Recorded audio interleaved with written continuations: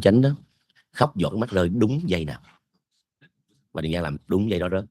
Nó quạt chánh đó, khóc giọt nước mắt rơi đúng giây nào, và Điền Giang làm đúng giây đó rớt. Nó hoảng hồn. Nói ba sao con làm được ba? Thì con không làm được ba mới làm đây. Nó hoảng hồn. Nói ba sao con làm được ba? Thì con không làm được ba mới làm đây. Vì sao? Cái cú máy lúc đó nó cần giọt mắt rơi lúc đó thì con phải làm được, và mình làm. Vì sao?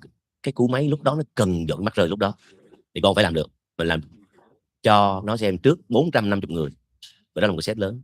Nó hoảng hồn. Con tập trung, mình làm cho nó xem trước 450 người. Và đó là một cái set lớn. Nó hoảng hồn. Tập trung vô trong kia nghĩ đi, ba cho con nửa tiếng.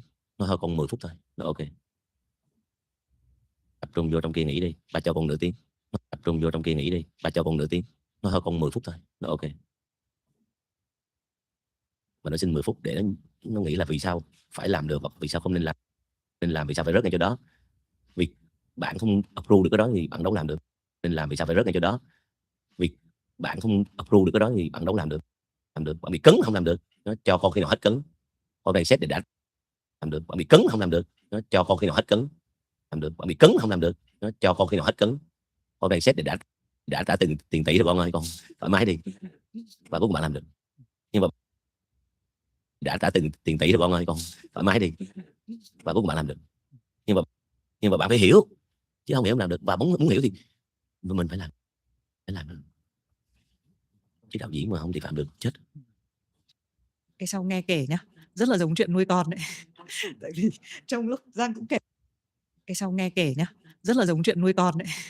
Tại vì trong lúc Giang cũng kể cái câu chuyện là muốn con mình làm cái gì và sống như thế nào á, thì mình phải trở thành cái người thị phạm. Mình không làm được cho nó đâu. Thì mình phải trở thành cái người thị phạm. Mình không làm được cho nó. Thế cho mình tua ngược lại một chút. Gì đó. Thế cho mình tua ngược lại một chút. Gì đó. Sinh ra trong một gia đình đông con, mẹ mất. Thế cho mình tua ngược lại một chút. Gì đó. Sinh ra trong một gia đình đông con, mẹ mất sớm. Gì đó. Bà cũng rất là vất vả. Gì đó. Gì đó. Mẹ mất sớm. Gì đó. Bà cũng rất là vất vả. Gì đó. Cuối cùng ai đã thị phạm cho Giang? Gì đó. Cuối cùng ai đã thị phạm cho Giang? Cái thị phạm cho Giang nhiều nhất và mình phải hướng đến cuộc sống tốt đẹp hơn mỗi ngày, phấn đấu mỗi ngày, đó chính là cái sự mất đi của mẹ. Nhưng cái tình yêu đẹp hơn mỗi ngày, phấn đấu mỗi ngày, đó chính là cái sự mất đi của mẹ. Nhưng cái tình yêu thương của gia đình nó luôn vững vàng và tràn đầy ở đó. Và Điền Giang mất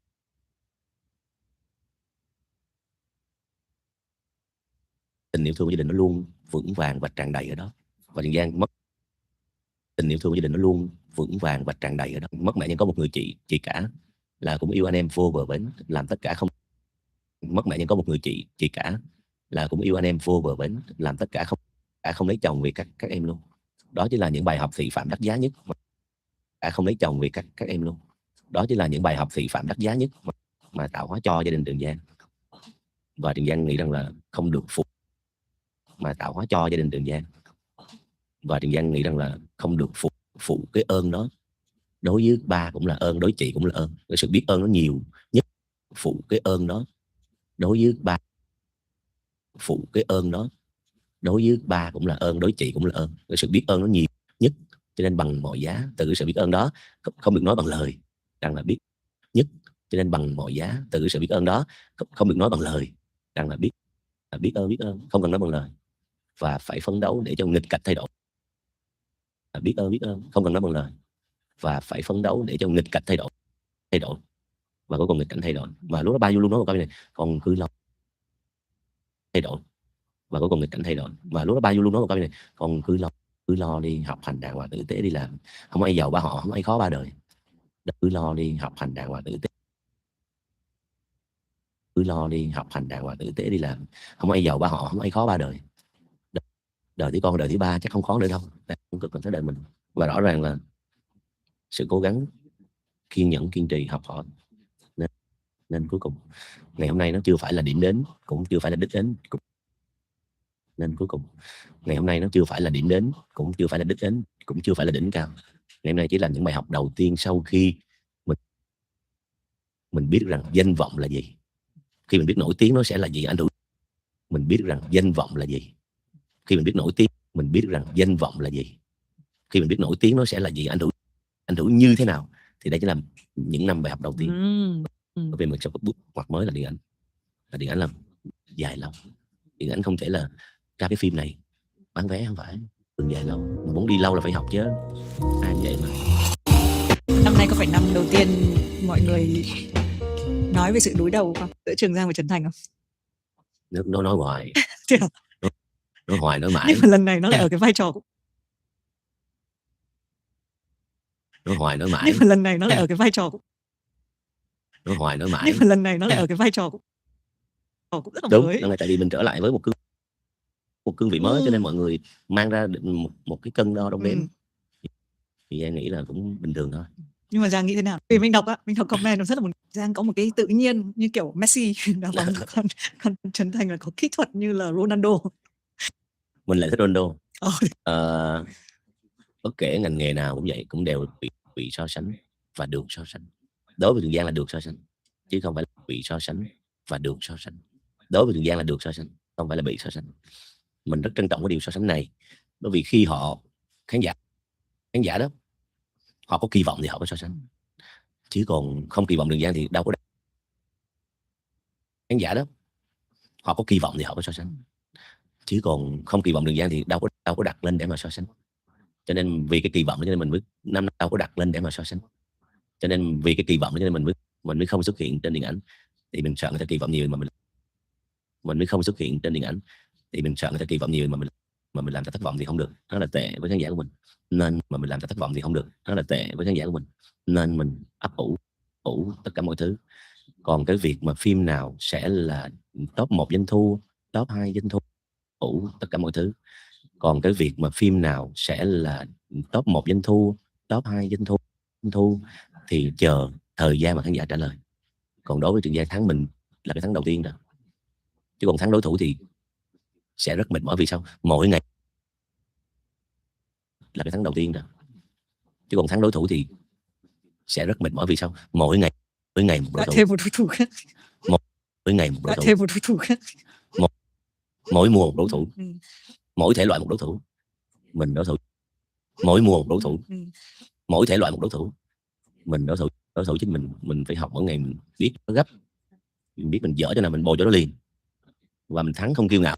Nó gấp, mình biết mình dở cho nào mình bồi cho nó liền, và mình thắng không kiêu ngạo. Chiến thắng của mình chứ. Ngày xưa tôi có làm một cái phòng tập gym, phòng tập yoga đó, thì tôi có ghi mỗi câu mà vợ tôi ngồi đứng ngồi cười lại, tôi ghi câu là phòng tập yoga đó, thì tôi có ghi mỗi câu mà vợ tôi ngồi đứng ngồi cười lại, tôi ghi câu là phòng tập yoga đó, thì tôi có ghi mỗi câu mà vợ tôi ngồi đứng ngồi cười lại, tôi ghi câu là chiến.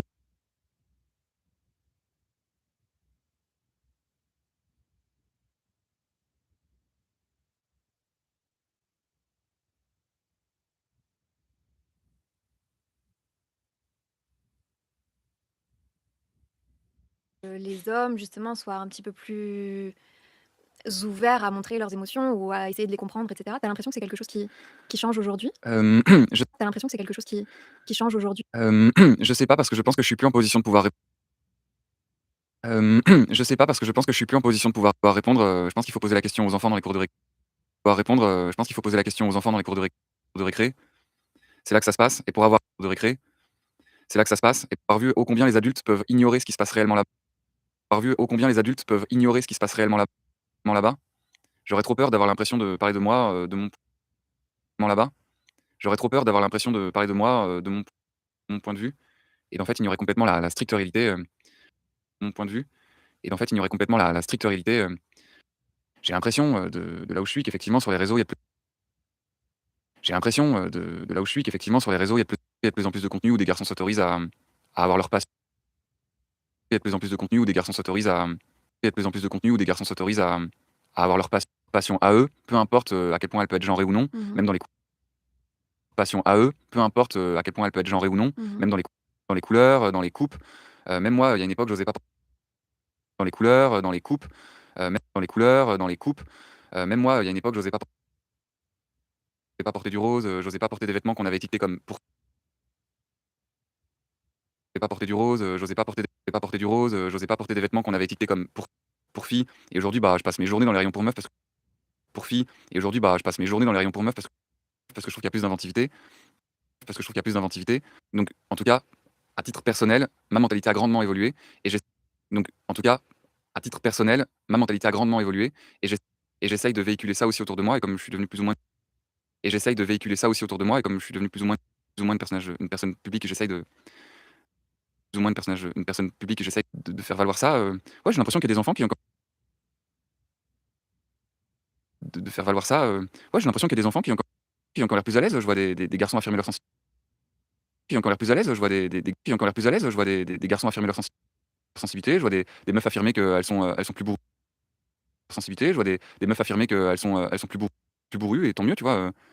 Il y a plus de. On va niquer ces cases. Plus bourrues. Et tant mieux, tu vois. Il y a plus de. On va niquer ces cases-là. À un bout d'un moment, on va les briser. Hein. Faut juste attendre que.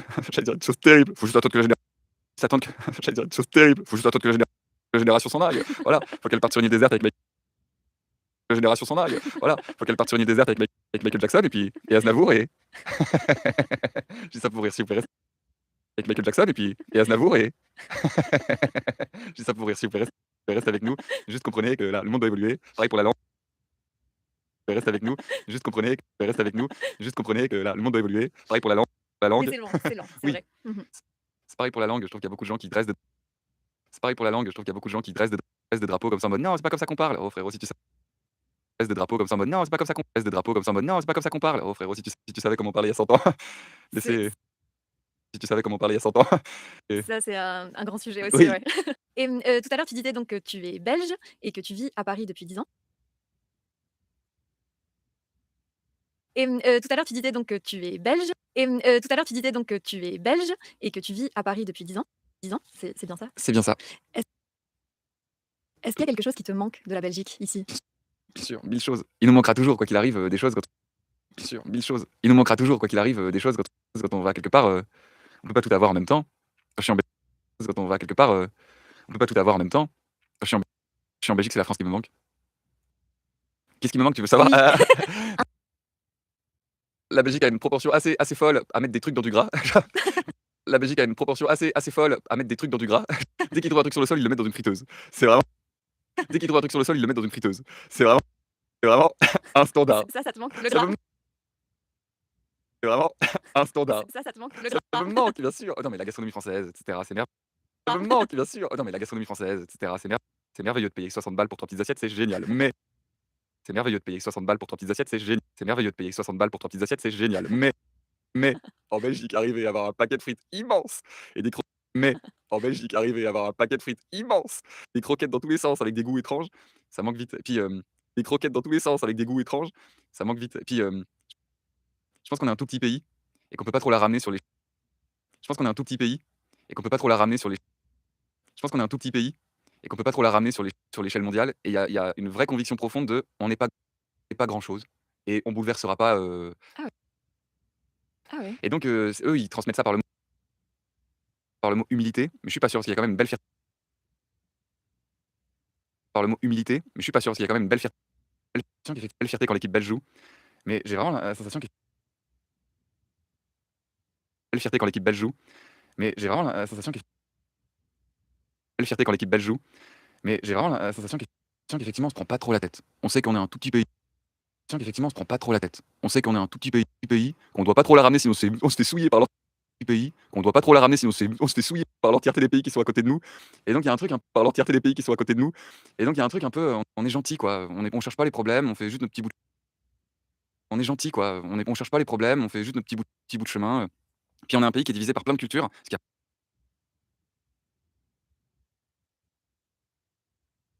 petits bouts de chemin. Puis on est un pays qui est petit bout de chemin. Puis on est un pays qui est divisé par plein de cultures, parce qu'il y a plein de pays durant l'histoire qui sont venus chez nous. Parce qu'il y a plein de pays durant l'histoire qui sont venus chez nous.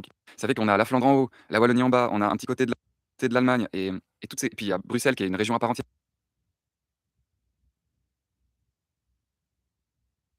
C'est de l'Allemagne et toutes ces. Puis il y a Bruxelles qui est une région à part entière. Et en fait toutes ces régions sont représentées et ont leur propre entière. Et en fait toutes ces régions sont représentées et ont leurs propres règles. Et donc quand on a des sommets politiques, il y a 7 propres règles. Et donc, quand on a des sommets politiques, il y a personne qui prenne la parole et ça crée des. On a des panneaux en flamand, en haut en français. Personne qui prenne la parole et ça crée des. On a des panneaux en flamand, en haut en français qui vont pas dans la même direction. Enfin, c'est.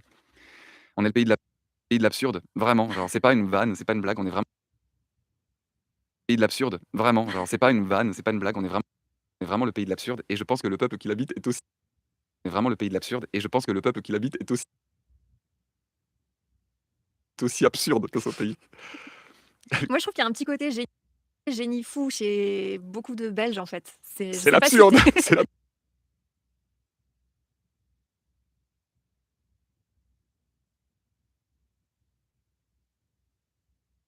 C'est génie fou chez beaucoup de Belges, en fait. Je c'est sais pas si l'absurde. t'es C'est t'es l'absurde. d'accord?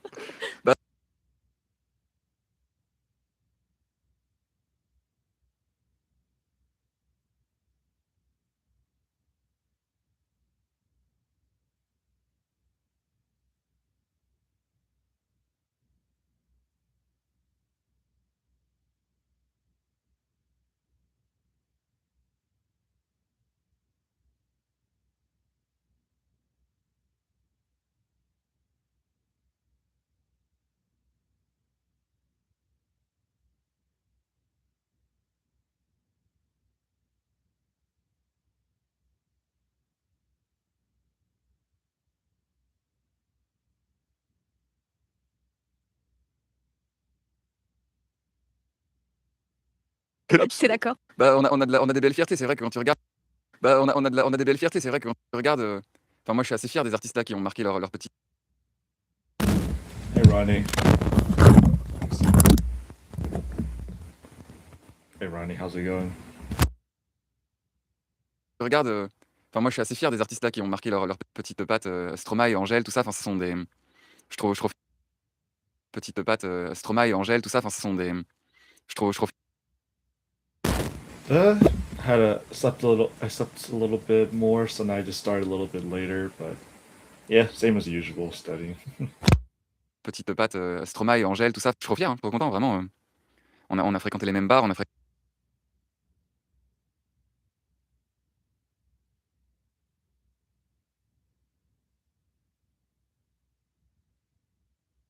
trop fier, hein, trop content, vraiment. On a fréquenté les mêmes bars, on a fréquenté les mêmes couchers de soleil et c'est beau et c'est chouette qu'ils aillent. On a fréquenté les mêmes couchers de soleil et c'est beau et c'est chouette qu'ils aillent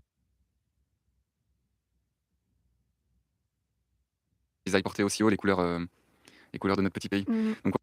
Donc ouais, très content d'être un peu à part, d'être un peu à côté de la plaque. Donc ouais, très content d'être un peu à part, d'être un peu à côté de la plaque. On est des Français qui avons un pète au casque et c'est très bien. C'est On est des Français qui avons un pète au casque et c'est très bien. c'est très bien, il en faut. Est-ce que tu aurais une expression belge? Well, thank you for spending your dinner time with me. It's glad to have you here.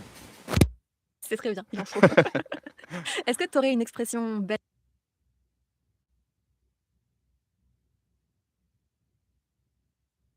belge à m'apprendre? Ah, bon, tu les connais sûrement toutes, non?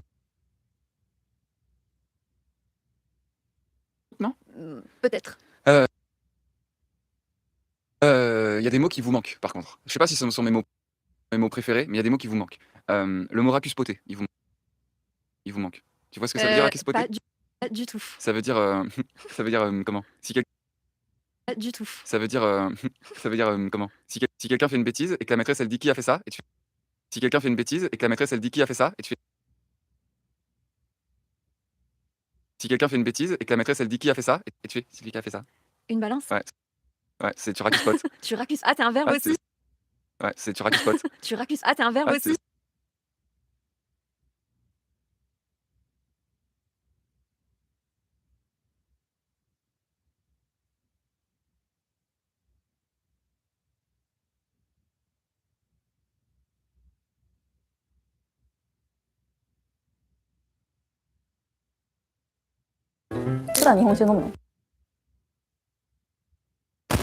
You want me to do Spanish, like study Spanish? I will do Spanish. It's gonna come soon.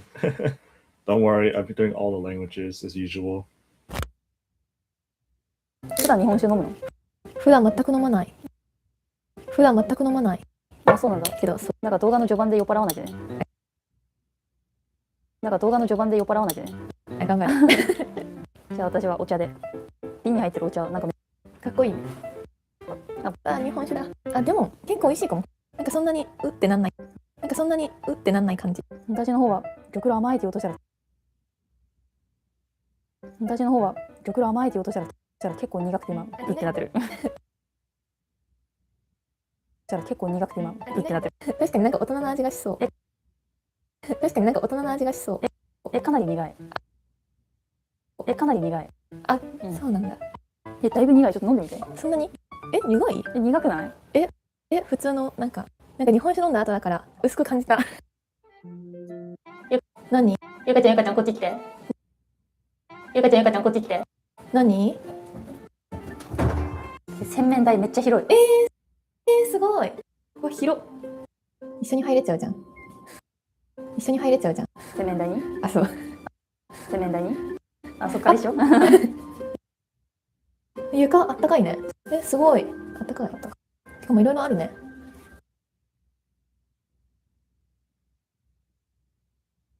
これ何？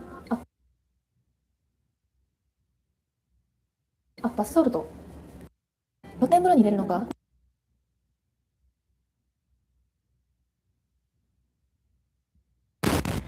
Hard to understand, like the language or me? 露天風呂に入れるのか。これ中身なんじゃない？メイク落とし、化粧水、乳液、全部ある。メイク落とし、化粧水、乳液、全部ある。Oh yeah, it is a different language after all. メイク落とし、化粧水、乳液。アメニティもすごいね。あれだ、この辺にパジャマあるって言ってないっけ？あ、言ってたかも。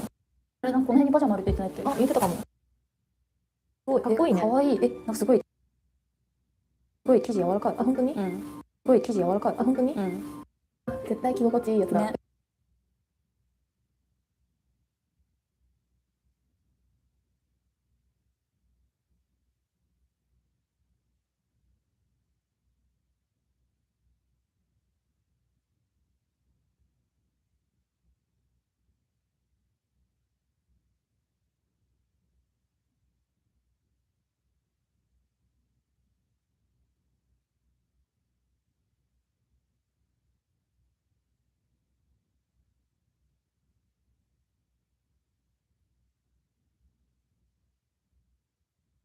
絶対着心地いいやつだ。ね。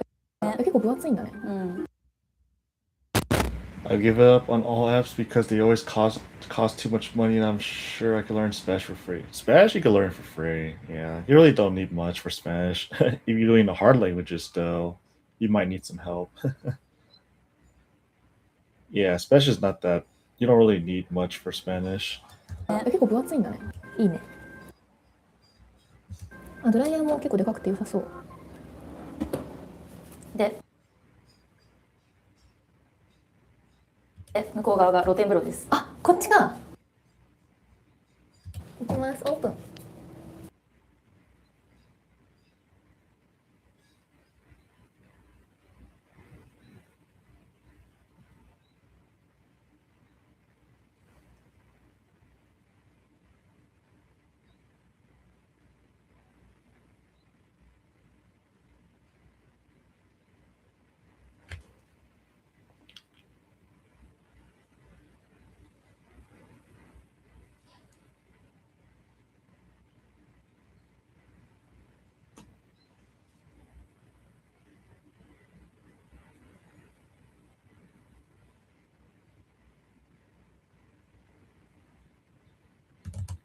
おしゃれだ。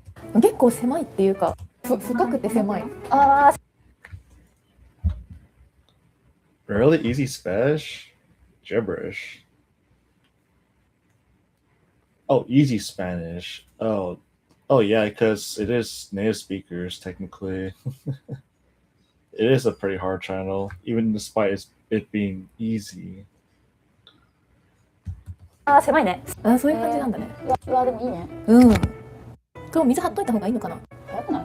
確かに冷めちゃうか。じゃあ後で貼ろう。めっちゃ楽しみじゃん。あれこっちに繋がってるの、さっきのお茶飲んだところだ。こっちになんかクローゼット的な収納がある。あ、本当だ。Yeah, you listen to more of it. You have to keep listening to more and more of it. You really have no choice.「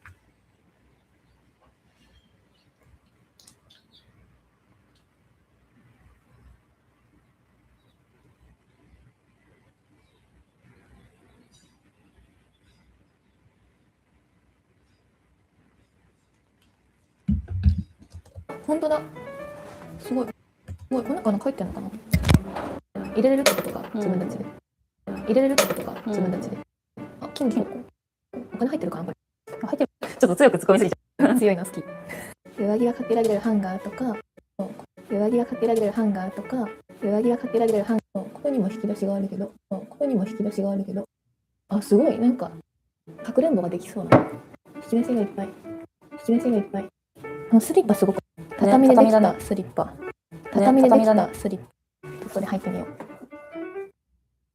外に入ってみよう。あ、歩きやすいの？結構履き心地いい。なんかちょっとふかふかな感じ。いいね。あとすごいのがさ、これもらえるみたいだね。どうしよう、1個しかない。今のうちにちゃんとに、そうだね、じゃんけんで勝った方にしよう。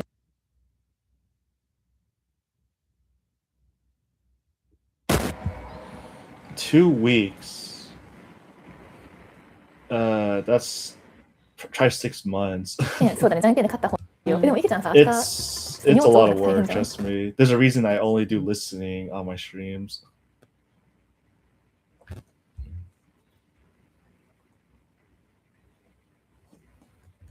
でも、いけちゃんさ、明日、ちょっと荷物多くなって大変。あ、じゃああげる。じゃんけんしよう、勝った方ね。勝った方ね、最初はグー、じゃんけんぽい。あ、あげた。どうしよう、勝ってた。一番気まずい、これが。一番気まずい、これが。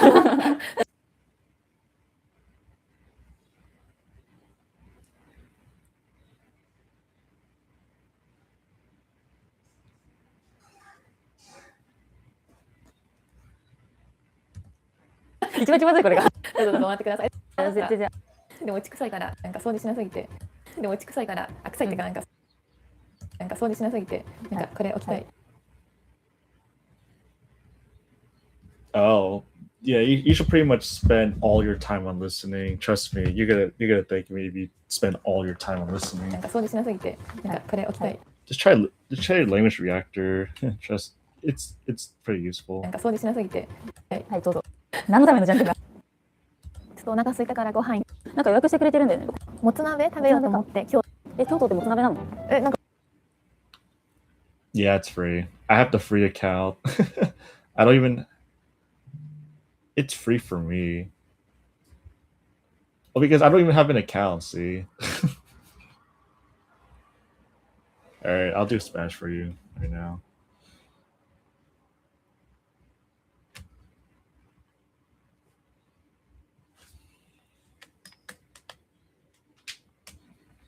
Let's see. One moment.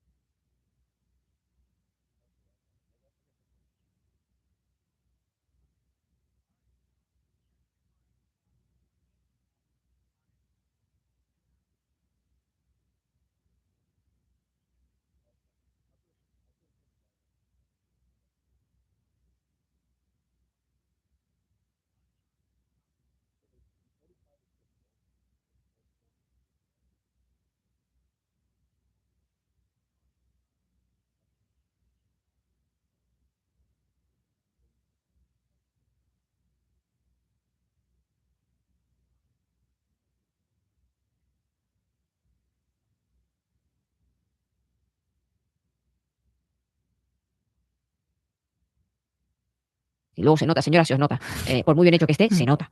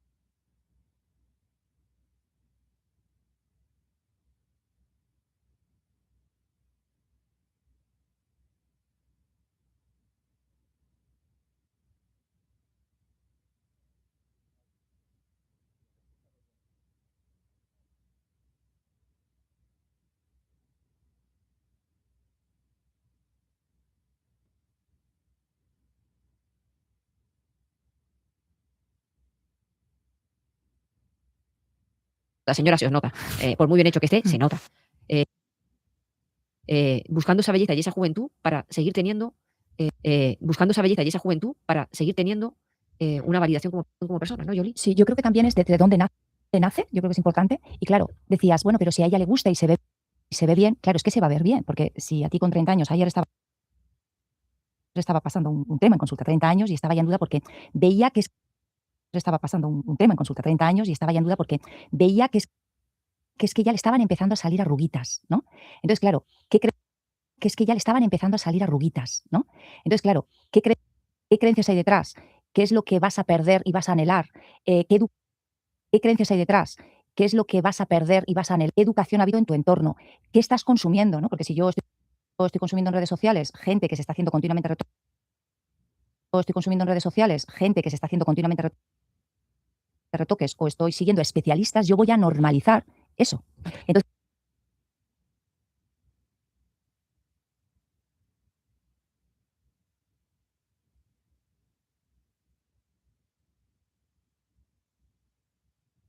retoques, o estoy siguiendo especialistas, yo voy a normalizar eso. Entonces eso es un arma de doble filo, ¿no? Obvio que cada persona. Entonces eso es un arma de doble filo, ¿no?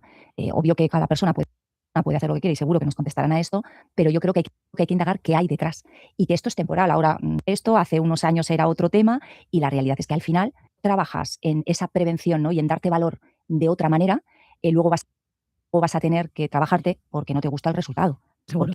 Porque con 80 años no podemos parecer de 50. O sea, y esto es algo que nos tenemos que trabajar. Yo creo, Elia, que igual estás echando de menos a alguien en esta sección. Sí, sí, sí. A Gwyneth Paltrow, por supuesto, gurú La tengo de siempre en nuestros pensamientos. ese Nos da mucho margen. el faro que nos guía. Ella es un gurú del autocuidado y, por supuesto, vieja amiga de este programa. También es la fundadora de Goop, una empresa de productos de bienestar que vende pues cosas. Why, Ronnie? Es la fundadora de Goop, una empresa de productos de bienestar que cosas tan sorprendentes como estas. Huevos de jade vaginales para quitar la cosas tan sorprendentes como estas. Huevos de jade vaginales para quitar la depresión, zumos de carbón con doso efecto antioxidante vaginal para limpiar el útero, enemas de café para la alergia, papel de fumar de oro de 25 quilates. Y aquí ya venimos un poco ya a lo exótico. De oro de 25 quilates. Y aquí ya venimos un poco ya a lo exótico. Más todavía me refiero, para sus estándares incluso. Parece que le va a dar algo. Pegatinas de bienestar supuestamente fabricadas de un material que usan en la NASA para sus viajes espaciales a $120. Según Goop, esta marca, son pegatinas para la NASA para sus viajes espaciales a $120. Según Goop, esta marca, son pegatinas para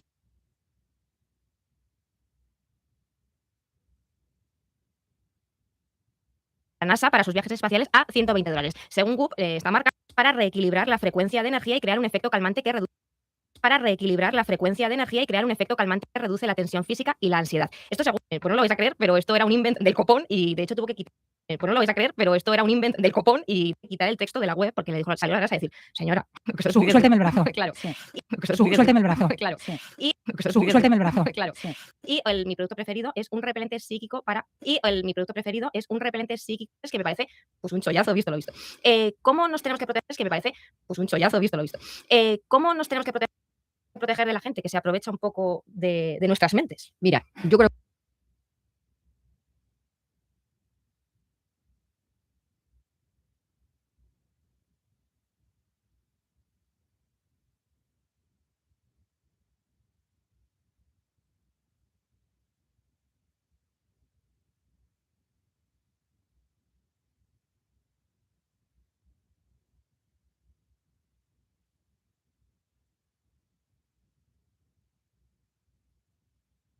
proteger de la gente que se aprovecha un poco de nuestras mentes. Mira, yo creo que siempre hay un roto para un descosido. O sea, Sí, alguien tiene habrá que que le haber encanta.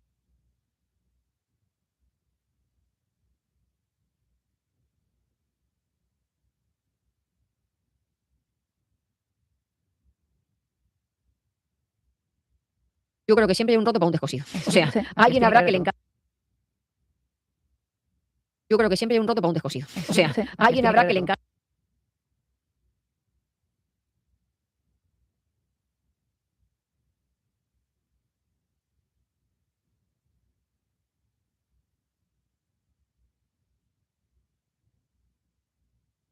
Yo creo que siempre hay un roto para un descosido. O sea, Sí, alguien tiene habrá que que ver le encaje eso. Y lo primero es la libertad de la gente para elegir, ¿no? Tú puedes seguir a una persona como esta y al final terminas comprando de productos que seguramente no sirvan. Un poco es del paternalismo que hay en redes sociales, ¿no? Tenemos que decirle a todo el mundo qué tiene que hacer y qué no tiene que hacer. Oye, si tú que decirle a todo el mundo qué tiene que hacer y qué no tiene que hacer. Si tú no tienes criterio para saber que un limpiador vaginal a través de vapor o una si tú no tienes criterio para saber que un limpiador vaginal a través de vapor o una pegatina de la NASA es algo de una vendehumos, oye, pues ya está, gástate el dinero, pruébalo. Cuando te quemes la vagina y no puedas usar ni el gástate el dinero, pruébalo. Cuando te quemes la vagina y no puedas usar ni el Satisfyer, pues que Dios te compre otra vagina, que imagino que esta hombre, mujer,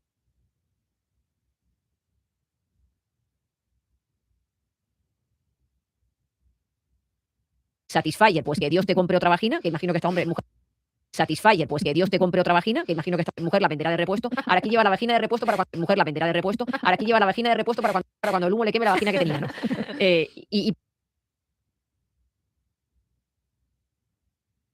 Y poco más, porque, claro, es que esto es como la estupidez humana llevada al high. Y poco más, porque, claro, es que esto es como la estupidez humana llevada al high level, high level. No, es que no puedo opinar otra cosa. Bueno, y que tiene en esta vida, nos guste o no nos guste, tiene que haber. Bueno, y que tiene en esta vida, nos guste o no nos guste, tiene que haber.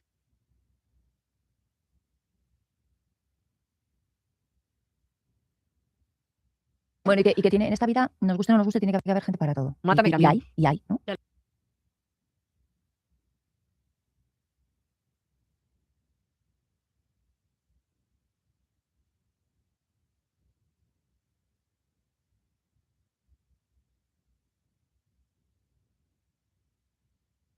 Que haber gente para todo. Mátame, y camión. hay, y hay. Ya lo estamos viendo. Y esta es un poco la cara B de intentar vender el autocuidado de esta manera, ¿no? Superficial y evidentemente carísima. Y peligrosa, falsa, incluso. peligrosa y falsa, claro. Porque por ahí hay un podríamos grupo de mujeres que no tienen vagina ya. Claro, pero bueno, que hay personas que siguen pensando que la Tierra. Sí, claro. Entonces, Se enfadan muchísimo con este tema. claro, Abre tu melón ahora, ¿eh? Yo abierto un melón con la tierra plana. Las autoras de autocuidado, 52 semanas para cuidar de ti. Muchas gracias por venir. A ti, Nos placer. quedan melones abiertos por todas partes. Muchas gracias por venir. A ti, Nos placer. quedan melones abiertos porque creo que cada episodio cada capítulo es una historia que vaya fenomenal. Y Muchísimas muchas gracias. muchas gracias.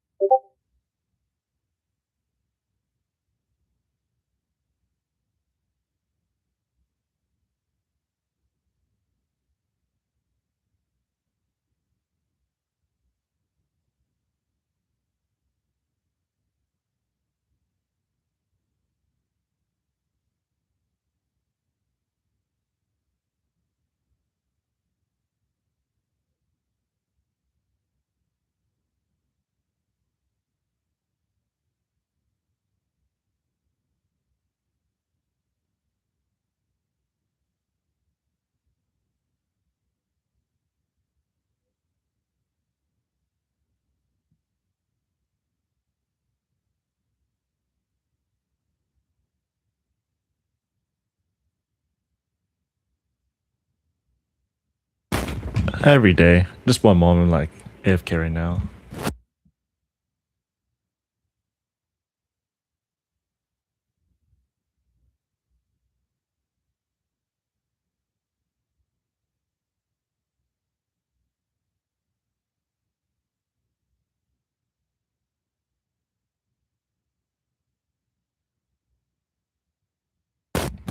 Yeah, welcome to the charts.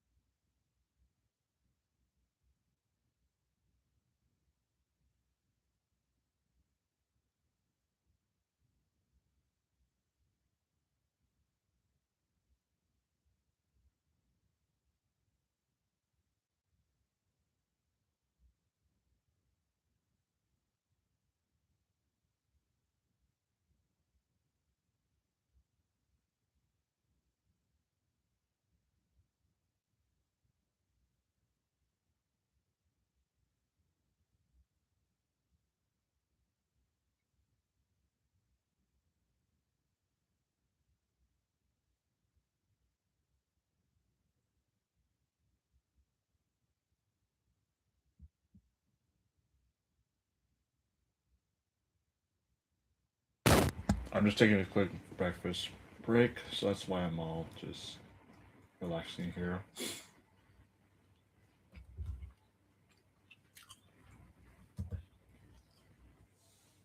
I'm glad to have you, VRLX. It's pretty good if your level's high enough to easily collect words you know. Yeah, I could read already. I just now have to get the listening part. Two different realms, I suppose. Ooh, hungry.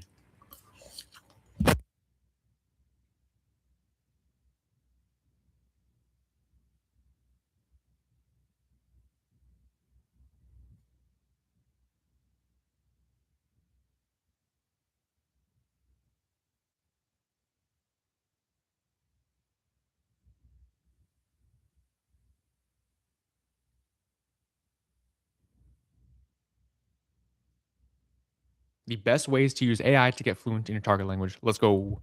So, the first thing I'm going to do is I want you to actually follow along here. I'm going to give you some action.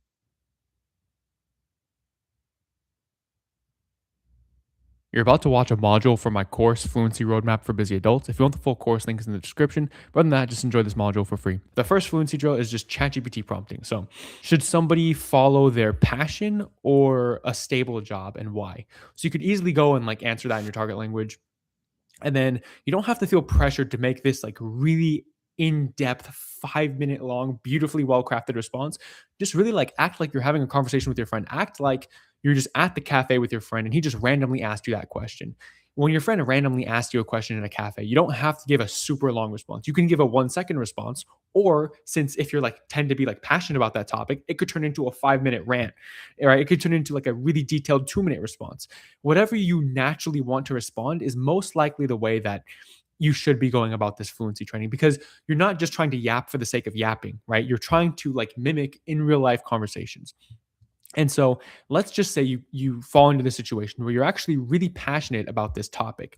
However, you find that you're not able to express it in the language. This is something that you should actually drill every single day then for the next couple of weeks even. Maybe depending on your level, maybe you can just do it in 1 week. And depending on how much you have to say about this topic as well. Maybe you have like a lot to say about this topic. Then you could literally spend multiple weeks with this prompt here until your answer, you're actually able to deliver that 5 minute rant entirely in your target language with all the nuance and all the spontaneity and fluidity that you want to be able to deliver it in, right? Now you can see why this is so powerful. But if it's something you just want to give 1 sentence in, then you only have to drill this today, maybe like a couple times for the next few days, just so you can have that like kind of lock that sentence down. And so, yeah, as I was saying, if this is the type of thing that would turn into a multiple minute long response and you really want to be able to flesh that out, at first, if you're unable to say it in your target language, that's fine. Just give the rant in English. That's actually really good. So say what you can in your target language, and if it doesn't flow, just keep going in English. That way you can kind of get out your overall response and your overall ideas on the topic. And the whole time you're recording yourself, by the way, whenever you do any kind of fluency drill, unless it's a tutoring session. Right now, Cantonese. I'll say that's my number one objective, because like my partner's family only speaks Cantonese, which makes it even more challenging.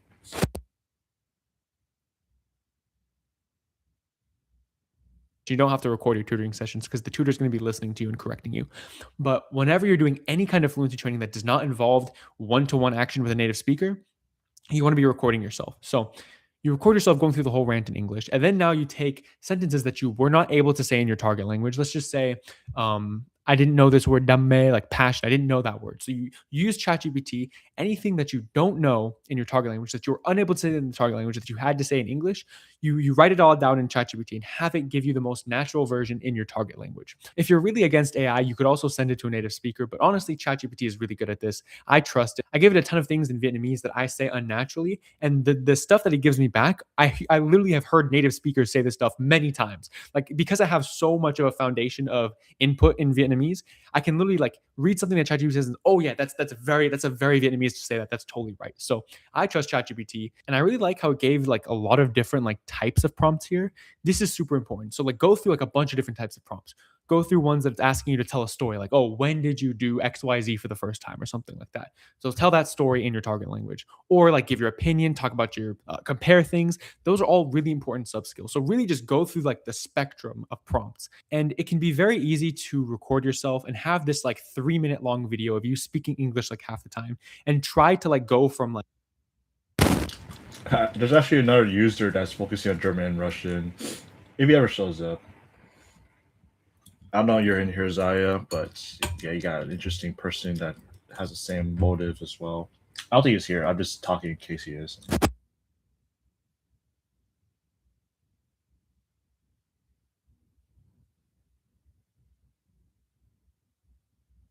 Like 1 3-minute video of you speaking English to the next day you're trying to say the whole thing in your target language. Don't do that. Chill out.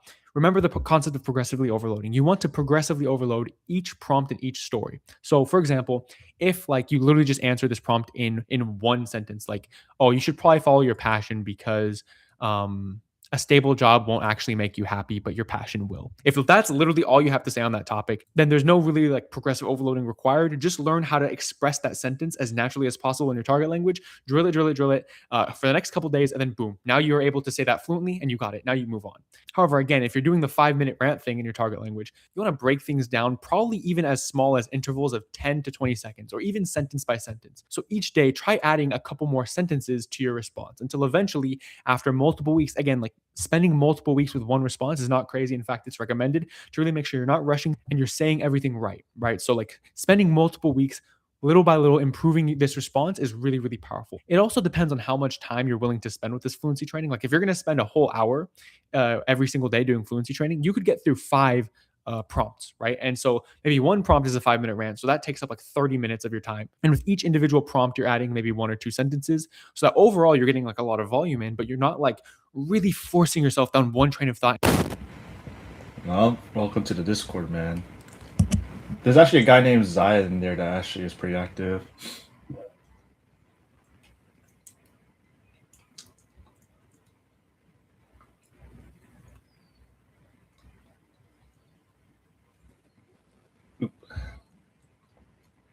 I'm almost done. I'm just trying to get through breakfast and start studying again. And really basically like completely overloading yourself and getting frustrated. So yeah, I know I just threw like a bunch of advice at you there, but I really do think that like specifically with fluency training, it should be a very personal and customized thing to you. So you should really like kind of take what I say about fluency training here as like a baseline and then experiment on your own over the coming weeks and really like kind of adapt and see how you personally like to get fluency training and see what gets you the best results. So this is routine number 1, ChatGPT prompting, recording, and then improving your replies to the prompts every single day. Now, this next routine is basically purely based on stories. And this one is really powerful because I find storytelling to be a very important skill in the language. And this specifically like the act of telling stories, remembering stories, just stories in and of themselves are very, very powerful for just general human psychology. So that's why I have a routine specifically dedicated to stories. But what you're going to want to be doing is I tried this in so many different ways, and you can feel free to experiment on your own. But what didn't work for me was having the idea of the story that I wanted to tell, putting on my phone, recording myself, and just yapping and telling the story. That can work, but I found that to be very frustrating and very difficult. For me, it was almost too difficult. You want this to be difficult because it is deliberate practice at the end of the day. But for me, I almost found it too difficult, right? Because even in English, that's a little bit challenging when you really think about it, because you have to really because you're on camera, right? Just the fact that you're recording yourself, you're going to be more awkward. You're going to be slower, especially if you're not used to being on camera. I make YouTube videos. I'm used to being on camera. And I still, when I turn on the camera, my speaking is worse than if I'm just like speaking to a friend, right? Like it's very normal for that to be the case. And when you factor in the fact that it's your target language, it can be very, very difficult. So what I like to do is really split the story into many different questions. So I put this in English, but normally I'll do this whole thing in Vietnamese. So this is like literally a notes document on my laptop. There will be no English on this document. It will be entirely in your target language. So you ask yourself in the target language, let's just say your story is you went to the mall and somebody complimented you on your sweater. That's literally your story. Your story can be anything you want to tell, but especially as a beginner, usually you want to go for the simplest stories first and then build up to more complicated stories of the time when you got super drunk and you did all this crazy stuff, right? So start off with really simple stories first. So the example that I'm going to use is you're at the mall or you're at the store and somebody complimented your jacket, okay? So you ask yourself questions in your target language to basically prompt you to the next section of your story. So you break your story down into different sections. So the story of me going to the mall and getting complimented on my sweater could literally be like a 1 minute long story, but I'm dividing it into 20-second chunks. And then when I'm recording myself and playing it back, I'm focusing on correcting and making each chunk more natural rather than trying to correct the entire story as a whole. This was my biggest problem when I was first doing training like this. I would record a 5-minute long story and then I'd sit down and watch it and then take notes on the whole 5-minute story of like, okay, at 101, I used the wrong tone on this word. At 203, I switched to English for 2 seconds. At 4, you know what I mean? Like there's just so much, right? It's just too much in my opinion. So break it down, tell a 1-minute story is the most optimal, especially as a beginner. And then for each 1-minute story, break it down into 20-second chunks. It doesn't have to be exactly 20 seconds. Don't be rigid again. Like a main theme with this course is be dynamic and do things that match your own needs and things that get you personally results. But I would say this is a really good baseline to start. 1-minute story, 20-second chunks. So I'll do the example of the fluency training. Let's just say English is my target language and I'm learning English. So where were you and why? I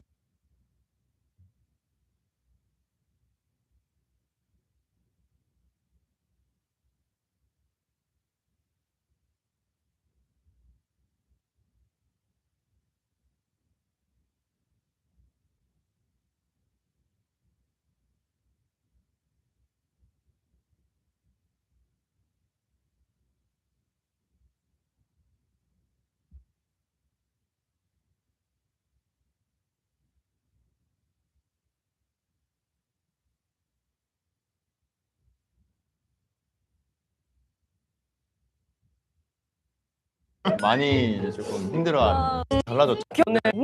너무너무 많거든요. 정말요? 그래서 아무거나 말씀하셔도 다 나옵니다. 진짜요? 그러면 뭘 얘기하려고? 저는 그러면 코코넛 워터 있나요? 진짜요? 그러면 뭘 얘기하려고? 저는 그러면 코코넛 워터 있나요?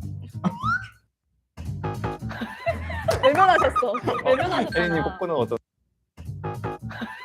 외면하셨어. 외면하셨어. 혜린 워터는 없나요?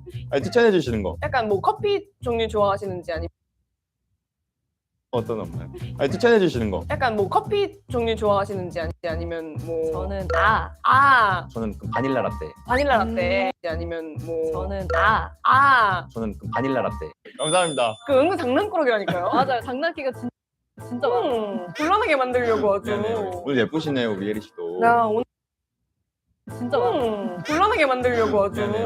오늘 예쁘시네요, 우리. 오늘 좀 신경을 써봤어요. 두 분이 이제 나오신다고 하셔가지고 오늘 좀 신경을 써봤어요. 두 분이 이제 나오신다고 하셔가지고 오늘 약간 청순청순 느낌으로 한번 해봤습니다. 근데 왜 이렇게 오늘 약간 청순청순 느낌으로 한번 해봤습니다. 근데 왜 이렇게 또 멋있게 하고 오셨나요? 되게 격식을 차려서 너무 예뻐요. 왜 이렇게 또 멋있게 하고 오셨나요? 되게 격식을 차려서 너무 예뻐요. 아이고 타이밍이 당황하셨죠? 대본이 없어가지고. 근데 맞아, 너무 대단하잖아요. 유튜브가 또 다들 대본이 당황하셨죠? 대본이 없어가지고. 근데 맞아, 너무 대단하잖아요. 유튜브가 다들 대본이 없는 경우가 좀 많더라고요. 그래요? 어떤 거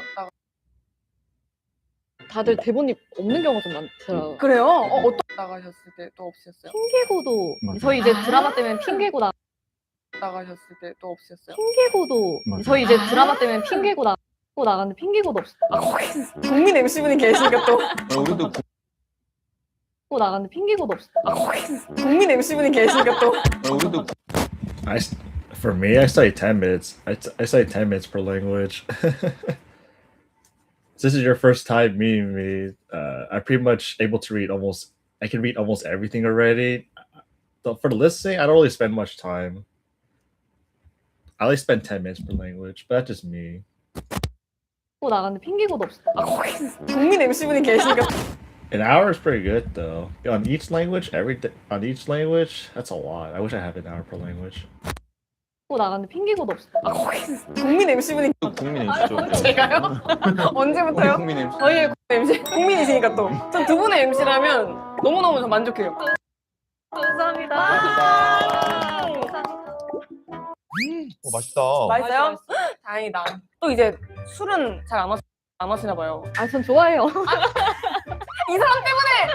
오빠가 이제 근데 안 마시니까 드라마 할 때 거의 이제 다 같이 카페만 갔어요. 상희 오빠도 술을 안 마시니까 드라마 할 때 거의 이제 다 같이 카페만 갔어요. 술을 네. 안 마시고 안 해서 드시는구나. 오빠들이 그렇게 카페를 가자고 그래서 술을 네. 안 마시고 안 해서 드시는구나. 오빠들이 그렇게 카페를 가자고 술을 되게 많이 했어요. 고맙죠 너무. 잘 따라와줬다니까요. 아니 저는 뒤에서 술을 되게 많이 했어요. 고맙죠 너무. 잘 따라와줬다니까요. 아니 저는 뒤에서 혼자 이제 잘 알았어요. 여기 물병 강조 아니었어.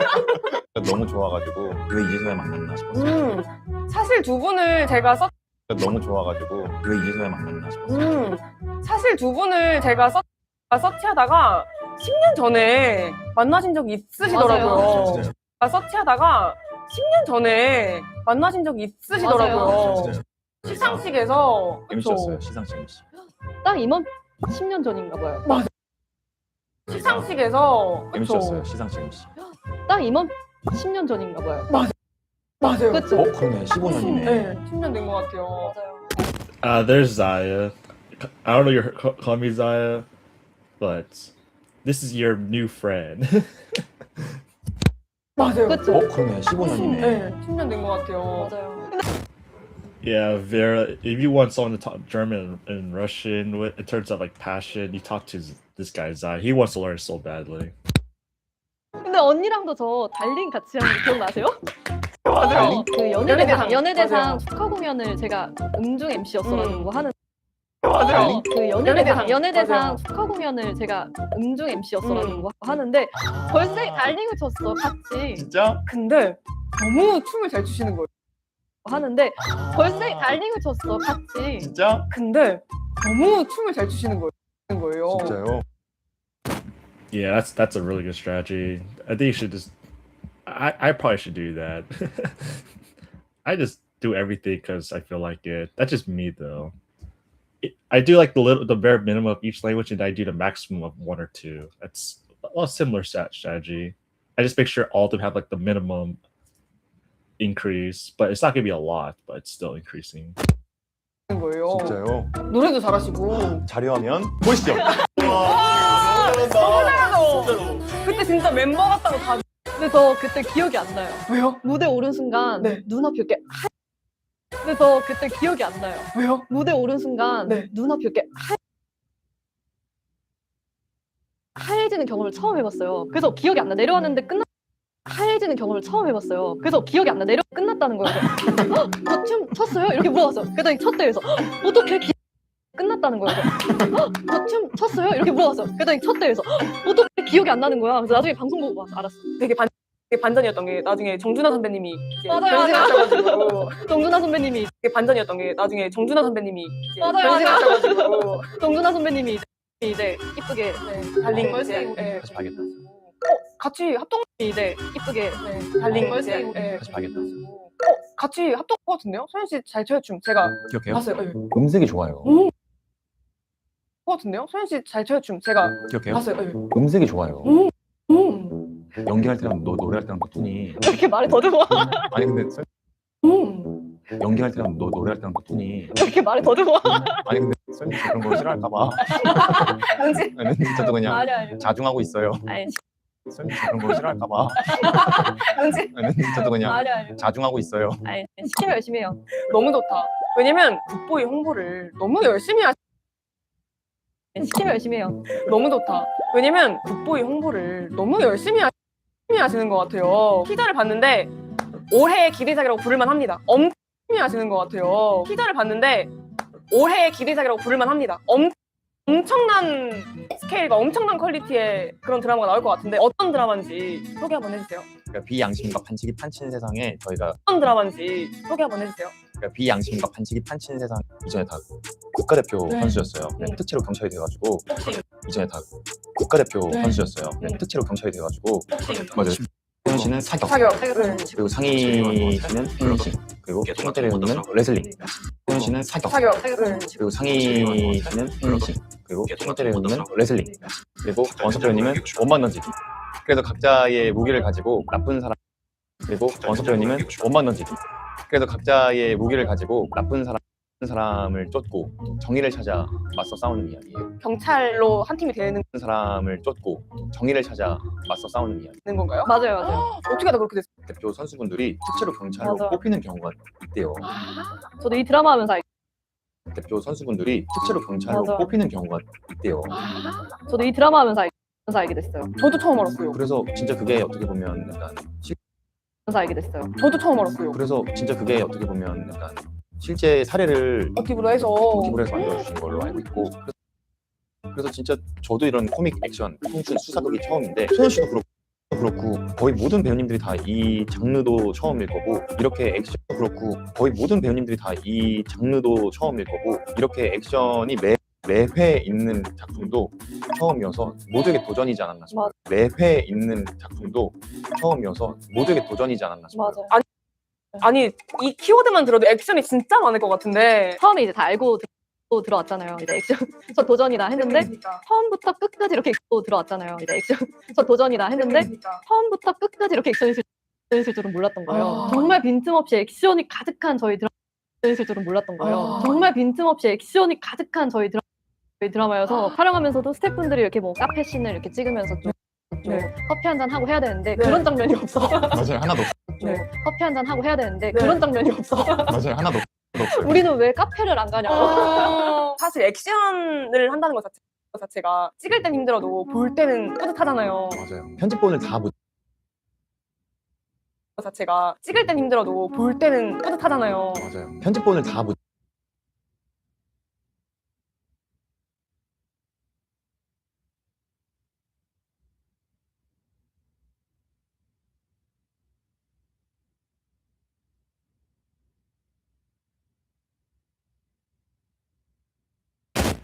80% somewhat. It's like C1 level, so it's a lot.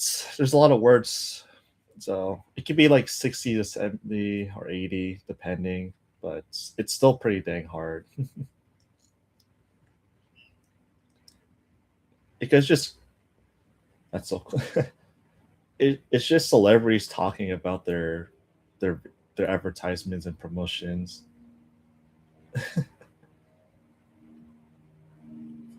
Thanks, Zaya. If only Neil was here.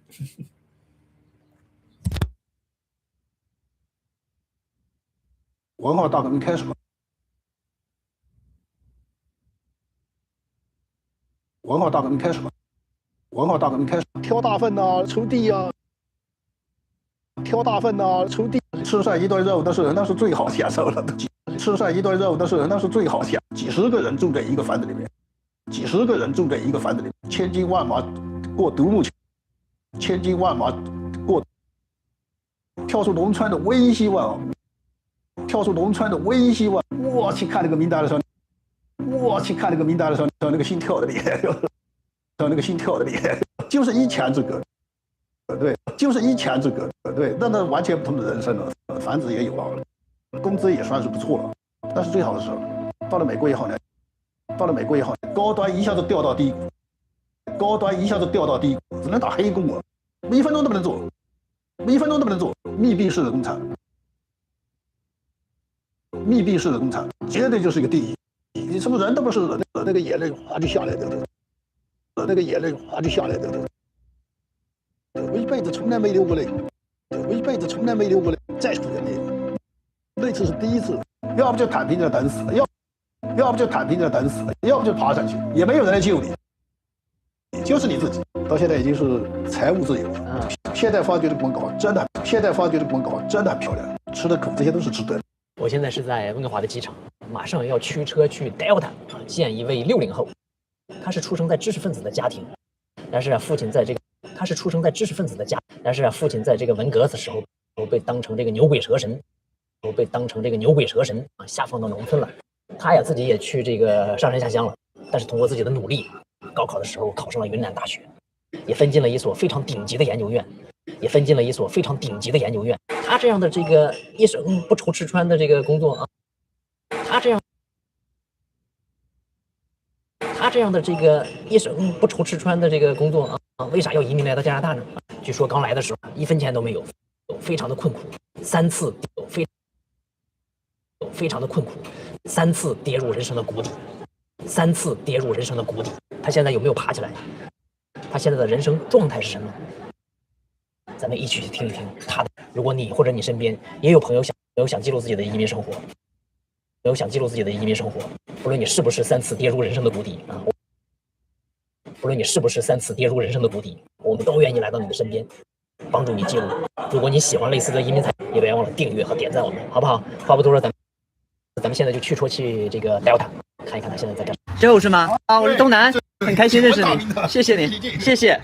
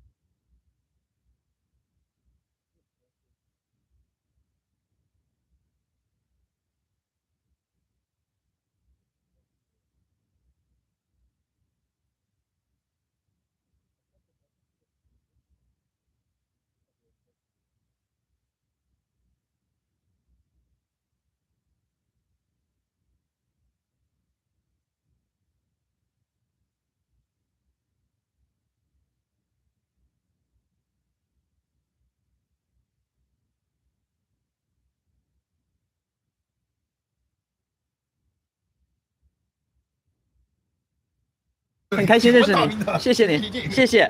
有个问题是我的耳朵不是很好。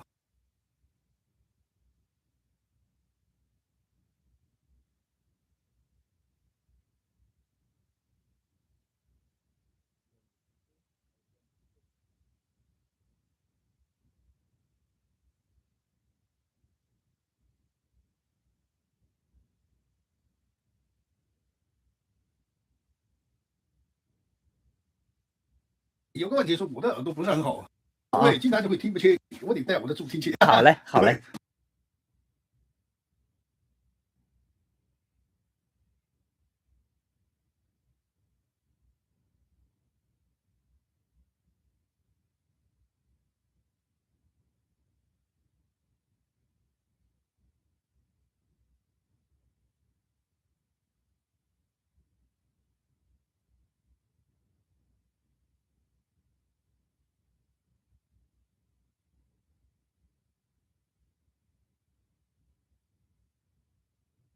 好嘞，好，这是您的工作台。这是我工作台，这是我的office 台。您这是做什么工作？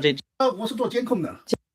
我是做监控的。监控？对，我已经做了快20多年了。哇，我已经做了快20多年，那么长时间。那您给咱们介绍一下自己，好吧？我是1958年出生的，对，在那个昆明。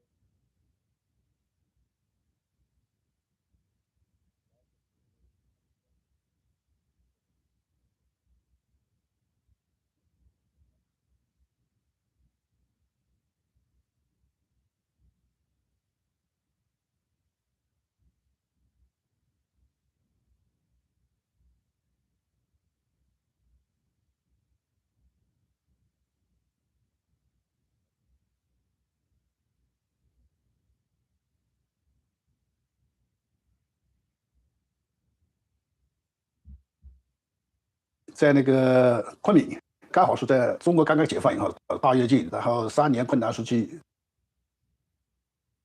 那个时候的那个环境非常恶劣，还好就是我父母都是算高级知识分子了，对，算高级知识分子了。我父亲是大学教授，对，我父亲是大学教授，对。哦，云南大学嘛。对，刚好上小学的时候，文化大革命开始了，66年开始了，我父亲被下放到农村里面去，我父亲被下放到农村里面去，但是整个学校都被下放到农村里面去了，但是整个学校都被下放到农村里面去，所有人都下放。对，全部人都下放。不是针对您父亲，也不是针对我父亲，那个子女也得跟着去有，对，所以我也跟着到农村里面待了几年了，一直到76年，我高中毕业就是76年，所以整个过程都是在文化大革命，实际上都没上什么学，对，实际上都没上什么学。76年呢，高中毕业了，然后呢就下乡了，因为当时上山下乡，大家都要下乡，但是不远，下乡呢，当时下乡在昆明市附近一个村子里面，大概60、70，那就是跟农民一样的，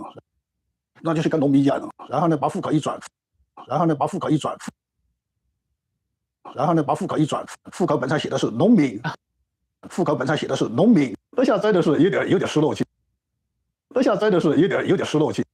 这还好好的城市人带他去，这还好好的城市，结果一下就变成农民。当时是不是没有选择，都要上山下乡？都要下乡。你想不去不可以，是不是？对，因为他有一个规定就是说家里面有几个子女的话，必须下一个。哦。因为我有个弟弟还在，当然就是我下来还有啥办法那肯定我就到下乡里面条件非常艰苦，我们算一个知青父母，那个山下传一层几十个人住在一个房子里面，一天就挣几个工，那这些工分就是几毛钱这个东西啊，吃上一顿肉那是最好享受了。这背后的意义是啥？是想让你们下乡去学点东西啊？就是上山是因为实际上当时是中学毕业的人太多。就是上山是因为实际上当时是中学毕业的人太多，他没办法安排工作。中学毕业就分配工作了？对，实际上高中毕业当时已经是最高兴，因为当时大学就停掉了，没有了。结果他没工作，就几乎全部了。怕你们闲着没事干，是不是？怕你们闲着没事干，是不是？闲着没事干，社会上会造成矛盾的。对，我觉得他主要目的是这个。对，所以几乎全部人下去。就是天天跟他们学着干农活。对，就跟农民一样。天气不错啊。天气不错，今天很难得。对，我喜欢在这个草地上走走了。对，我喜欢在这个草地上走走了。就当年你去这个农村的时候，刚下去是啥感觉？那就像天上掉的地下一样的。那就像天上掉的地下一样的。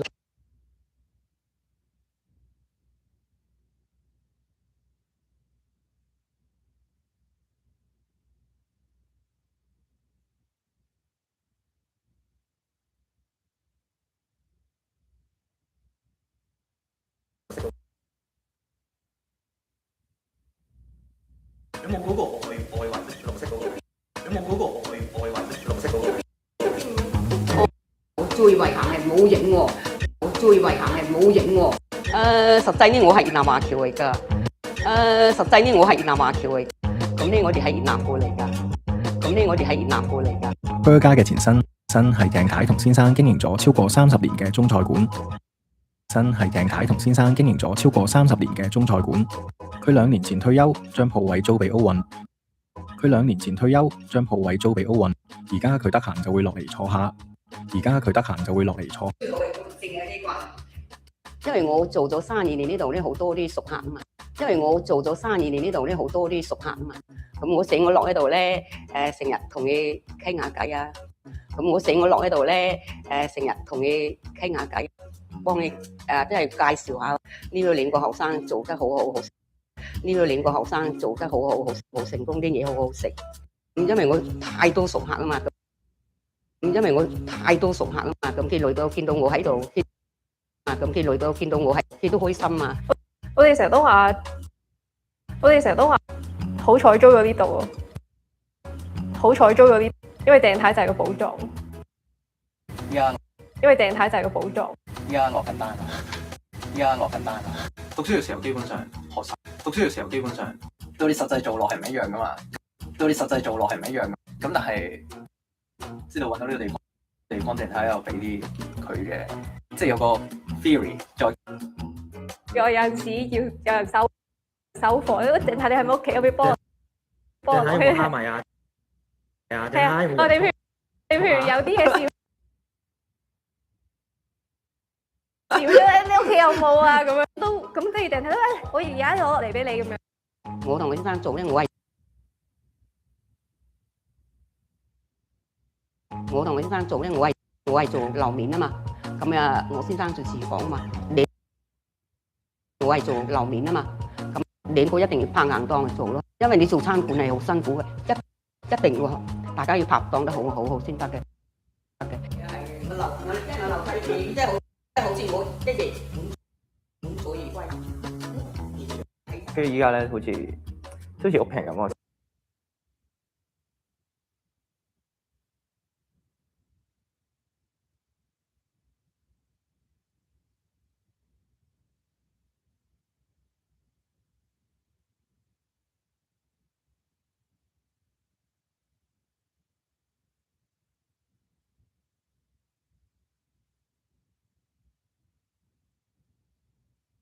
跟住依家咧，好似我成日同我哋一齊，跟住我成日同我哋一齊。即係突然之間好似有個婆婆睇住我哋咁樣咯。即係突然之間好似有個婆婆睇住我，佢啱啱去完旅行啦，跟住佢。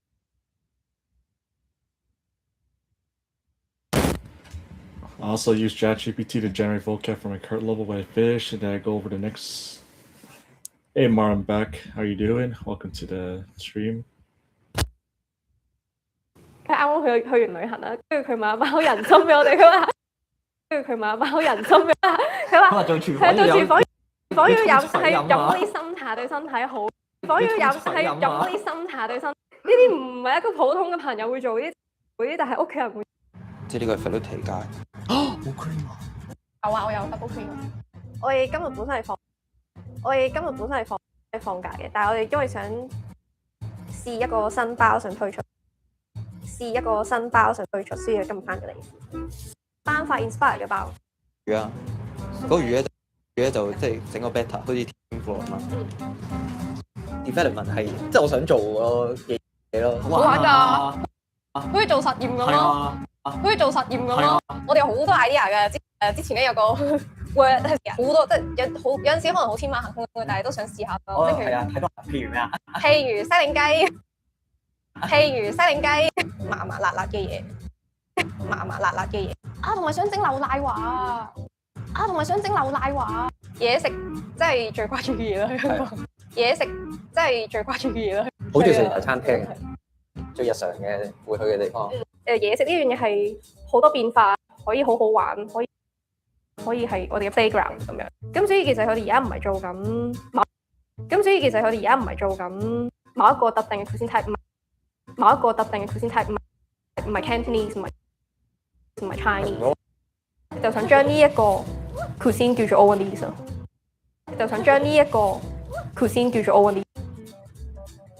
OK 咯，等你過嚟咯。佢哋你開咗幾耐話？哇！問呢啲。奧雲開咗 burger 之後，亦冇忘記當初突然離開嘅舊拍檔。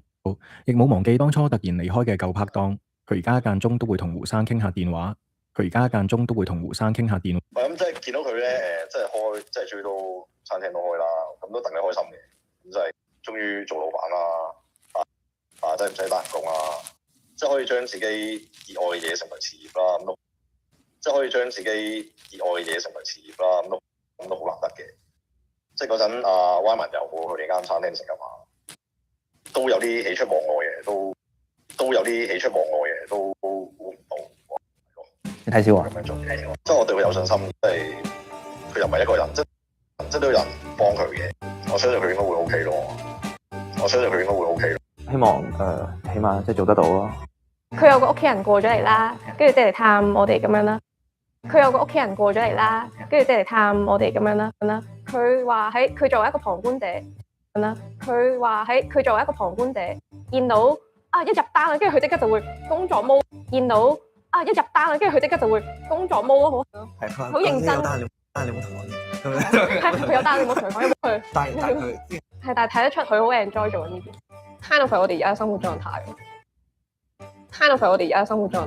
都好大改變，我覺得。即係開始嚟呢度做嘢、學嘢，跟住就會走啦。依家就係即係感覺係喺度住咯，已經。即係依家就係即係感覺係喺度住咯，即係冇唔係諗幾時會走咯？係因為你咯。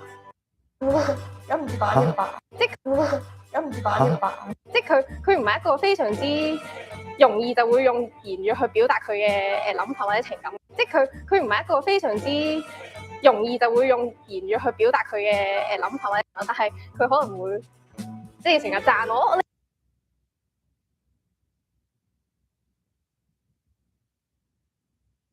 但係佢可能會即係成日讚我，你好叻啊，你好勁啊咁樣。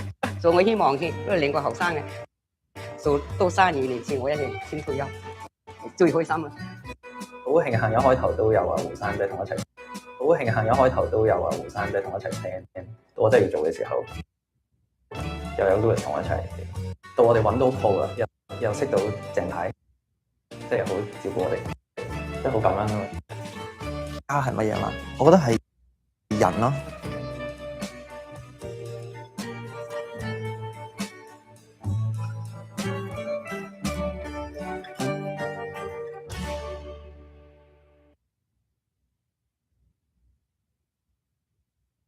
挑大粪呐、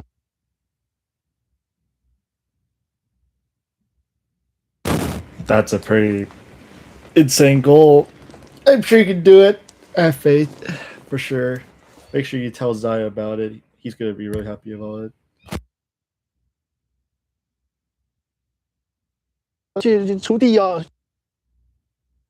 去锄地就干这事，非常累。但是呢，就干这事，非常累，又赚不到钱。你说这一小点工分呢？你说这一小点工分呢？那个时候都是大锅饭，那个时候都是大锅饭，然后买一点肉吃吃呢，然后买一点肉吃吃呢，那是最好的东西了，叫做，那是最好的东西了，叫做。农村我待了差不多2年吧，1年2年哦，所以就跳水了，2年哦，所以就跳水了。那还是时间不算太长，不算太长，对，不算。下了1年多以后，就是高考，恢复高考。那下一听到，哎呦，这是跳出农村的唯一希望啊！这是跳出农村的唯一希望啊！没有其他希望，赶快学习，赶快回那个复习吧。开始复习以后才觉得，后来发现别人跟我一样，后来发现别人跟我一样，他们也没学，那就好了，大家都在一条起跑线上了。然后呢，就开始拼命准备，就1年多时间把所有初中、高中的课全部补上，就1年多时间把所有初中、高中的课全部补上。对，那是不是学得很辛苦？自学，当然辛苦了，工作你还得干啊。啊，这个像农活。That'd be nice. It would be nice. 啊，这个像农活你还得干嘛？干完农活回来，然后呢还学不成，灯光太暗了，还有跟个蜡烛一样的，看不了书。大概11点钟、10点钟才开，大概一般都是3、4点钟，每天对，几乎这种灯光。那你白天有力气干农活吗？肯定会头晕的，肯定会头晕的，但是能偷点懒，反正就是反正还得干活，没办法，对，没办法。1年多以后，真的高考，我就考上了，就在那个公社里面公布那个初选名单，我去看那个名单的时候，那个心跳的厉害，那个从头看到我就说，哎呦，找到了，哇，那一下子太高兴了，就做。然后好多人找不到，哗哗的哭起来，对不对？哗哗的哭起来。但是是什么？那个他是放开那个高考。没有年龄限制，不管你什么人，因为当时积压了10年的人都没考试的时候，10年的人，很多人千军万马过独木桥，就是这个东西，真的那个人太少了。大学这个录取通知书下来的时候，你记不记得你在干什么？干农活了，这就是干农活，对，还是干农活。谁通知你的？寄了封信，到公社去拿，就知道有希望了。你肯定知道是个录取通知书。对，肯定是录取通知书了。哎呦，这个最后真的是非常，当年就考上引导了，对。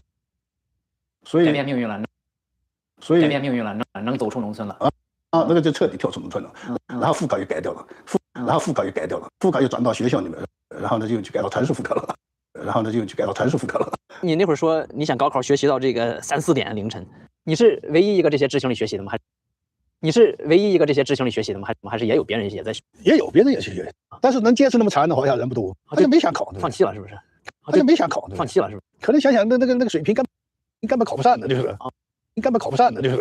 但是你当时也有这个自信能考上，当时真的是拼命了，对，这完全是拼命了。能笑到最后呢，真的人不多，对，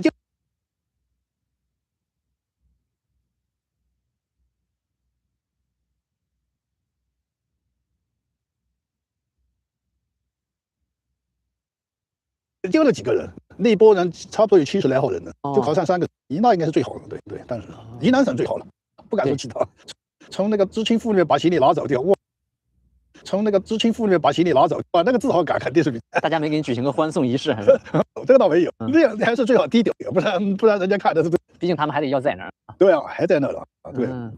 大学毕业了以后呢，就分到一个研究所，那个国家顶级研究所了，对，做研究去了。对，做研究去了。对，做研究了。那个研究所呢，那个围墙外面就是我们的公社楼，那个围墙外面就是我们的公社楼，我们工作的那个农村工作的那个田，那个农村工作的那个田，一墙之隔。对，就是一墙之隔，对，那完全不同的人生了，对，对，那完全不同的人生了，对。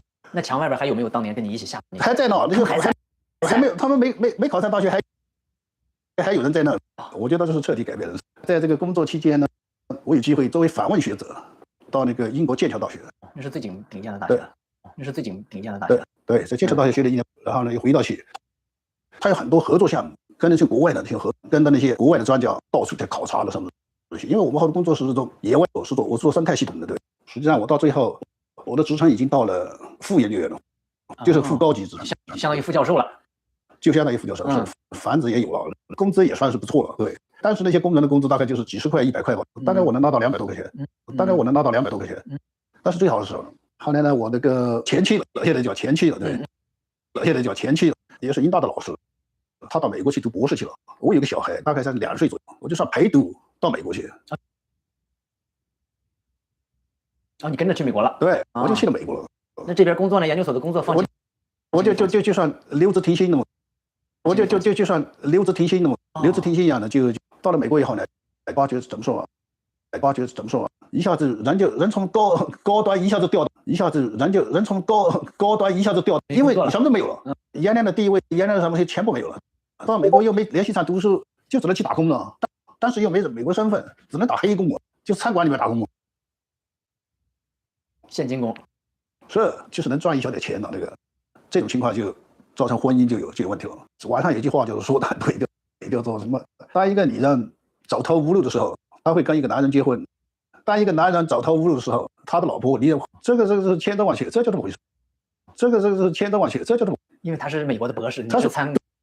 因为他是美国的博士，你是参。对，他是美国博士，我到那什么都不是。对，在国内呢，我还是，当时我太太只是中级职称，对。当时我太太只是中级职称，所以习惯于那种有点在高高在上的那种感觉，一到那掉在地上，很受不了。到美国以后，您和前妻的这个地位变了，是自己心里觉得变了，还是有什么具体的事情刺激到你了，还是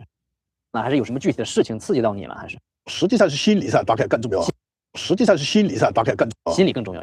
对，结婚的时候，我父亲是大学系主任的，原来那个前妻的家里面是农村。不是农村了，是县里面了，很穷的县里面。对，那家庭条件是完全，所以当时就有一种高高在上的那种感觉。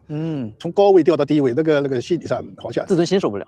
那个心理上好像自尊心受不了。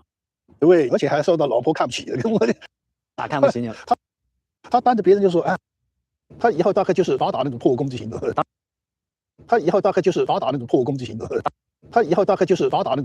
当着你面说的。对，所以我听见他这种，真的这个是这个心理上也是说是要跑到外面来，也是想证明一下自己的实力，对，我没不靠他，我也能做出东西的。在这个最顶级的这个中国云南的这个科研所，你办了停薪留职。当你在美国有这么大的落差，只能打黑工的时候，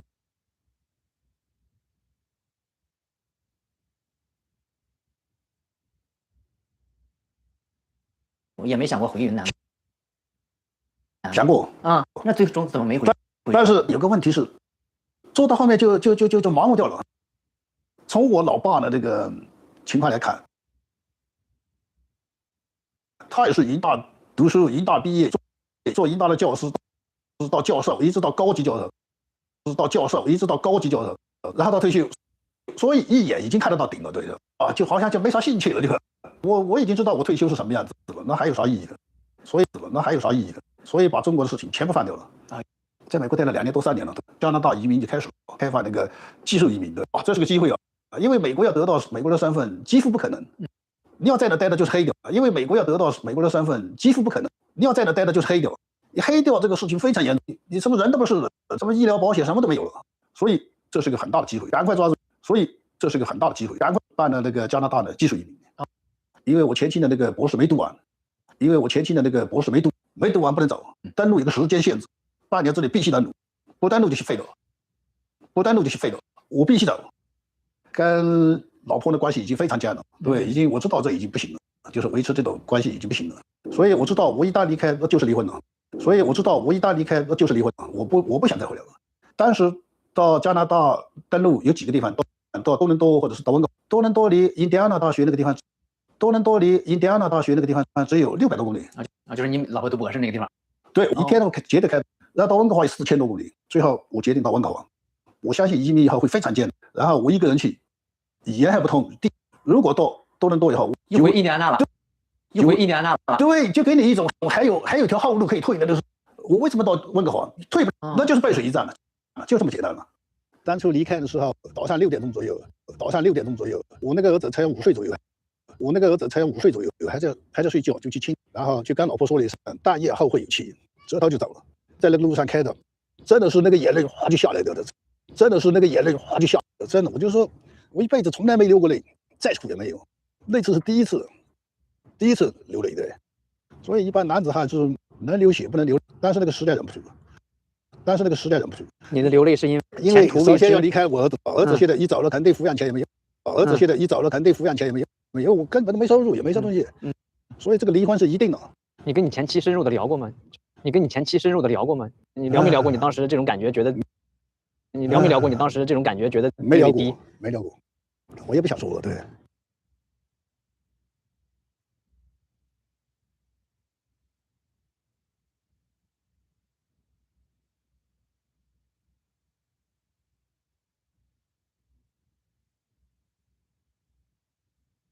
其實我都有諗過呢個問題。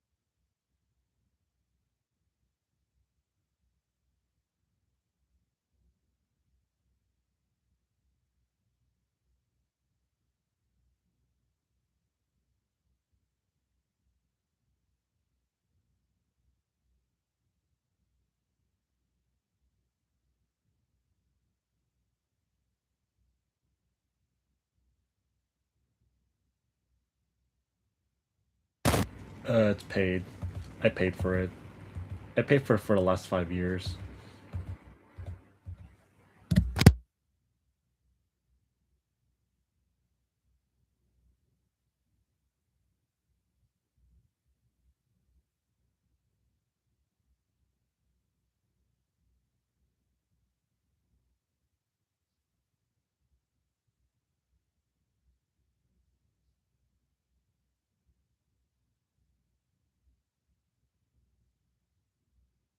其實我都有諗過呢個問題，即係多妻藝人係好定唔好咧？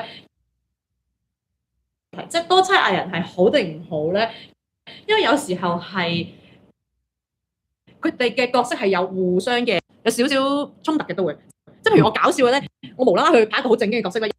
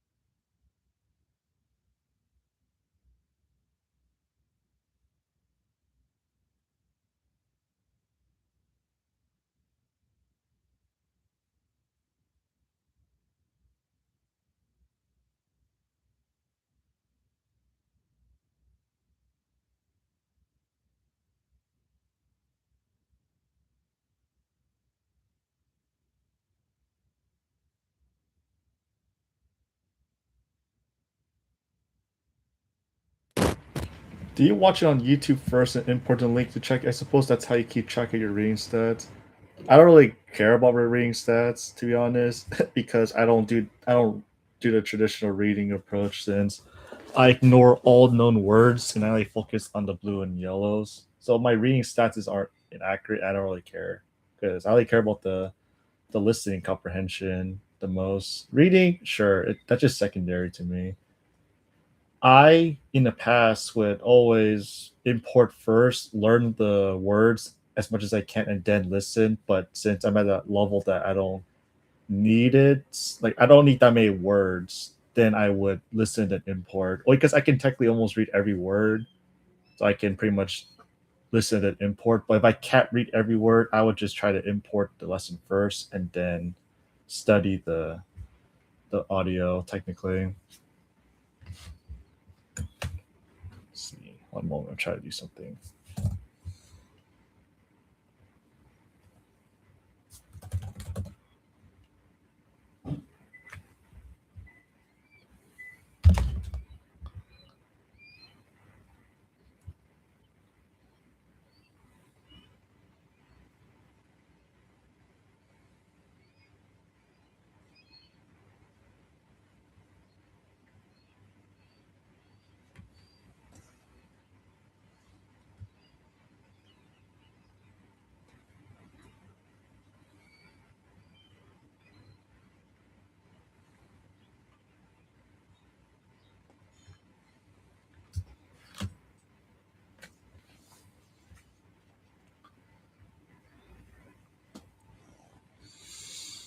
Hmm.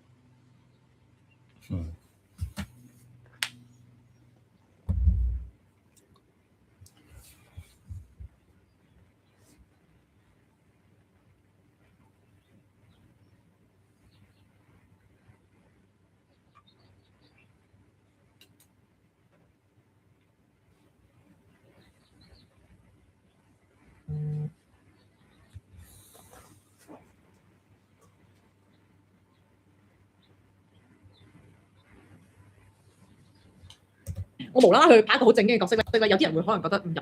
但其實我今次得中，我係幾期待嘅原因就係、我冇諗過有導演係咁大膽咧，我冇諗過有導演係咁大膽咧，揾我拍一個係唔係搞笑嘅角色咯。揾我拍一個係唔係搞笑嘅角色咯。係啊，即係呢個大家估唔到㗎。呢個我都估唔到。出咗隻歌叫《會再見的》啦。咁嗰隻歌，因為我原本寫咗一段咧，即係可能 verse pre-chorus， 我寫咗段我覺得哇好正，我寫咗段我覺得哇好正，好中意隻歌。但去到副歌，哇！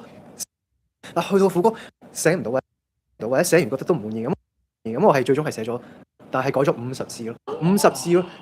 但就係兩個禮拜就韞住自己喺間，兩個禮拜就韞住自己喺間，日日就寫歌，寫唔到，出去行下，睇下電視啦，又翻去，又再寫，又再寫。咁你都幾堅持喎，其實你堅毅。因為我中意呢隻歌，有時放低唔諗會好過你逼自己，我一定要寫到啲嘢咯。其實呢一個形式好似 podcast 咁樣傾，我就喺 YouTube 上面我係第一次咁樣試嘅，係啦冇錯。反而我諗我同阿姐經常係要對支咪，佢咁樣講嘢。反而我諗我同阿姐經常係要對支咪，佢咁樣講嘢嘅。阿追風度訪問都經常係要咁樣做㗎啦。嘅阿追風度訪問都經常係要咁樣。咁所以其實好多人都有時會留意問點解艾力你唔自己喺網上面都做 podcast？ 其實咁多人都拍 podcast 嘅時候，期咁多人都拍 podcast 嘅時候，咁我覺得都需要有個好嘅題材同好嘅嘉賓。咁我覺得都需要有個好嘅題材同好嘅嘉賓嘅。而今日我覺得就係個 good timing。而今日我覺得就係個 good timing。你嘅第一次就俾咗我哋啊！好榮幸啊！我榮幸嚟嘅，我 J 風阿鄭。 Hello， 歡迎晒。嗱，今日咧我係黐咗個題嘅。嗱，今日咧我係黐咗個題嘅，黐咗個題去傾下偈嘅。因為我會覺得我哋三個咧都係一種叫做係，因為我會覺得我哋三個咧都係一種叫做係好多元素擺喺自己嘅工作範疇身上面嘅。好多元素擺喺多元素擺喺自己嘅工作範疇身上面嘅。係啦，即係阿鄭就哇好多啦。係啦，即係阿鄭就哇啊，即係可能大家最識認識係電台開始啦。即係可能大家最識認識係電台開始啦。跟住電視啦，跟住舞台劇就啱，即係舞台啦。跟住舞台劇就啱，舞台嘅演出啱完成咗啦。電影啦，係咪？例如 J 風，我諗大家不嬲有唱過添。係啱啊，仲有唱，唔係好聽喎。喺你口中講出嚟，我有種喺你口中講，唔知點解有種怯啊！唔係好聽喎。因為我見到 J 風，佢依家完全攬晒音樂成個世界啊！佢依家完全攬晒音樂成個世界，但係而家就話俾大家知道，佢除咗音樂以外嘅世界，知道佢除咗音樂以外嘅世界，仲有演員嘅身份，仲有演員嘅身份，係啦。我想講其實佢好演得嘅喎。係啊。佢每次因為你嗰種演得咧，因為本身我認識咧，都會覺得佢係喂公子哥。係啊，好多人都覺得係係一種總之好有貴族感覺㗎，唔知總之好有貴族感覺。總之好有貴族感覺㗎，唔知點解初初認識你嘅時候啦，而家冇晒啦。其實輕微幻滅嘅，因為咧初初同佢做訪問都仲會覺得佢係即係歌手啊。你有意思文翻點對佢咧？你有意思文翻點對佢咧？你有意思文翻點對佢咧？而家睇到歌手嚟嘅，係真係好 charm 嘅，但係咧都 charm 唔 charm 先？唔 charm 啦。咁咪就發覺其實係好中意上演小劇場，就發覺其實係好中意上演小劇場。係。冇。佢好中意嘅。即係內裏有個好有趣嘅靈魂啊！係啊，其實佢好多幽默感喺身嘅，真嘅，J係。你成日嚟到嘅時候就喂，同埋你係好中意氹人開心，同埋你係好中意氹人開心，係。我覺得我係咧睇下對邊個，即係我哋咁熟嘅朋友，好似成日見都 OK 嘅，即係。但係如果真係咧，叫我出邊咧同即係可能三唔識七咧，我就好難去放即係入邊嘅內心咯。我比較收埋啲嘅，因為我係我唔知你有冇睇你哋嘅。我唔知你有冇睇你哋嘅嗰個 MBTI 係嘛？係，我係INFJ。你好少數嘅人答過 INFJ 係，我係 INFP 咯。你係 I 嚟？你係 I 係，我幾估唔到，呢個係幾估唔到，呢個係熟我嘅人先至會知嘅。呢個係熟我嘅人先至會知嘅。OK。係啦，我以為係超 E 添。係啦，我以為係超。咁唔係啦，我得閒冇事唔會講嘢嘅大佬。見到我覺得喺個舒服嘅狀態，我就好開心咯。但係如果好多人啊嗰啲咩 event 嗰啲，我就，但我都會為咁開咗好遠距離嘅。咪你都啱啱開完 show，係咯，同你着咗嗰個工作嘅狀態。係，大家都係三個 I 人坐埋喺度啦，度啦。我同 J 一模一樣。係啊，係啊 J 啊，係啊，一模一樣啊。我今日你阿 J 啊，係。嗱，我哋今日開得呢個題目咧，我哋其實可以講下平時我哋喺唔同範疇嘅出現，即係無論喺音樂上面啦，可能甚至節目上面啦，都係需要經常用到你嘅腦去創作嘅，都係需要經常用到你嘅腦去創作嘅。我頭先喺開始之前諗住去先 B 一 B 下 J， 究竟佢知唔知咩叫多妻藝人啊？即係呢，究竟佢知唔知咩叫多妻藝人？即係呢個 terms 咧，下理解下個 terms 咧，下理解下個係你估下多妻藝人係你估下多妻藝人係我點樣多妻即係？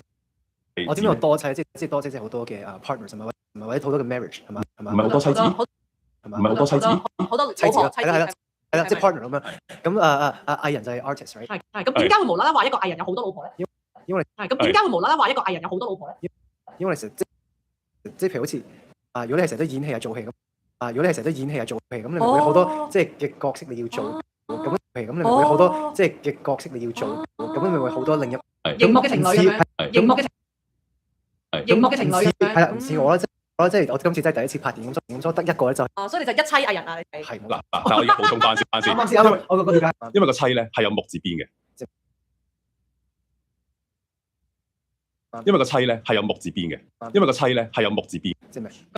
唔明咁，即係只有好多個唔同嘅範疇。OK，係啦，即係例如本身你淨係音樂嘅範疇係關注，而家你演戲都有關你事啦。咁你係雙妻㗎啦。係啦，即係音樂電影都關追風事啦，即係音樂電影都關追風事啦。咁而阿鄭更加多，即係頭先我講咁多個唔同嘅範疇，咁就好多妻。佢真係多妻。係啊，超多嗱。咁而家追風我哋同步講明白呢個字意思。好可愛。我哋不如先去研究下先。你覺得呢一種即都要去參與係好事定唔好事？好事，因為我覺得人係要成長的。因為我覺得人係要成長，特別我覺得做 artist 即係有個 growth，咩都要試下，因為你唔試又唔知你嗰樣嘢會唔會，即係譬如好似今次演戲真係今次係第一次做，咁其實我原本都好緊張，因為我自己唔係好識睇中文，即係我係靠我自己啲火星文啦。咁我要拼音啦，翻譯晒。我想知份劇本係點㗎？哇，劇本真係我唔知。Oh my god！但係真係全部都係要咁，所以其實係要做好多功課。係咪要人讀俾你，即係然後你再打？係啊，或者要即係而家好啲嘅嘢，因為而家有speak function 咧。咁基本上你 highlight 即係你無論你 highlight 咗咧，基本上可以讀翻。咁你就記得佢啦。咁我就係我要即係讀完咧拼完咧，我要消化，即係要消化嘅意思啊。咁慢慢 ，sorry，因為冇 WiFi 喎。我陣間再補翻個鏡頭俾大家睇下。我陣間再補翻個鏡頭。但係就係真係要花好多功夫，但係就係真係要花好多功夫嘅。咁但係我覺得係好玩，咁但係就因為今次就真係點講咧，即係俊文呢個 character 咧，佢都係同我都好相似，都係一個愛國啊，即係去外國讀書啊，咩啊？外國，OK，係咪講錯咧？冇講錯嘅，冇講嘅。以為自己聽錯啫。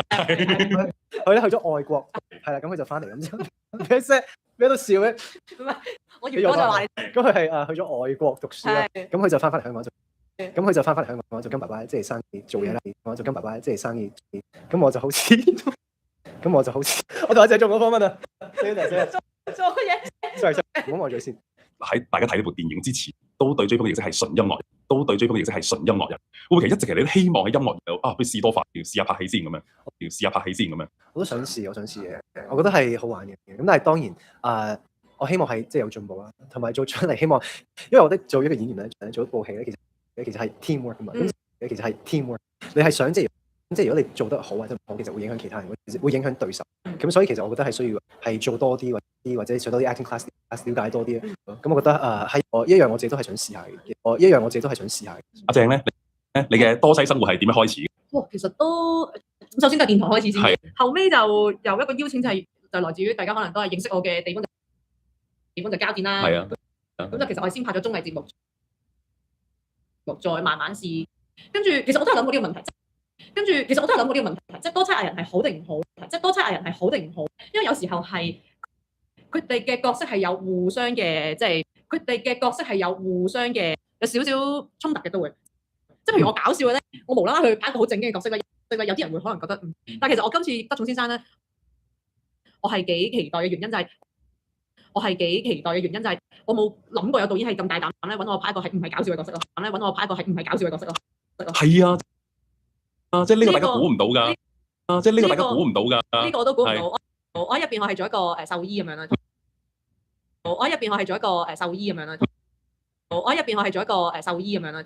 同一時間亦都係 Amy 嘅好朋友，我叫 Toby 啦入邊。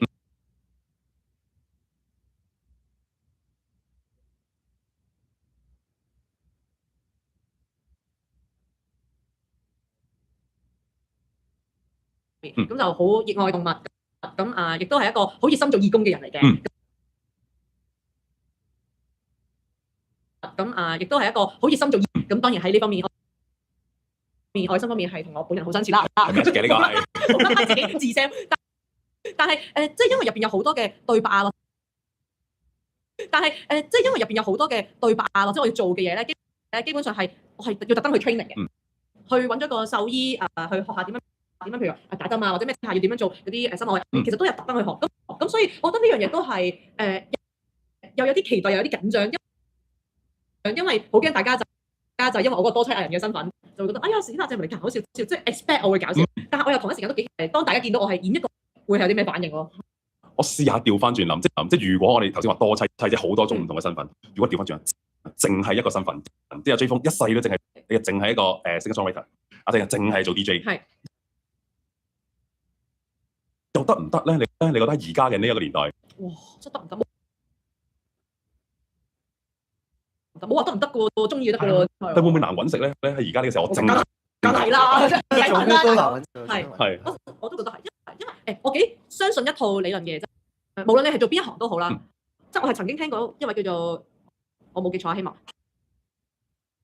Kim Robinson 嘅髮型師講咧，佢就話其實你做邊行都唔緊要，佢就話其實你做邊行都唔緊要，你只要喺嗰行你好俾心機，只要你中意做嗰行，你做到最後咧，你係一定會揾到錢嘅。因為通常揾到錢咧，就係將你自己行業做到最好，做到極致，咁錢自然就會揾你㗎啦。我就覺得係，我都係覺得係咁。因為我覺得有時你自己譬如你嗰個範疇，其實永遠都唔會學晒所有嘢，即係 even 音樂，即係 even 音樂永遠都會繼續變啦。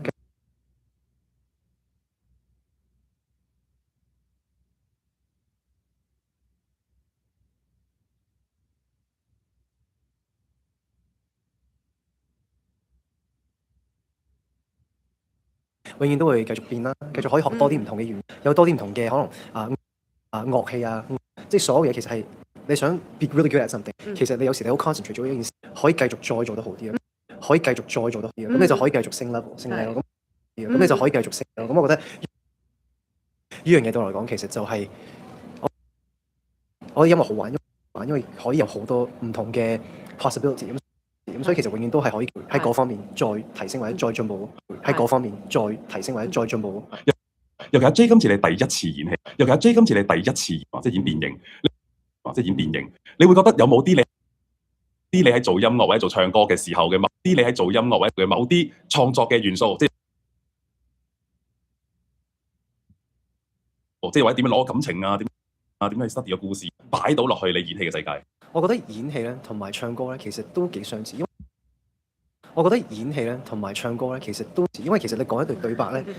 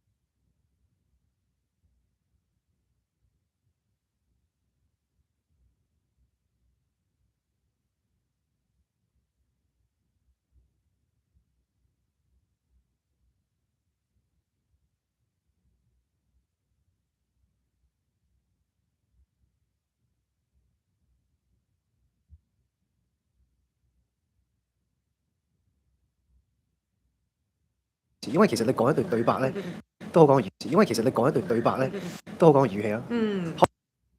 都好講個語氣啦。可能你輕聲啲啦，可能你輕聲啲，大力啲啦。你嗰個 breath 啦，唞氣位咧，其實同唱歌都係講緊故事。唞氣位咧，其實同唱歌都係講緊故事。咁你都有一種嘅說服力咯。咁你都有一種嘅說服力。咁我覺得我自己即係我覺得永遠都可以係繼續去進步啊！我覺得永遠都可以係繼續去進步啊！或者好多嘢都要做得好細微啊！咁我覺得同演戲都一樣。咁但係演戲咧有咩唔同咧？咁但係演戲咧有咩唔同咧？就係好即時啊！就係好即時啊！即係你唱歌就我練嗰隻歌唱好多次，即係你唱歌就我練嗰隻歌唱好多次，咁任我去玩，咁任我去玩。咁但係你做戲咧，你係有對手嘅。咁但係你做戲咧，你係有對手嘅。咁可能你做完即係你做緊戲嘅時候，你同一人講嗰對白，你同一人講嗰對白，佢又拋翻個波，咁你係 from 佢嗰個 reaction， 你即時反應噶嘛。咁所以其實好講係嗰種嘅去拋個波，咁所以其實好講係嗰種嘅去拋個波俾你點去接，或者 vice versa， 係咁有呢一種嘅分別咯。係咁有呢。如果撞正阿正呢個對手嘅話，如果撞正阿正呢個對手嘅話，望住佢已經想笑喎，望住佢已經想笑喎，係咪好難？我哋冇乜，我哋冇乜，我哋係咁嘅冇撞到，我哋係咁嘅冇撞到，我哋係咁嘅冇撞到，冇撞到咯，係咯，係睇下次啦。希望你幻想同阿正去演戲嘅話，你幻想同阿正去演戲嘅話，你幻想同阿正去演戲嘅話，做啲咩關係啊？阿正你想咧？睇佢幾中意演，你根本就好愛演大佬，你根本就好愛演大佬。我都話咯，其實平時我見到面係佢開始小劇場，我都話咯，其實平時我見到面係佢開始小劇場。咁啊，我都咪係啦，情侶咯。你都想我答呢啲真？你都想我答呢啲真？呢真係咪 J？如果係想 ，OK， OK， 你可以扮情緣嘅。OK， 你可以扮情緣嘅。OK， 你可以扮情緣嘅。OK， 你可以扮情緣嘅。好啦，sure。咁我睇下阿正啦。嗱，因為人你演戲嘅角色咧就比阿 J 多嘅。嗱，因為人你演戲嘅角色咧就比阿 J 多嘅。嗱，因為人你演戲嘅角色咧就比阿 J 多。你通常你接過咗個劇本之後，同你平時調翻轉，如果你嘅身份，你就電台啦。電台你嘅節目創作啦。電台你嘅節目創作啦，又係好一個人嘅小宇宙，就或者淨係你單純嘅節目 partner，就或者淨係你單純嘅節目 partner，同你電影認真係一個 teamwork 成個創個分別又有幾大？其實大嘅，我覺得有難度嘅，我覺得有難度嘅對於我嚟講，因為平時做電台又好，做創作又好，做創作又好，基本上係我口講我心㗎嘛，即係我諗乜嘢我就會講乜嘢。但係當有劇本俾你嘅時候，你就要一定用嗰啲字，然後用你自己演繹去表達。嗱，我覺得呢一樣嘢其實係難啲嘅。嗱，我覺得呢一樣嘢其實係難啲嘅，因為我好慣做自己啊，喺人面前。當我同自己講我係獸醫，即係當我同自己講我係獸醫，即係我都要說服下自己咯。然之後我都要說服下自己，係啊，呢樣嘢係困難嘅，所以我覺得呢個都係一個幾得意嘅挑戰。同埋其實我初去做戲嘅時候，都會有時會覺得，哎呀，好似我驚會說服唔到人哋，我係即係嗰個角色。同埋你會點樣去令件事嘅說服力增加？我發覺就係要唔知醜，要唔好怕醜，因為你獸醫教咗你係咁打針，因為你獸醫教咗你係咁打針，你就係咁打針，你唔好質疑自己打針，你係唔會質疑嘅。係咁所以我就好自然嘅，就你係一樣嘢。係啊，後尾就好似即係同自己講話，我話唔好怕醜咯，咪試多幾次咯。係啊，你越係尷尬一啲人就覺得你係咪唔相信自己嘅角色？我有試過 cast 啲角色係譬如話我係要做，我發覺我成日都 cast 唔中呢啲嘢，因為我根本唔信自己係咯。咁我想知喺個創作過程上面，總會有啲腦閉塞嘅時候諗，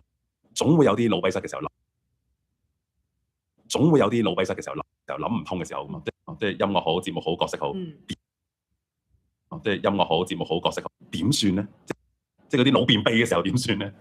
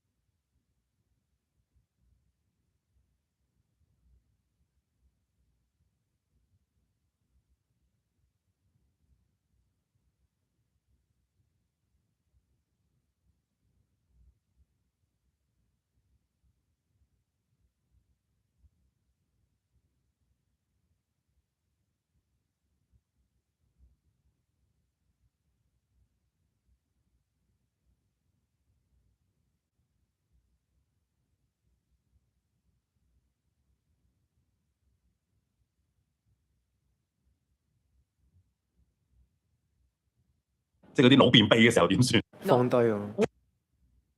停停個即係我有時真係會，即係我有時真係會，即係好似我有時寫歌咁，即係好似我有時寫歌咁，即係好似我有時寫歌咁。如果真係可能寫咗一段仔咁樣。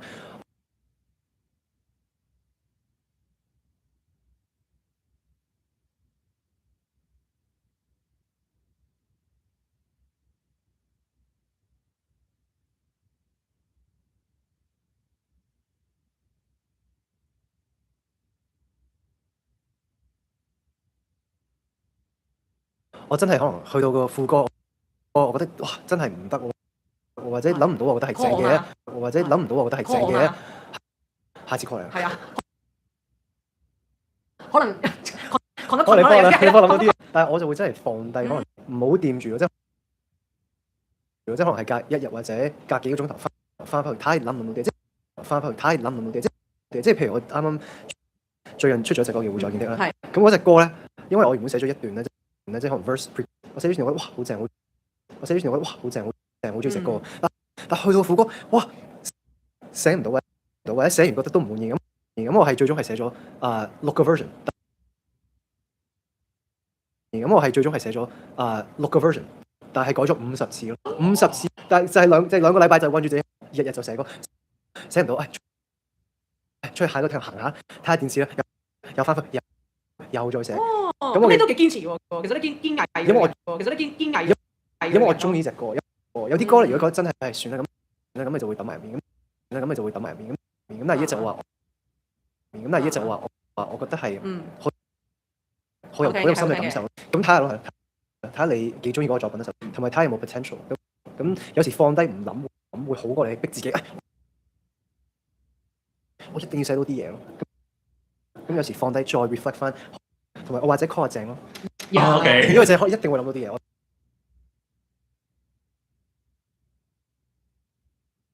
我諗到嘅。知道阿鄭嘅小宇宙好勁啊！我就好簡單嘅啫。有啲咩逼到我潛能出嚟？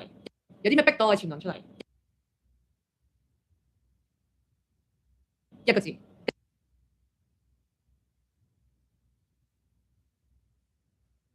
deadline。我成個 talk show 都係咁樣逼出 talk show 都係一個好完整嘅 show，一個幾鐘咁完成晒。但係你平時 daily 節目，day 都有嘢要輸出嘅時候，day 都係 deadline，我就係會喺 day 都係 deadline 入邊，所以其實係持續地輸出，所以變咗咧，我已經好習慣就係，其實我嘅生活咧就唔係，即係我覺得我生活同工作係分唔開嘅。譬如我話我食個飯，今日見到 J 方，我就做咗訪問，咁我就會諗，今日有咩可以講啊？節目可以講啲咩啊？咁我已經諗緊㗎啦，其實，所以唔會係淨係開咪嗰下先諗咯。對於我嚟講就係，可能我嘅創作或者我嘅輸出就比較係日常，咁所以就我本身感受緊嘅時候就已經有啲input 咁就自然有啲 output 啦。咁係創作就deadline係好緊要。阿鄭呢個 point 咧就好好引申到下一個 point 啦。因為其實我無時無刻都用緊個腦啊。有時候話創作係一個即係哇陶盡晒你裡面，話晒你裡面，話晒裡面一個過程嚟嘅。話晒裏面一個過程嚟嘅，要拎晒裏面好多真實情感面對自己，痛唔痛苦呢個過程？你痛唔痛苦？創作會㗎，係咪？創作會㗎，我覺得係，我唔知即係有時我會寫歌係一個比較係一個感性，即係有時我會寫歌係一個比較係一個感性嘅，即係我係你會寫到會㗎，真係會㗎，好搞笑，即係唔係我會。好有型喎！真係，因為我冇試過，即係自己彈吉他彈到自己喊，我可能未到嗰個 level 啦。即係自己彈吉他，我可能未到嗰個 level。即係自己彈吉他彈到自己喊，我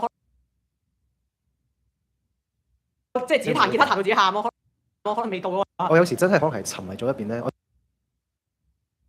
我有時真係可能係沉迷咗一邊咧，我真係寫完咧，我就去沖個涼。我喺個沖涼過程係試過，即係。我喺個沖涼過程係試過，即係諗緊呢啲嘢啦。即係哼到啲 melody， 即係哼到啲 melody， 即係哼到啲 melody， 我真係會喊咯。有試過，或者我有冇試過作到笑咁？笑翻轉咁樣，我又唔會嘻嘻嘅，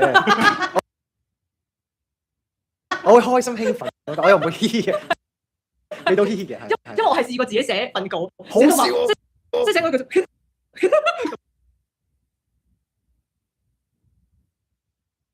咁我真係會。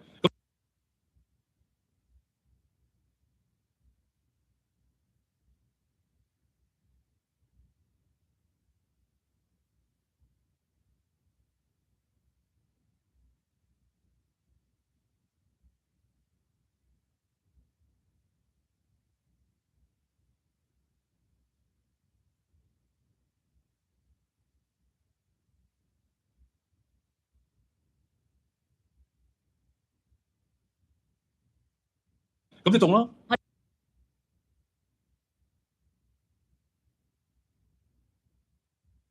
係啊。係咯，你中啦。我今日 talk show 係有一句嘢係。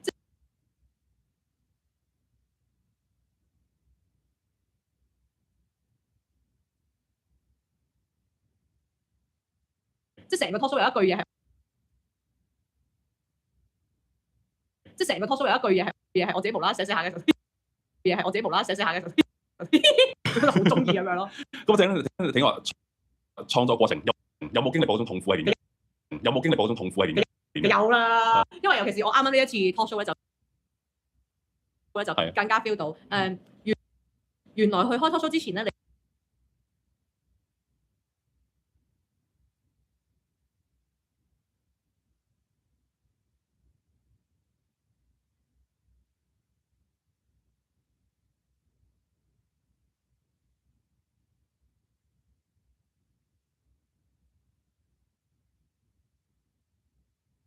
原來去開 talk show 之前咧，你去同導演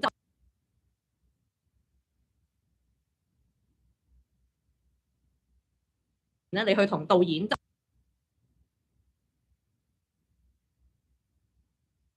然之後今次導演係嗰課啦。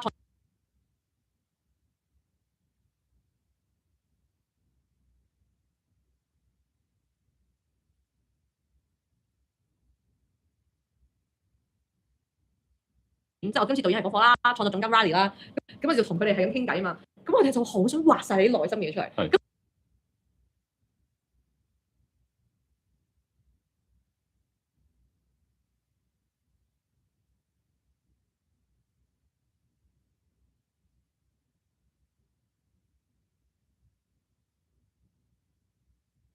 咁我哋就好想畫晒啲，咁但係其實咧，我個人係咁，但係其實咧，我個人輕微怕生保嘅，係啦。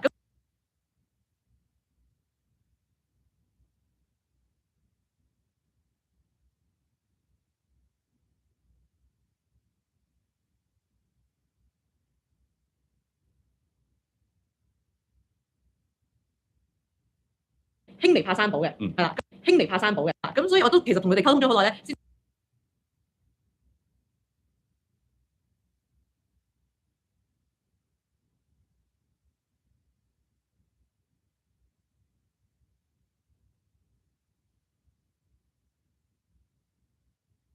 咁所以我都其實同佢哋溝通，先至可能講到譬如一啲真係好內心嘅感受，譬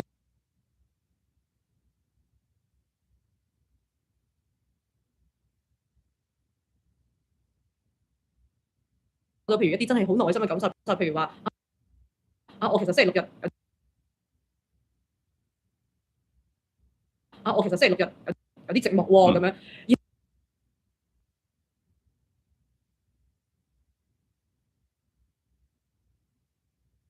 然後同佢哋傾完偈之後，翻到屋企，我太張梳化先發覺，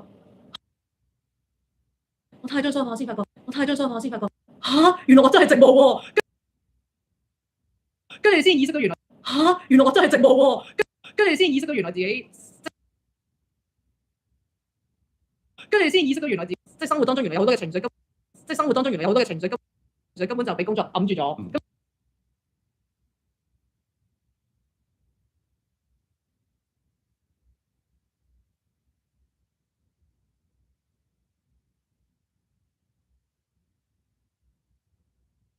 根本就俾工作揞住咗，根本就俾工作揞住咗。咁所以當拎翻出嚟嘅時候，咪會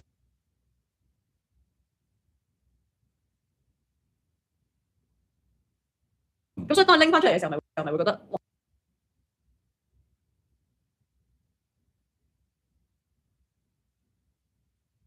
我係有啲料到喎，有啲痛嘅喎係。不過好彩寫稿有時寫到自己中意嘅。我有時寫到自己中意嘅。某分會都咁啦。我最後想睇下，如果有而家你知好多 content creator， 大家如果係開始做內容嘅時候，有冇啲咩嘅係可以奉勸下大家？有冇啲咩嘅係可以奉勸下大家點樣去攞靈感？咁尤其我經常會大家面對住就係咁，尤其我經常會大家面對住就係我自己滿足，定係要滿足觀眾，定係要滿足觀眾，可能會兩樣嘢嚟嘅。我一定係自己滿足先㗎，滿足先。從來都唔理觀眾㗎喎，因為我係覺得我。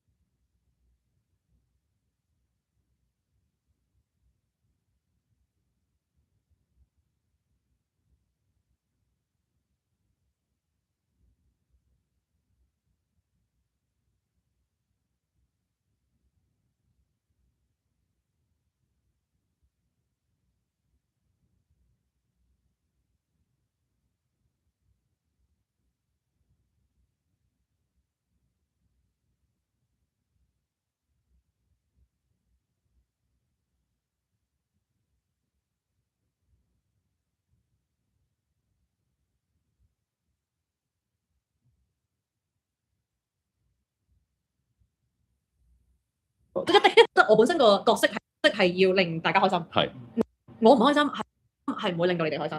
OK，係啦，即係我覺得嗰啲假嘅開心咧，其實觀眾係會 feel 到你嘅 energy 嘅，係啦，所以。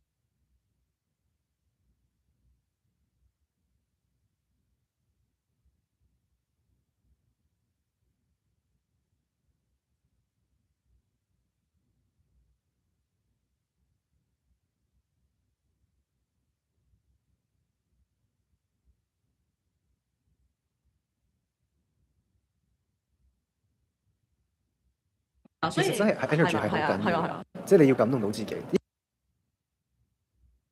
even 譬如我即係我自己講翻我even 譬如我即係我自己講翻我最近開咗 show 啦。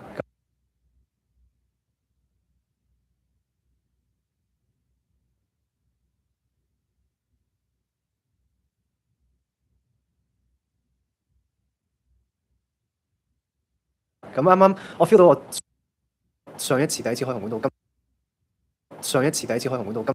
今次開紅館咧，係個感覺好唔同，係有咩唔同咧？我覺得係自己嗰個治癒啊，同埋睇個台度嘅陶醉啊。你以為咧，同埋睇個台度嘅陶醉啊，你以為咧啲觀眾咧，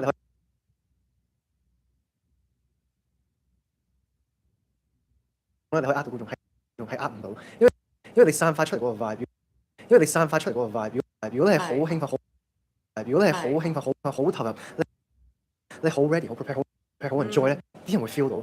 我嗰時都唔知嘅，即係以為我都係咁樣唱，我都係咁樣，但係唔同，係 energy 嚟，我覺得。你散發出嚟俾觀眾，其而家觀眾都中意睇真嘢，我覺得你。其而家觀眾都中意睇真嘢，我覺得呢個係，所以呢個係好直接嘅，係，所以呢個係好直接嘅。嗱，最後話埋俾大家知啦。Hey Neil, how are you doing today? 嗱，最後話埋俾大家知啦。呢一部德松先生就係頭先我哋講嘅一部電影。呢部電影有冇啲嘅咩信息好希望同觀眾去 share 嘅？呢套戲其實據我所知咧，兩位導演係準備咗好多，而我聽佢哋嘅故事都有少少感動嘅，即係譬如佢哋。Tired. I slept a little late and now just catching up on the studies. More catching studies. I saw that 1 hour yesterday. What's happening? Or you? Of course, you probably wouldn't have had a life, right? Prioritize your life. 即係譬如佢哋可能話成日喺茶記度度啊，度咗好耐，揾咗好耐，希望有人去投資一部電影，但係其實你要明白，拍一部有寵物、有動物喺入邊嘅電影係極難，係極難，係超難，係超難。嗱，你要揾到一隻I noticed. It's alright though. I should be slacking more. I did 5 hours instead of 8 yesterday. 識得演戲嘅狗啦，或者甚至有武替嘅狗啦，點樣揾個地方啊？有冇投資者啊？有冇投資者啊？即係你知道而家拍電影其 Sounds good. You can always join me to study. 即係你知道而家拍電影其實講真都要講商業價值，絕對。而佢哋嗰種用心係，我係覺得我係因為俾佢哋感動到，所以我就好，我一定會全力支持我。I might just start streaming with the YouTube instead of using a software browser, a software application. I just think that it's a lot more straightforward and easier. 我一定會全力支持我會做咁樣。咁所以我覺得呢一套係講緊人同埋寵物之間嗰種愛啦，動物嗰種愛係好值得大家去睇下，亦都係一個我覺得根本就係現今社會好值得關注嘅議題，現今社會好值得關注嘅議題，而喺一個咁艱難嘅情況，即係電影咁難拍嘅情況之下，佢哋都拍咗出嚟啦。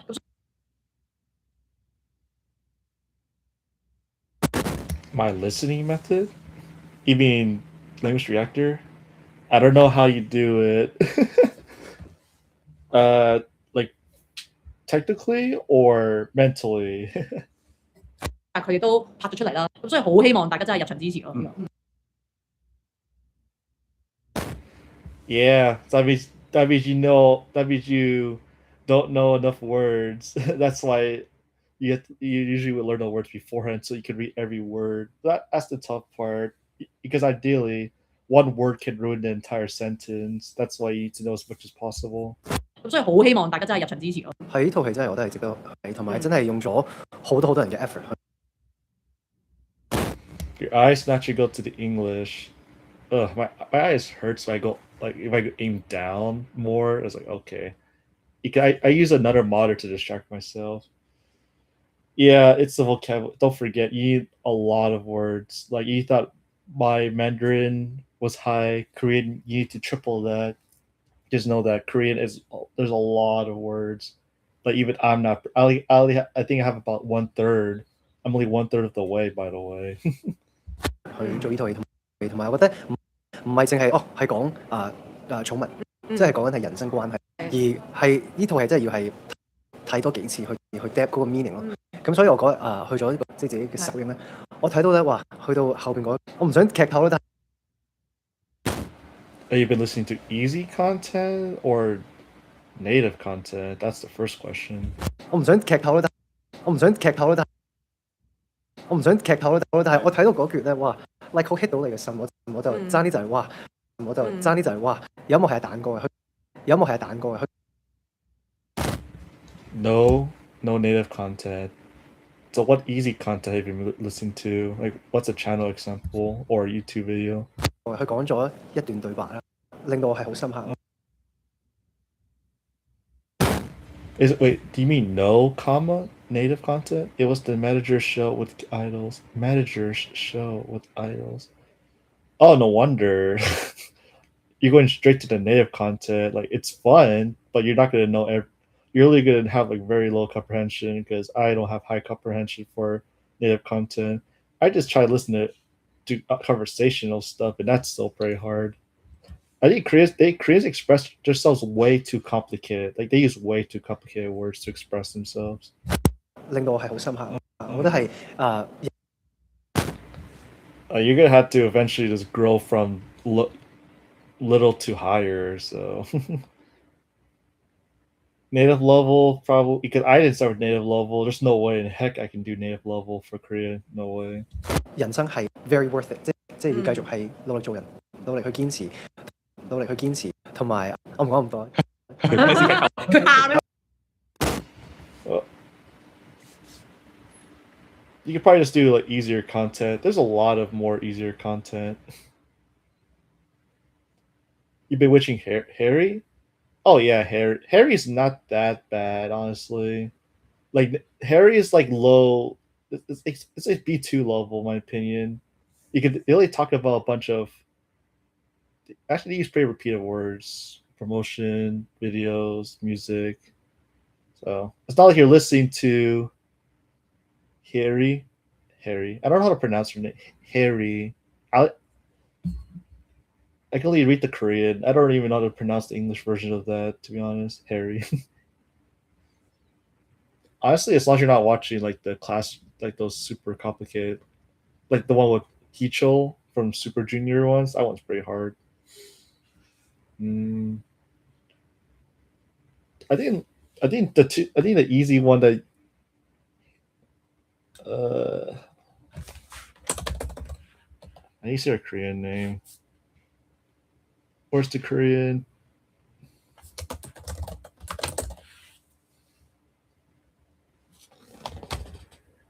Harry. Wow, okay, that's interesting.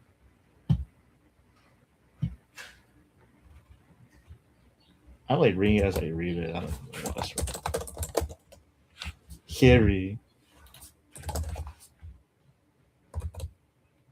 Harry, yeah. I was surprised I didn't pronounce it. I literally never had to say like this letter before, like this combination. It's kind of weird for the tongue. Harry, yeah. If I read the English, I'm not gonna know how to pronounce it. I can only know how to pronounce the Korean. Korean's like so weird. Yeah, I never learned how to write. I started from Hangul completely. So it is weird, yeah. 翻返去一開始話講錯喺創作最 There's always like DD podcast. That's one good place to start. I think like there's my channel recommendation. If you want to know romanization, you know there's a lot of people that start with it. I thought, how the heck, that makes no sense. There's the All Things Korean podcast for sure. This is pretty good. I don't know if I were to start, I would go here. It's like intermediate right off the bat, but it's still better than starting from native. Like native is the goal, but native is super hard. But like they go beyond. They start using super complicated words just to talk to each other. 喺創作最迷失、最悶，喺創作最迷失、最悶、最需要揾人陪嘅時候，喺創作最迷失、最悶、最需要揾人陪嘅時候，其實重埋好幫到手。係。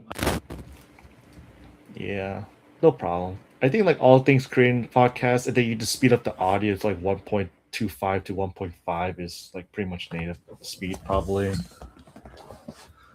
There's way too many, I know.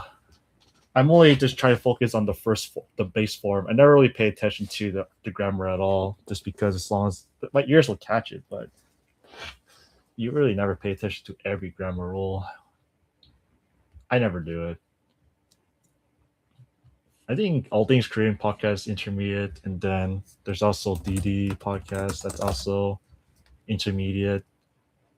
Vocabulary is a little higher, so it's like low B2, high B1, and Harry is B2 or C1, probably B2 honestly. There's also the Outcast one. This one is like low C1, high B2, because it's all interviews with foreigners who are like pretty much fluent level speakers.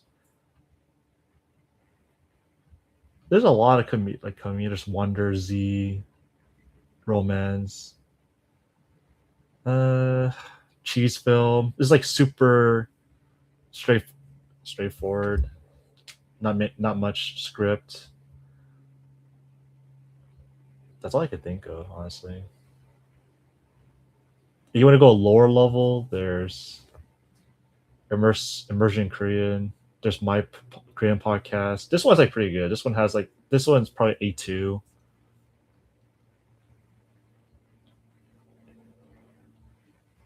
Yeah, I really don't have many people I follow. like my recommendation, if you're like creative listening is like beginner level, I would just do my Korean podcast as a starter. And then just speed up the audio by like 1.5. It's like super slow though. To go super slow on you.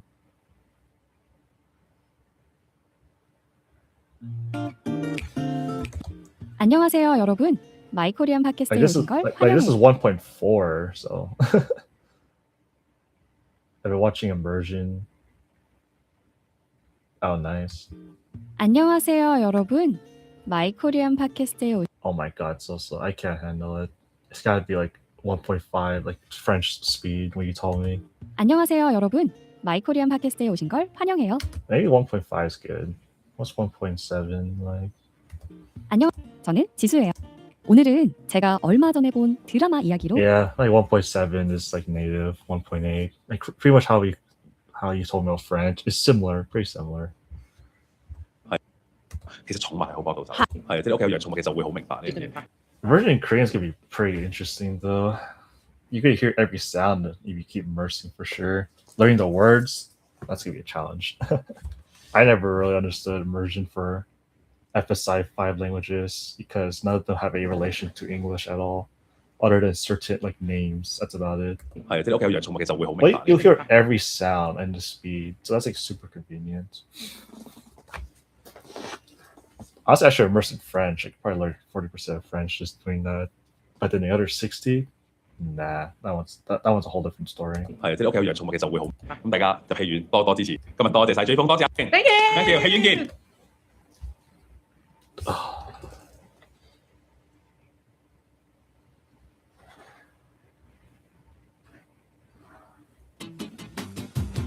成日喺澳門咧都會聽到馬。It's ironic because for Cantonese, I'm listening to the native content, but I have to speed up to like super fast, like 1.5. So I was like, what? Why is this? Why do they talk so slow, but in real life they talk so fast? 成日喺澳門咧都會聽到馬介休料理，到底佢係咪有條魚叫做馬介？ I still think Cantonese speakers they speak this fast or faster, in my opinion.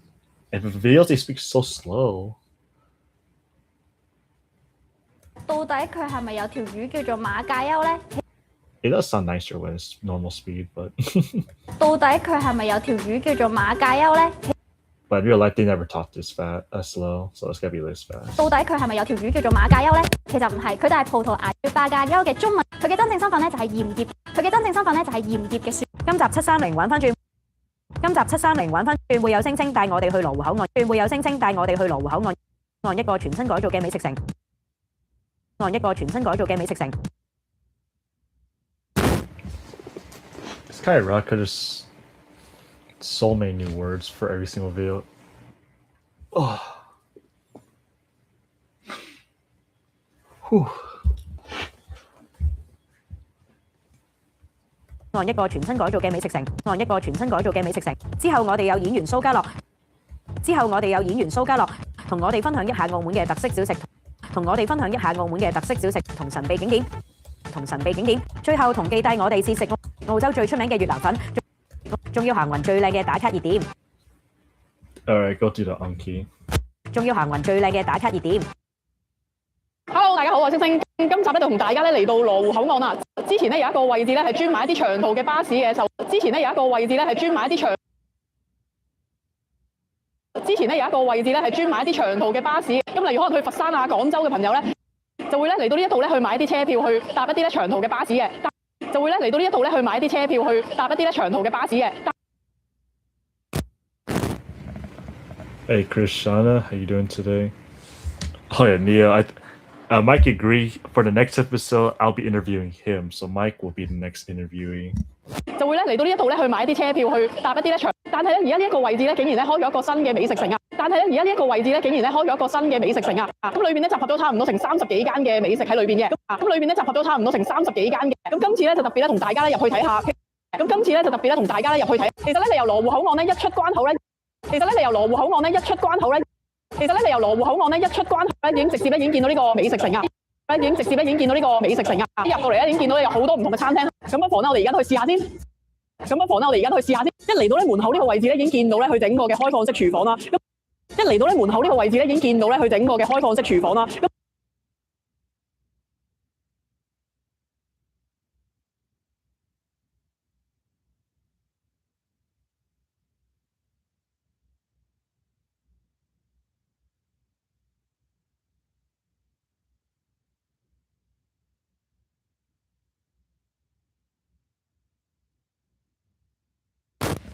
Why are you watching this? Listening comprehension. Gotta train my listening. All I do is listening practice on the stream, so you're just gonna hear a bunch of sound. You want good listening comprehension? You gotta listen a lot.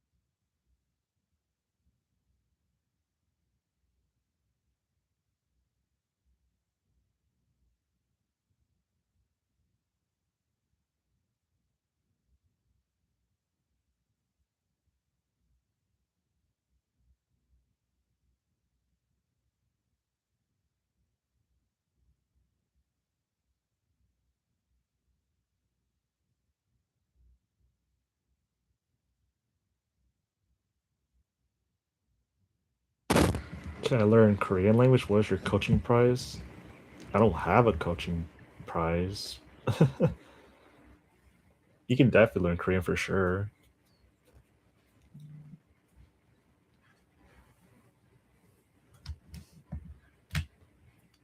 I'm not really a coach, but you can always ask me questions anytime.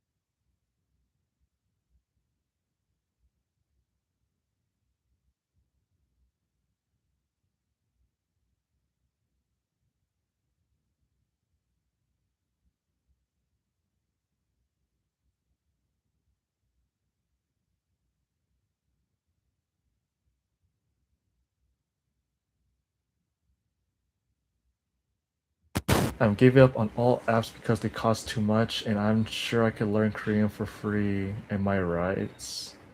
I don't know if free. It could be slower for sure. If you want, you can always download something called Language Reactor. This one that gives you the ability to hover over subtitles and get instant translation. So Language Reactor, I'll type it for you.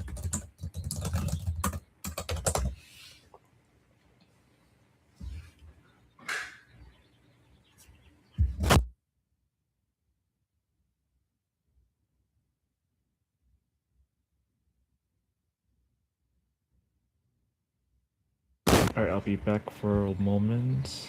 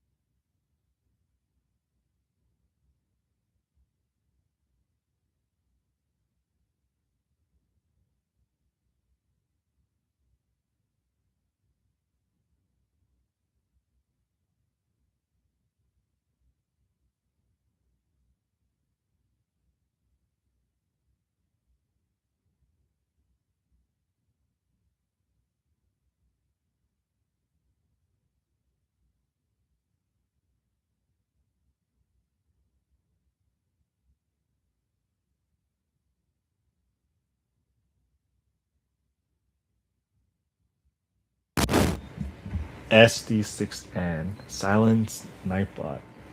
We try to spam the caps, man. It's kind of cool that Nightbot can spot all spam, so. How's it going? How's it going, 6D SD6N? How's the languages going? Right now, I'm just grinding Cantonese. I'm not getting that listening and super hard though. I'm just doing something real quick though. How's your setting going along? Just woke up, getting ready to get to studying. My man.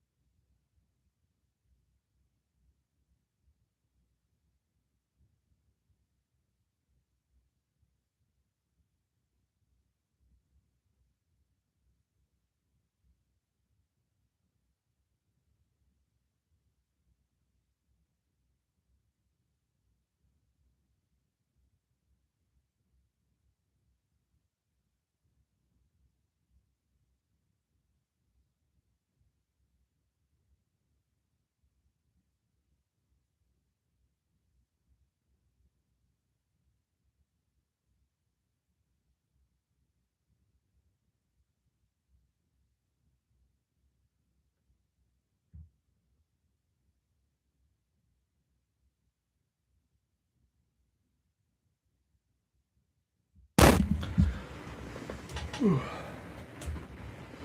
have still studied for my IELT exam, and now it's 2 a.m. in my country. Really? 2 a.m.? Oh, it is 2 a.m. It's from the south, huh? Em sống Việt Nam, Hồ Chí Minh hoặc là Hà Nội. Nhưng mà hy vọng em thành công.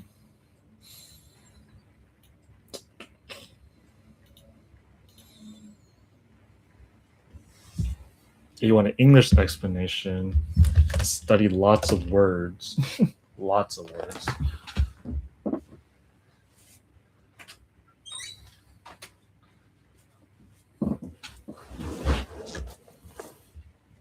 Nhưng mà nếu em muốn anh trở lại cho em là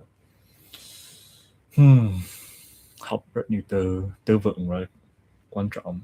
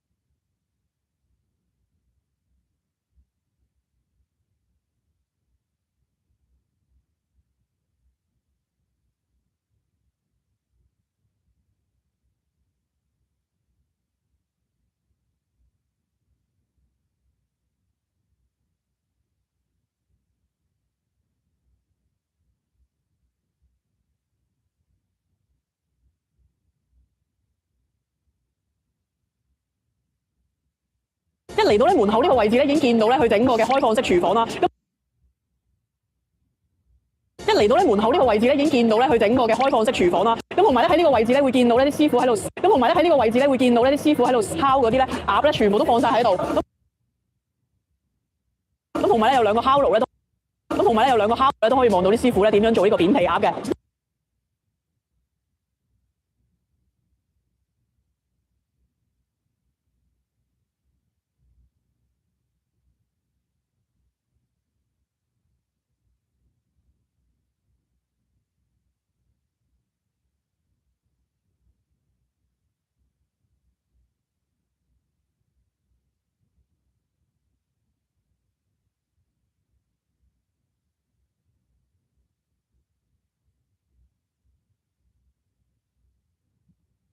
都可以望到啲師傅咧點樣做呢個扁皮鴨。一嚟到呢一間餐廳坐低咧，就感覺到咧佢一嚟到呢一間餐廳坐低咧，就感覺到咧佢同呢個地段嘅其他餐廳咧有啲唔同嘅。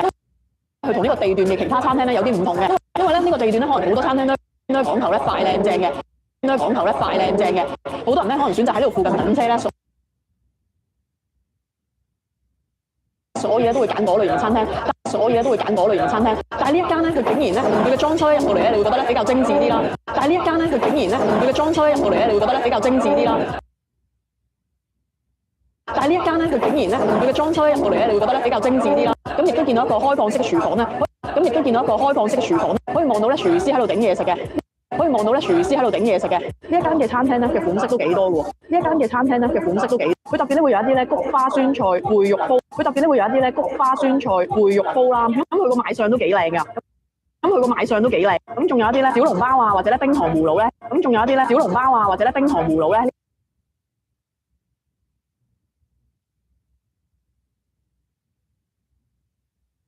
咁仲有一啲咧小籠包啊，或者咧冰糖葫蘆咧。呢一間餐廳咧都可以 order 嘅。咁我特別再咧見到佢有古法羊蝎火鍋啊，古法羊蝎火鍋啊，古法羊蝎火鍋啊。嚟到呢度咧最緊要咧，梗係要食佢個扁。嚟到呢度咧最緊要咧，梗係要食佢個扁，因為呢一間咧係佢嘅招牌菜式嚟㗎嘛。因為呢一間咧係佢嘅招牌菜式嚟㗎嘛。咁我喺網上嗰啲平台已經嗌咗一個2人套餐啦。咁我喺網上嗰啲平台已經嗌咗一個2人套餐啦。咁佢2人套餐咧都係160幾蚊左右啦。咁佢2人套餐咧都係160幾蚊左右啦。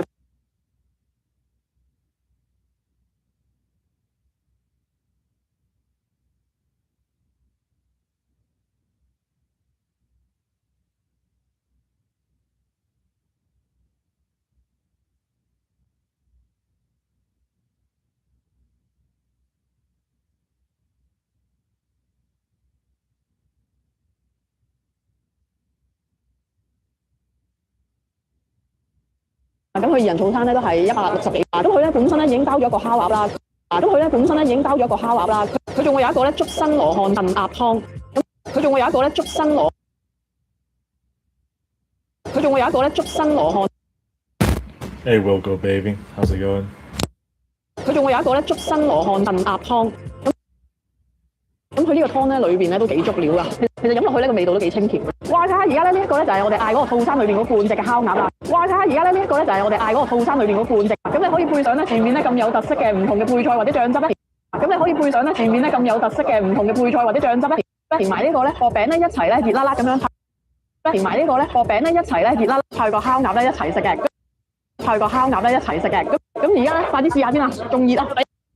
第一個咧梗係試咗佢嘅原味先啦，咁我咧直接咧就點咗嗰個鴨醬啦。咁我咧直接咧就點咗嗰個鴨醬啦，加咗一啲咧青瓜、哈密瓜同埋一啲咧葱花咁樣，加咗一啲咧青瓜、哈密瓜同埋一啲咧，我覺得佢呢個咧個鴨咧，佢配咗嗰個青瓜同埋哈密瓜咧食，我覺得佢呢個咧個鴨咧，佢配咗嗰個青瓜同埋哈密瓜咧食落去咧會有一個 fresh 啲嘅感覺啦，食落去咧會有一個 fresh 啲嘅感覺啦，咁同埋佢個鴨肉咧都幾有咬口嘅，咁同埋佢個鴨肉咧都幾有咬口嘅，咁食落去咧都有啲脂肪咧湧出嚟都幾好味嘅。之後咧梗係要試下佢個百香果咁樣點嚟一齊食啦。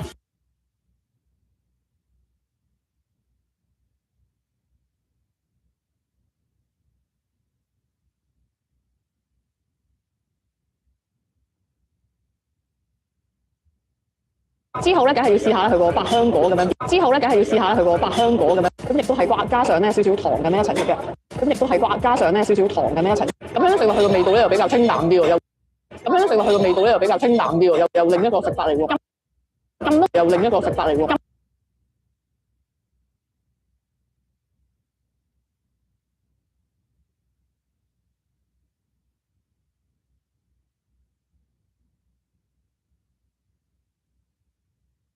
又另一個食法嚟喎。咁多個醬汁同埋咁多個配菜咧，我都試過晒啦。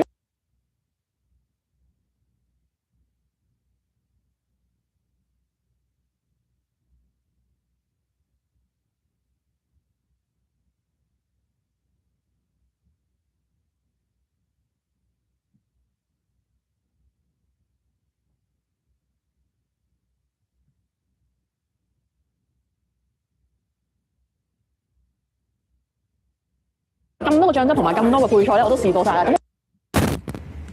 Oh, my listening comprehension is going up way too fast. Because technically the math, because I have the math here, so this is what I think how many words my ears can understand when I hear them. Ironically, it means it has to be within the context what I learned. It's improving a little way too fast for listening comprehension. But it's better to ask me that question when I get this number to 30,000, because 30,000 is like really good. But God knows how long it's going to take me to get there. I think about 10 months later, I hit 30,000.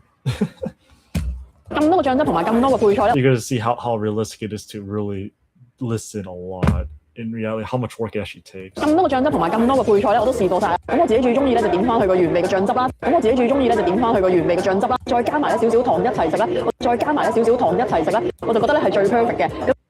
我就覺得咧係最 perfect。咁記得咧再加少少嘅哈密瓜落去，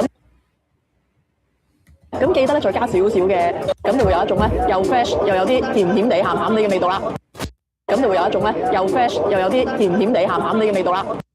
飲品嚟講咧，除咗一啲手搖飲品啦，仲有啲咖啡之外咧，飲品嚟講咧，除咗一啲手搖飲品啦，仲有啲咖啡之外咧，仲有啲特別啲嘅飲喎，仲有啲特別啲嘅飲喎，跟住我去睇下先，跟住我去睇下先。咁啱啱就買咗個鮮榨嘅油甘橄欖汁啦，咁啱啱就買咗個鮮榨嘅油甘橄欖汁啦，咁就係25蚊一支嘅，咁就係25蚊一支嘅。咁你見到咧，其實咧佢後邊咧直接咧已經見到咧有啲，咁你見到咧其實咧佢後邊咧直接咧已經見到咧有啲，直接咧就會見到佢喺度咧現場喺度打㗎。直接咧就會見到佢喺度咧咁你見到咧佢呢一個飲品咧，其實個顏色咧係黃黃。咁你見到咧佢呢一個飲品咧，其實個顏色咧係黃黃地、綠綠地啦。咁其實飲落去嘅味道咧，咁其實飲落去嘅味道咧，咁啊甘甘地，其實咧我就覺得幾好味嘅。Yeah, I only listen to native content now. This is pretty much just native. This is pretty much native. Pretty much beginner, intermediate is kind of pointless, but there's not really many of them for Cantonese. 咁啊甘甘地，其實咧我就覺得幾好味嘅。不過咧要自己咧飲得慣呢種味道先得啦。不過咧要自己咧飲得慣呢種味道。好多人咧玩足石，最後咧都可能會買啲手信翻去嘅。最後咧都可能會買啲手信翻去，例如可能係糕點啦，或者一啲咧蛋撻等等嘅嘢食嘅。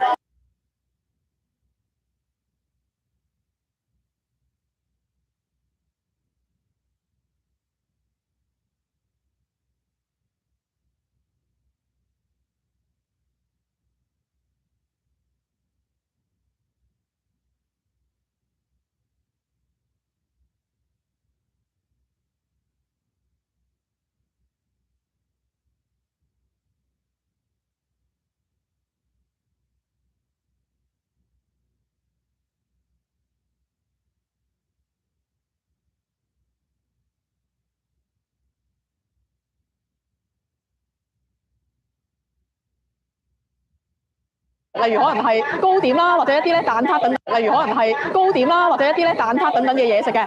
例如可能係糕點啦，或者一啲咧蛋撻等等嘅。我見咧呢間鋪頭咧專賣咧就係呢個古早蛋糕咧都比較出名嘅。我見咧呢間鋪頭咧專賣咧就係呢個古早蛋糕咧都比較出名嘅。咁同埋咧我見到咧佢仲有一個咧龍井味嘅呢個泡芙咧。咁同埋咧我見到咧佢仲有一個咧龍井味嘅呢個泡芙咧都幾吸引嘅。咁裏邊咧佢係泡芙啦，但係外邊咧就係咧一層咧龍井。咁裏邊咧。咁裏邊咧佢係泡芙啦，但係外邊咧就係咧一層咧龍井，即係咁佢咧呢一個咧食落去咧，佢個包咧其實咧好有空氣。咁佢咧呢一個咧食落去咧，佢個包咧其實咧好有空氣感嘅。咁同埋咧佢加咗少少咧綠茶嘅，咁同埋咧佢加咗少少咧綠茶嘅 cream 啦。咁一齊食咧其實係幾清新嘅個味道。咁一齊食咧其實係幾清新嘅個味道。仲有咧呢一個咧係原味嚟嘅。仲有咧呢一個咧係原味嚟。其實呢度上面佢呢個位置咧有啲似咧，其實呢度上面佢呢個位置咧有啲似咧菠蘿包嘅咁，跟住放咗啲泡芙喺裏邊。跟住放咗啲泡芙喺裏邊，咁啊比較簡單啲嘅原味嘅味道，咁啊比較簡單啲嘅原味嘅味道。啱啱咧你仲買咗個開心果啦，咁樣7個8一，啱啱咧你仲買咗個開心果啦，咁樣7個8一個，咁啊望到個樣咧都好豐富喎，上面望到個樣咧都好豐富喎。佢咧上面嗰層咧係放咗啲果 jam 嘅，跟住咧裏邊咧會有一啲咧芝士撻咁樣嘅。佢咧上面嗰層咧係放咗啲果 jam 嘅，跟住咧佢咧上面嗰層咧係放咗啲果 jam 嘅，跟住咧裏邊咧會有一啲咧芝士，咁成個味道咧其實都幾豐富喎。咁啊整體咧咬落去咧其實咧都幾，咁成個味道咧其實都幾豐富喎。咁啊整體咧咬落去咧其實咧，咁同埋咧旁邊咧佢個蛋撻邊咧全部咧都係一層，咁同埋咧旁邊咧佢個蛋撻邊咧全部咧都係一層一層咁樣好豐。另外咧我哋見到呢一個咧都比較特色嘅就係珍珠味嘅蛋撻啦。另外咧我哋見到呢一個咧都比較特色嘅就係珍珠味嘅蛋撻啦。咁啊上面咧好似咧我哋平時飲開珍珠奶茶會有啲珍，咁啊上面咧好似咧我哋平時飲開珍珠奶茶會有啲珍，個味道咧唔算特別夾嘅，但係咧你一咬落去咧會感覺到自己好似飲緊珍珠奶，但係咧你一咬落去咧會感覺到自己好似飲緊珍珠奶茶。除咗啲餐廳咧快餐店之外咧，除咗啲餐廳咧快餐店，除咗啲餐廳咧快餐店之外，除咗啲餐廳咧快餐店之外咧，佢亦都有幾間嘅糖水鋪。佢亦都有幾間嘅糖水鋪，咁而家咧呢一間咧其實咧比較新式少少嘅，咁而家咧呢一間咧其實咧比較新式少少，咁如果你中意食一啲新式啲嘅糖水咧，咁如果你中意食一啲新式啲嘅糖水咧，不妨就可以試下呢一間。咁佢呢間咧專食咧係一啲椰皇燉奶啦，咁佢呢間咧專食咧係一啲椰皇燉奶啦。呢個美食城咧簡直咧其實你想食咩咧都，呢個美食城咧簡直咧其實你想食咩咧都，呢間糖水鋪咧專賣一啲咧手工糖水嘅，呢間糖水鋪咧專賣一啲咧手工糖水嘅。呢間糖水鋪咧專賣啲咧手工糖水嘅，咁佢賣相咧都唔錯㗎，咁佢賣相咧都唔錯㗎，你見到呢一個咧就係芋泥巴樂嘅糖水啦，咁啊加咗少少，你見到呢一個咧就係芋泥巴樂嘅糖水啦，咁啊加咗呢碗糖水咧首先會有一個芋泥喺中間嘅位置啦，呢碗糖水咧首先會有一個芋泥喺中間嘅位置啦，呢碗糖水咧首先會有一個芋泥喺中間嘅位置啦，咁佢旁邊咧會有好多配料嘅，番薯嘅芋圓啦，咁亦都有啲珍珠同。咁佢旁邊咧會有好多配料嘅，番薯嘅芋圓啦，咁亦都有啲珍珠，同埋咧比較特別啲咧，佢會有一個巴樂嘅具，咁佢一齊食咧，其實個口感咧係煙煙韌韌，咁佢一齊食咧，其實個口感咧係煙煙韌韌啦，咁配上咧佢嗰個椰汁咧一齊食咧係，咁配上咧佢嗰個椰汁咧一齊食咧係幾好味，咁同埋咧佢旁邊咧真係放咗幾個咧巴樂切好晒咁樣一齊食嘅，咁同埋咧佢旁邊咧真係放咗幾個咧巴樂切好晒咁樣一齊食。美食廣場裏邊咧仲有好多特色嘅餐廳嘅，美食廣場裏邊咧仲有。美食廣場裏邊咧，仲有好多特色嘅餐廳嘅，咁冇可能咧一次過話晒俾你聽。但係咧，我會揀咗幾間咧，我覺得有特色嘅。但係咧，我會揀咗幾間咧，我覺得有特色嘅分享俾大家去睇下。如果你想食一啲中式嘅糖水咧，如果你想食一啲中式嘅糖水咧，呢度亦都有雙皮奶可以選擇嘅。呢度亦都有雙皮奶可以選擇嘅。呢度咧仲有啲特色啲嘅餐廳咧，例如好似呢一間咧就專食咧一啲蟹黃嘅撈麵嘅。例如好似呢一間咧就專食咧一啲蟹黃嘅撈麵嘅。咁你見到咧師傅咧現場咧即時咧就喺度。咁有時咧有好多人咧中意食蟹黃咧。但係咧，又唔想自己搣，又唔想自己嚟呢啲鋪頭食咧，都係唔錯嘅。最緊嚟呢啲鋪頭食咧都係唔錯嘅。最緊要咧呢度咧非常之近關口。最緊要咧呢度咧非常之近關口。一出嚟咧就可以醫飽個肚啦。一出嚟咧就可以醫飽個肚啦。一出嚟咧就可以醫飽個肚啦。平時咧可能咧有啲朋友咧屋企冇乜湯水飲咧。平時咧可能咧有啲朋友咧屋企冇乜湯水飲咧，呢一度咧都有啲餐廳咧係可以咧飲下湯嘅。呢一度咧都有啲餐廳咧係可以咧飲下湯嘅，咁佢仲會有啲特別啲嘅女神湯啊，咁佢仲會有啲特別啲嘅女神湯啊，咁啊當歸紅棗全部都已經睇晒，當歸紅棗全部都已經睇晒，都係講緊39蚊一樽嘅，都係講緊39蚊一樽嘅，咁而仲有一啲咧比較特別啲咧，10年嘅陳皮鴨湯咧，10年嘅陳皮鴨湯咧，呢一間咧都會有得飲嘅，呢一間咧都會有得飲嘅。除咗咧有各式各樣嘅餐廳之外咧，除咗咧有各式各樣嘅餐廳，其實呢一度咧亦都有好多間係賣飲品嘅鋪頭啦。咁如果可能咧，有時你等車啊，想入嚟買杯嘢飲咧都。咁如果可能咧，有時你等車啊，想入嚟買杯嘢飲咧，都有咖啡店咧可以坐下嘅，都有咖啡店咧可以坐。話咁快就同大家行完呢個，話咁快就同大家行完呢一個商場啦。咁雖然呢個商場咧個面積就唔算太大啦，咁雖然呢個商場咧個面積就唔算太大啦，咁但係咧，我覺得佢志在咧一出關口咧，咁但係咧，我覺得佢志在咧一出關口咧，咁但係咧，我覺得佢志在咧一出關口咧，已經可以咧揾到唔同嘅美食咧。平時咧，大家咧可能咧等車嘅時候咧。平時咧，大家咧可能咧等車嘅時候咧，想揾一個咧地方 hea 下嘅話咧，呢一個商場咧都絕對幫到大家嘅。呢一個商場咧都絕對幫到大家。咁今次嘅時間咧又差唔多咯喎。咁今次嘅時間咧又差唔多咯。我哋下次咧會帶更多，我哋下次咧會帶更多唔同嘅資訊俾大家噶。拜拜。最開心買手信，買手信，買手信，買手信，買手信，買手信。哇！澳門咧就成日都好似好容易去咁樣咯，哇！澳門咧就成日都好似好容易去咁樣咯，所以其實應該對於好多香港人嚟講都又處於熟悉同埋唔熟悉之間。咁其實我就同澳門咧就唔係太咁，不如我哋請一位土生土長嘅嘉賓上嚟。咁不如我哋請一位土生土長嘅嘉賓上嚟咧。咁不如我哋請一位土生土長嘅嘉賓上嚟咧，同我哋講下澳門係一個點樣嘅地方啦。哇！嘉賓 Hello 我想問下你喺澳門生活咗幾？生活咗喺澳門26，因為我26歲過嚟香港嘅。咁對你嚟講，澳門係一個點樣嘅地方？如果你話最簡單嘅形容，細到好有人情味，人同人之間係好認識嘅一個城市。人同人之間係好認識嘅一個城市。咁但係其實我覺得我哋香港係比較少啲，真係話隔鄰舍好 friend 咯，真係大家知大家係邊個。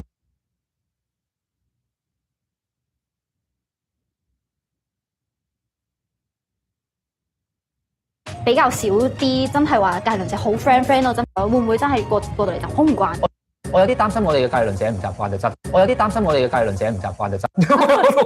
即係你知香港幾細㗎啦，你開到門就開，即係你知香港幾細㗎啦，你開到門就可能會阻住人哋啦。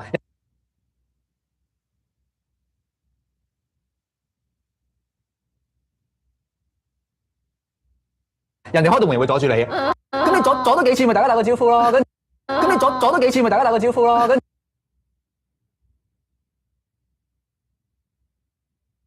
咁你阻多幾次咪大家打個招呼咯，跟住又傾下偈咁樣咯。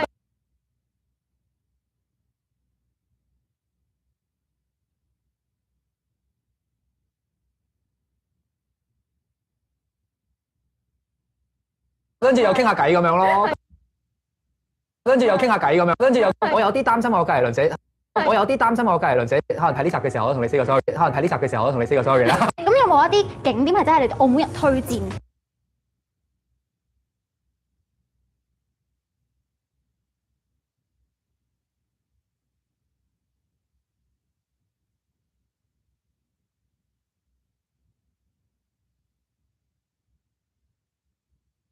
咁有冇一啲景點係真係你哋澳門人推薦？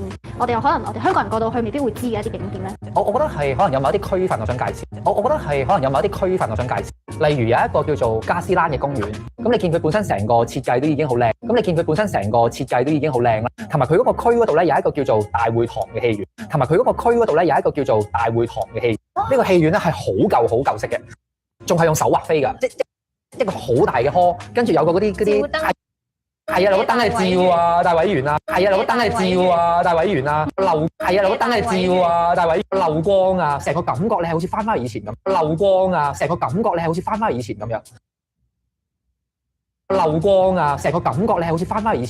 同埋我有一個叫羅斯山公園，我又係覺得好特別嘅一個公園。得意嘅地方就係佢哋有間嘢食嘅，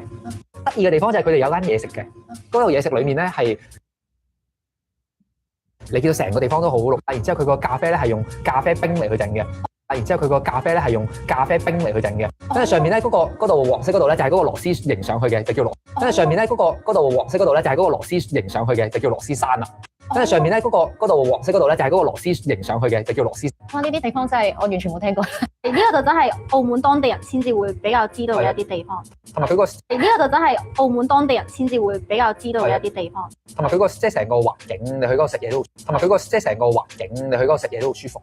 講起食嘢，其實我哋都好肚餓啦，不如我哋下一 part 翻嚟，快啲食咗台面嗰啲手信佢啦！咁翻到嚟咧就到我哋最開心，快啲食咗台面嗰啲手信佢啦！咁翻到嚟咧就到我哋最開心嘅環節，就係食嘢啦。除咗我拎嘅呢兩個之外咧，其實咧，加落拎。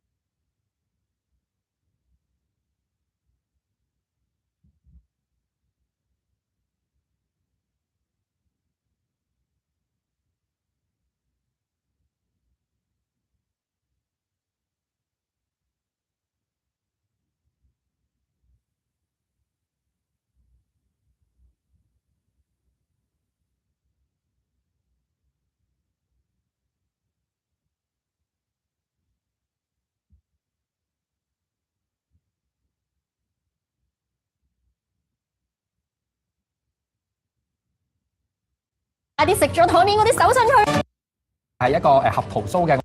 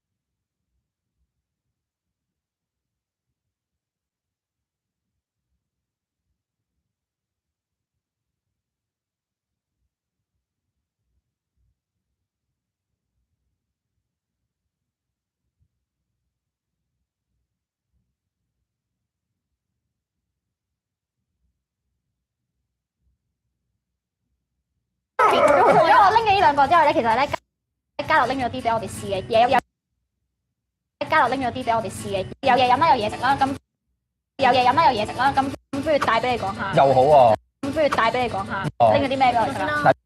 拎咗啲咩俾我哋食啦？嗱呢個係金桃酥啦。嗱呢個係金桃酥啦。金桃酥好特別嘅，佢就係一個合桃酥嘅外皮。金桃酥好特別嘅，佢就係一個合桃酥嘅外皮。然之後裡面咧有啲好似老婆餅咁樣嘅餡嘅，可以試下佢啦。然之後裡面咧有啲好似老婆餅咁樣嘅餡嘅，可以試下佢啦。然之後裡面咧有啲好似老婆餅咁樣嘅餡嘅，可以試下佢啦。我已經唔客氣啦。係啊，可以試下先啦。我以為佢係脆喎。佢唔係脆㗎。佢係腍嘅喎。如果你中意食脆咧，我可以介紹你呢一個。我可以介紹你呢一個。呢個咧？咁似耳仔嘅。呢個咧？咁似耳仔。呢個雞仔餅。獨切酥咧，感覺上面就好似咁扁。獨切酥咧，感覺上面就好似咁扁咗嘅雞仔餅咁樣。你覺得好似耳仔咩？好脆嘅，你試咗先啦。佢真係同我耳仔鹹鹹地，佢真係同我耳仔鹹鹹地喎。好香啊！少咗果仁味。好香啊！少咗果仁味。呢個係乜嘢嚟嘅嘢飲？呢個係乜嘢嚟嘅嘢飲？無花果蜜。無花果蜜。無花果蜜。無花果蜜。佢就係用無花果嘅葉，然之後就提煉而成嘅。咁佢就係用無花果嘅葉，然之後就提煉而成嘅。咁佢係用啲即係嗰啲無花果蜜，跟住就溝。佢有道味係咩味啊？係啲草藥味啊！佢有道味係咩味啊？係啲草藥味啊，好似。佢有道味係咩味啊？係啲草藥味啊，好似。係佢因為佢真係用啲葉去慢慢製出嚟嘅。係佢因為佢真係用啲葉去慢慢製出嚟嘅。所以而家越嚟越難見到㗎啦。所以而家越嚟越難見。咁其實呢一支如果我真係要買嘅話，我可以去邊度買啊？我咧自己就喺一間叫窩婆嘅餐廳嗰度買嘅。我咧自己就喺一間叫窩婆嘅餐廳，即係呢間餐廳咧，除咗係一啲土生葡菜嚟嘅，咁即係呢間餐廳咧，除咗係一啲土生葡菜嚟嘅，咁我哋睇下啲相啦。通常我哋叫 feijoada， 咁我哋睇下啲相啦。通常我哋叫 feijoada 就係用肥裝啦，肥裝係豆啦。咁 feijoada 紅豆豬手咧，其實就係葡國餸嚟嘅。其實就係葡國餸嚟嘅。然之後我哋叫土生餸啦，最大嘅分別咧就係你會見到咧，佢除咗有一啲好最大嘅分別咧就係你會見到咧，佢除咗有一啲好西方，仲有啲好中國啊、馬來啊混埋一齊。咁其實除咗土生菜之外咧，仲有土生葡語，譬如葡文，阿窩咧就係婆婆，阿烏咧就係公公，或者香大土生葡語咧就會 mix 咗用中文啦。香大土生葡語咧就會 mix 咗用中文啦。香大土生葡語咧就會 mix 咗用中文啦，可能叫做阿窩婆同埋阿窩公。可能叫做阿波婆，好得意喎！生咗一個自己本土特色嘅個語言體系出嚟，生咗一個自己本土特色嘅個語言體系出嚟。係啦。咁除咗啱啱你講嘅嗰啲，即係你咁除咗啱啱你講嘅嗰啲，即係嚟澳門在地人會知道嘅嘢食之外，咗嚟澳門在地人會知道嘅嘢食之外，仲有啲咩推薦？嚟澳門在地人會知道嘅嘢食之外，仲有啲咩推薦俾我哋咧？餐廳嘅話？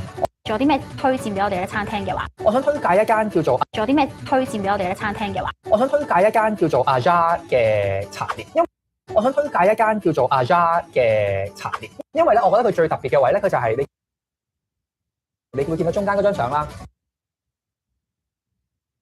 你會見到中間嗰張相啦。喺呢個環境裏面，你又可以飲杯咖啡，又可以飲杯茶。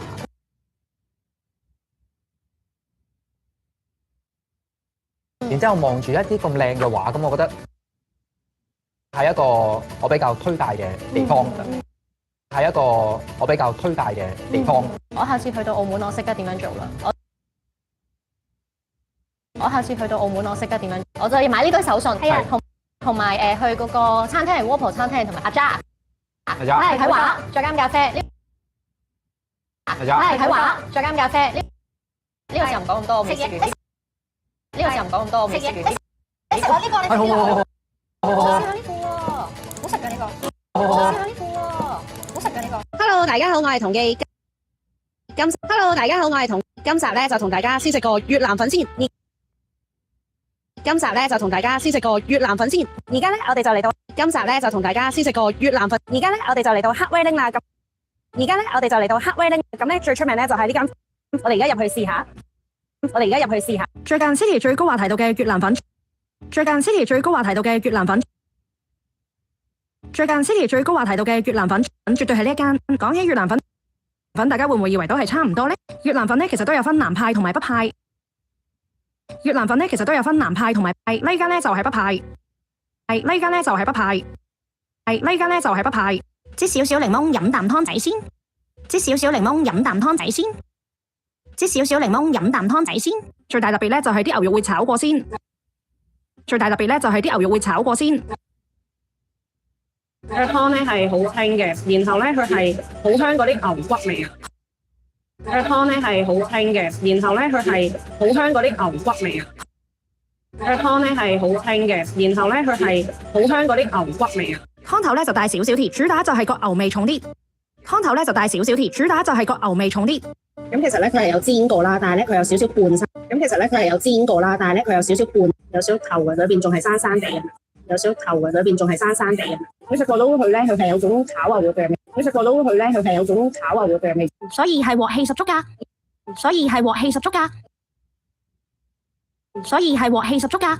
而比較推介嘅咧就係呢個 sweet wine sauce。而比較推介嘅咧就係呢個 sweet wine，都係同樣佢嘅粉咧都係一樣嘅河粉啦，都係同樣佢嘅粉咧都係一樣嘅河粉啦。再佢個牛腩咧係炆得好耐，再佢個牛腩咧係炆得好耐。佢嘅湯底係真係好正㗎。佢嘅湯底係真係好正嘅。而佢個 wine sauce 嗰個湯底咧就會係，而佢個 wine sauce 嗰個湯底咧就會係，但係咧佢就係有嗰個不絕嘅越南河咧就係會好多呢啲葱，不絕嘅越南河咧就係會好多呢啲葱，係炆得好腍好有牛味，呢個真係好辛苦，係炆得好腍好有牛味，呢個真係好辛苦。另外咧佢呢度仲有個秘製嘅 chili sauce 啦，另外咧佢呢度仲有個秘製嘅 chili sauce 啦，咁大家都可以攞嚟點牛肉食嘅，咁大家都可以攞嚟點牛肉食嘅。個辣係好香啦，之後有少係重，個辣係好香啦，之後有少係重香料嘅辣椒醬。醫飽個肚就繼續出發。醫飽個肚就繼續出發。呢條街咧除咗有越南鋪啦，咁有印度菜啦。呢條街咧除咗有越南鋪啦，咁有印度菜啦，有墨西哥菜啦。呢一邊咧仲有啲 steakhouse 嘅，有墨西哥菜啦。呢一邊咧仲有啲 steakhouse。佢呢度咧有好多 lunch 咧都係好抵食。佢呢度咧有好多 lunch 咧都係好抵食。食15蚊就可以食到嘅 pasta， 食15蚊就可以食到嘅 pasta。呢條街係有好多唔同嘅西餐廳。呢條街係有好多唔同嘅西餐廳。沿住黑威丁走落嚟咧，沿住黑威丁走落嚟咧就會去到呢一條街，就會去到呢一條街。呢條巷仔咧就係而家最新嘅打卡。呢條巷仔咧就係而家最新嘅。你睇下幾多人影呢個鐵塔圖啊？你睇下幾多人影呢個鐵塔圖啊？咁呢一邊咧都有其他嘅圖畫嘅。你睇下幾多人影呢個鐵塔圖？咁呢一邊咧都有其他嘅圖畫嘅。喺度打。咁呢一邊咧都有其他嘅圖畫嘅。喺度打個卡先啦。喺度打個卡先。呢一條街咧都係有好多特色嘅 cafe 啦，包括咗呢間。咁佢咧個頂頭咧全部都係木凳嚟㗎。咁佢咧個頂頭咧全部都係木凳嚟。而家就同大家行下呢個墨爾本嘅 State Library 啦，咁就係一個免費嘅公共圖書館嚟嘅。咁就係一個免費嘅公共圖書館嚟嘅。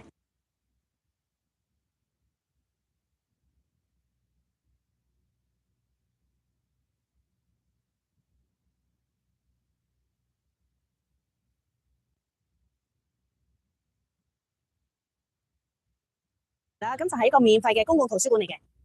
我哋一齊入去睇下。呢度最吸引咧係佢建築嘅本身。呢度最吸引咧係佢建築嘅本身，有好宏偉嘅石柱同埋細緻嘅雕像。有好宏偉嘅石柱同埋細緻嘅雕像。呢個圖書館咧係都有地圖可以攞嘅。呢個圖書館咧係都呢個圖書館咧係都有地圖可以嘅。咁咧我哋咧陣間就會去到呢個咁咧我哋咧陣間就會去到八角形嘅閱讀室嗰度參觀啦。咁主要咧大家喺上網睇到影相嘅相咧，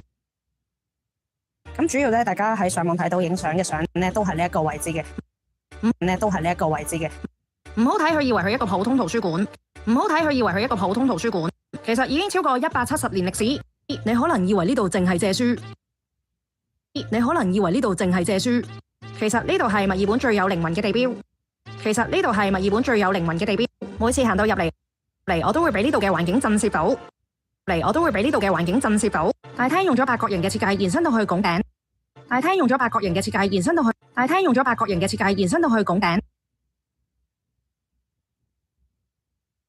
咗八角形嘅設計延伸到去拱頂。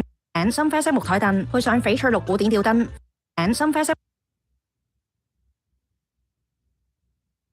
深啡色木台凳配上翡翠綠古典吊燈，非常有古典味同有格調。我哋都要喺度吸收下書卷味啊！前面有個2米長1米闊嘅模型，係 State Library 嘅模型。知唔知呢度有幾多粒 LEGO 啊？係接近50萬粒啊！LEGO 人仔仲重現咗好多圖書館嘅情節。咁圖書館咧其實有分好多 part 嘅，其實佢另外一 part 咧係藝術展嘅 part，喺度又可以睇到好多藝術作品啦。所以咧大家咧就唔好淨係，就 miss 咗呢一度就係呢個 Victoria 嘅家。咁呢一個位咧都係免費俾人參觀嘅，咁成個圖書館嘅都係可以入去。呢邊係可以睇到好多維多利亞州嘅歷史文化。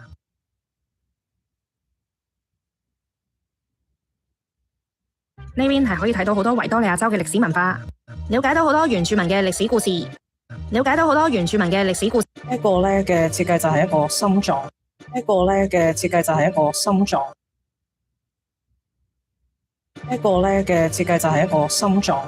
喺呢個圖書館度有呢個心臟，好似懸浮喺呢度嘅。中心咁樣。仲有影像可以睇。圖書館都有餐廳同埋手信店。中意 puzzle 嘅朋友可以喺度買 mail， 買翻個圖書館 tote bag 翻去做手信啦。我哋今餐咧就要腳牛扒。講起阿根廷，大家會諗起啲咩呢？係咪諗起足球定係美斯啊？其實仲有一樣就係世界級嘅牛。呢間係超有南美風情嘅阿根廷餐廳。裏邊環境好有古典風，好有情調㗎。咁咧佢最出名咧就係佢呢度嘅牛扒天嘅。咁我哋陣間就會試下牛扒啦。牛扒咧都有分幾種唔同嘅款啦。咁大概就係59蚊左右一塊。咁至到去190蚊都有嘅。咁就呢個就800 gram 咯，比較大啲。咁如果你 order 牛扒咧，佢就會準備咗餒。我哋咧第一個食咧就係阿根廷菜咧 traditional 嘅一個。個炸餃子咁樣啦。呢一嚿咧就係阿根廷最出色嘅。國民美食。炸餃子。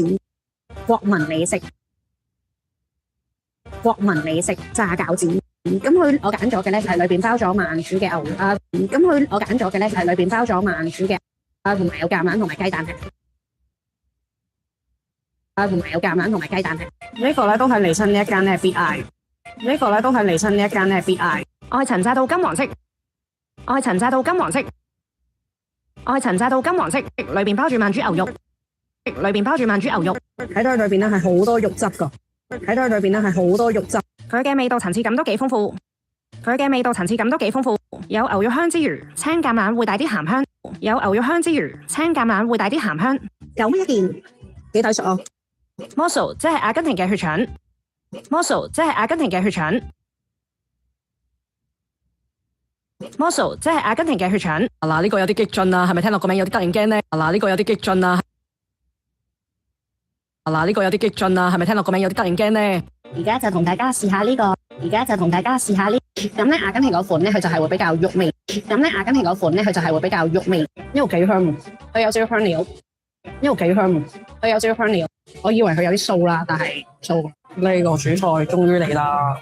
咁呢個牛扒咧，我哋就揀咗係。咁呢個牛扒咧，我哋就揀咗係。咁然後咧，呢個就係薯仔波波。咁然後咧，呢個就係薯仔波波。阿根廷食牛扒嘅話咧，就唔一定要食最靚嘅部。阿根廷食牛扒嘅話咧，就唔一定要食最靚嘅部位，反而重視嗰個炭香啦，同埋牛味嘅本身。反而重視嗰個炭香啦，同埋牛味嘅本身。咁咧，我哋係嗌5成熟嘅，因為咧佢話係5成熟係最好啦。我哋本身想嗌 medium rare 啦，我哋本身想嗌 medium rare 啦，佢建議你最好就5成。試下先。大家可以睇到啦，佢係咧燒到半生熟啦。大家可以睇到啦，佢係咧燒到半生熟啦。入口咧牛味好濃，仲有少少煙燻嘅味道。入口咧牛味好濃，仲有少少。入口咧牛味好濃，仲有少少煙燻嘅味道。入口咧牛味好濃，仲有少少煙燻嘅味道。肉質咧就唔係 ivory 嗰啲嫩，肉質咧就唔係 ivory 嗰啲嫩，係有咬口啦，有肉感嘅。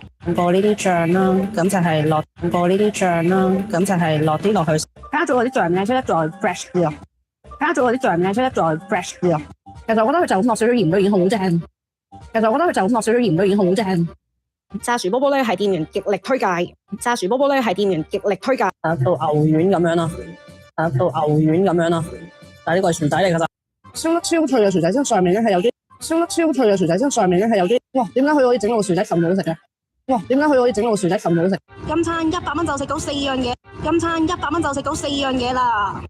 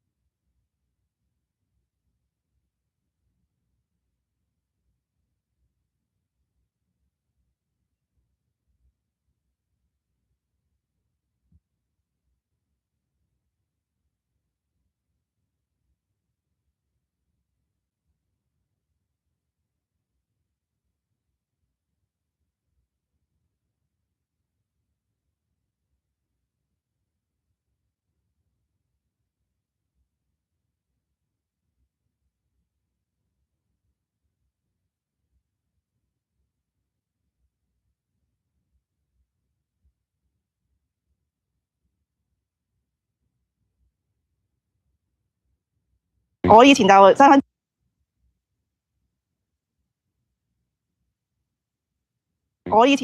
證啦，你嘅直落流星雲啦。Hey James, good morning, man. Happy 6:30 a.m. to you too. 你嘅直落流星雲啦，你嘅直落流星雲啦，記得使節目名嘅你係，記得使節目名嘅你係。呢件事又好啊！如果而家拍完條片之後，如果而家拍完條片之後，我可以掉埋翻去，繼續打機，繼續打機，繼續睇 Netflix 有幾，繼續睇 Netflix 有幾開心咧？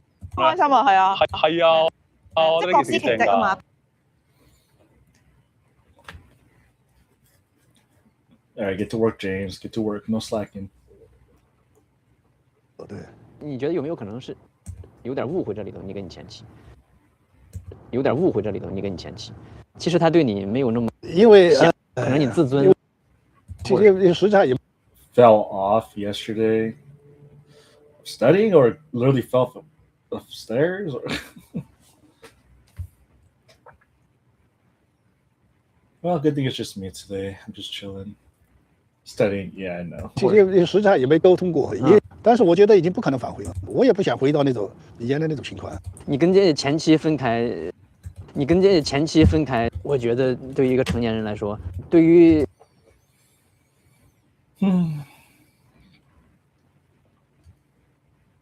Kind of hit my daily goal, so awkward.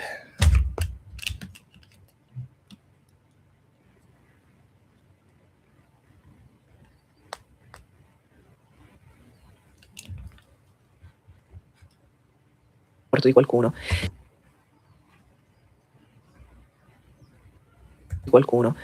Ecco perché delle volte quella paura di fronte a una performance di alta e tu dici ma come, ma so tutto, non è un problema, so fare tutto, l'ho fatto di alta e tu dici ma come, ma so tutto, non è un problema, so fare tutto, l'ho fatto 1000 volte, eppure ogni volta mi arriva questa paura gigantesca. When does your Vietnamese book arrive, James? L'ho fatto 1000 volte, eppure ogni volta mi arriva questa paura gigantesca. Questa paura gigantesca arriva da lì, arriva dal se dovessi fallire rimango da solo. Questa paura gigantesca arriva da lì, arriva dal se dovessi fallire rimango da solo. All right, man. I see you get to work, man. You hear you're slacking. I should probably. That's probably fun to say that. Honestly, whoever's in here, you're all slacking. Questa paura gigantesca arriva da lì, arriva dal se dovessi fallire rimango da solo. Se dovessi fallire se ne andrebbero tutti. Ecco, in questo caso qui da solo.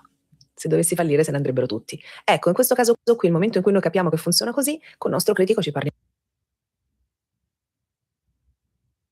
Qui il momento in cui noi capiamo. All right, you definitely know how to do it, right? So I'll leave it to you, man. Qui il momento in cui noi capiamo che funziona così, col nostro critico ci parliamo e entriamo in contatto con delle parti più adulte che dicono no, guarda, parliamo e entriamo in contatto con delle parti più adulte che dicono no, guarda, cioè ce la possiamo fare, abbiamo superato tutto, abbiamo superato anche guarda, cioè ce la possiamo fare, abbiamo superato tutto, abbiamo superato anche fallimenti, abbiamo superato le sconfitte e quindi non succederà anche fallimenti, abbiamo superato le sconfitte e quindi non succederà nulla. Avere questa consapevolezza, no, di capirsi così profondamente è fondamentale. All right, man. That's what I want to hear. All right, later, James. Avere questa consapevolezza, no, di capirsi così profondamente è fondamentale. Mi stai dando voglia di fare un grande lavoro su me stessa perché è fondamentale, mi stai dando voglia di fare un grande lavoro su me stessa perché il mio critico interiore si fa sentire un po' troppo. E perché il mio critico interiore si fa sentire un po' troppo. Come tutti noi abbiamo dei critici interiori interessanti che possono diventare come tutti noi abbiamo dei critici interiori interessanti che possono diventare dei mental coach portatili, perché attenzione, il suo ruolo è quello diventare dei mental coach portatili, perché attenzione, il suo ruolo è quello sempre di farci migliorare. Lui nota sempre, c'è sempre, non è che dice è quello sempre di farci migliorare. Lui nota sempre, c'è sempre, non è che dice stupidaggini. Lui prende una cosa che andrebbe migliorata e la fa diventare stupidaggini. Lui prende una cosa che andrebbe migliorata e la fa diventare gigantesca. Ok? Per cui se invece noi dovessimo gigantesca.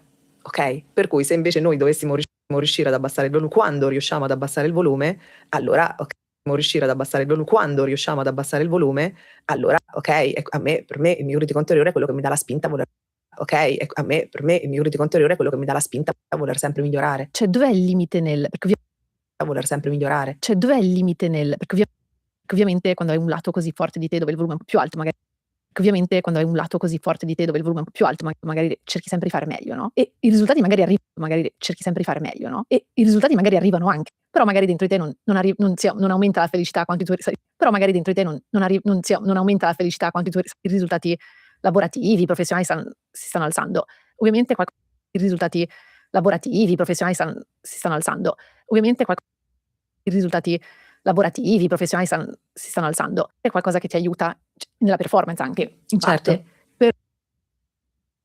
È qualcosa che ti aiuta nella performance anche, in parte. Però a che livello poi devi smettere di ascoltare quello, però a che livello poi devi smettere di ascoltare quello, devi magari dire basta, sono abbastanza così. Quello che cerco sempre di spiegare io magari dire basta, sono abbastanza così. Quello che cerco sempre di spiegare io, perché se no si fa confusione, uno immagina il mental coach, come una figura che ti aiuta a spingere sempre di più verso il raggiungimento dei tuoi obiettivi. Una figura che ti aiuta a spingere sempre di più.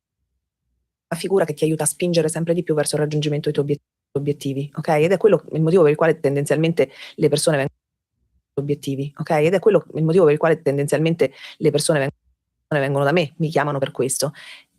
Nella buona parte dei casi il mio lavoro è al contrario, abbassare un pochino le parti super competitive. È al contrario, abbassare un pochino le parti super competitive, perché sono quelle che poi fanno sì che le persone finiscano infortunate, se sono atleti, sono quelle che poi fanno sì che le persone finiscano infortunate, se sono atleti, in burnout, se sono dei manager, eccetera. Quindi quello che burnout, se sono dei manager, eccetera. Quindi quello che io persone è aiutarle intanto a riconoscere quali sono le loro parti, quelle parti che persone è aiutarle intanto a riconoscere quali sono le loro parti, quelle parti che hanno diciamo messo al governo della propria vita, parti di personalità che hanno diciamo messo al governo della propria vita, parti di personalità che sono quelle che usiamo, quelle che rispondono al io sono così, sono una persona gentile, sono altruista, sono generosa, queste sono sono una persona gentile, sono altruista, sono generosa, queste sono le parti che io diciamo ho messo al governo della mia vita, sono i miei primari, come si che io diciamo ho messo al governo della mia vita, sono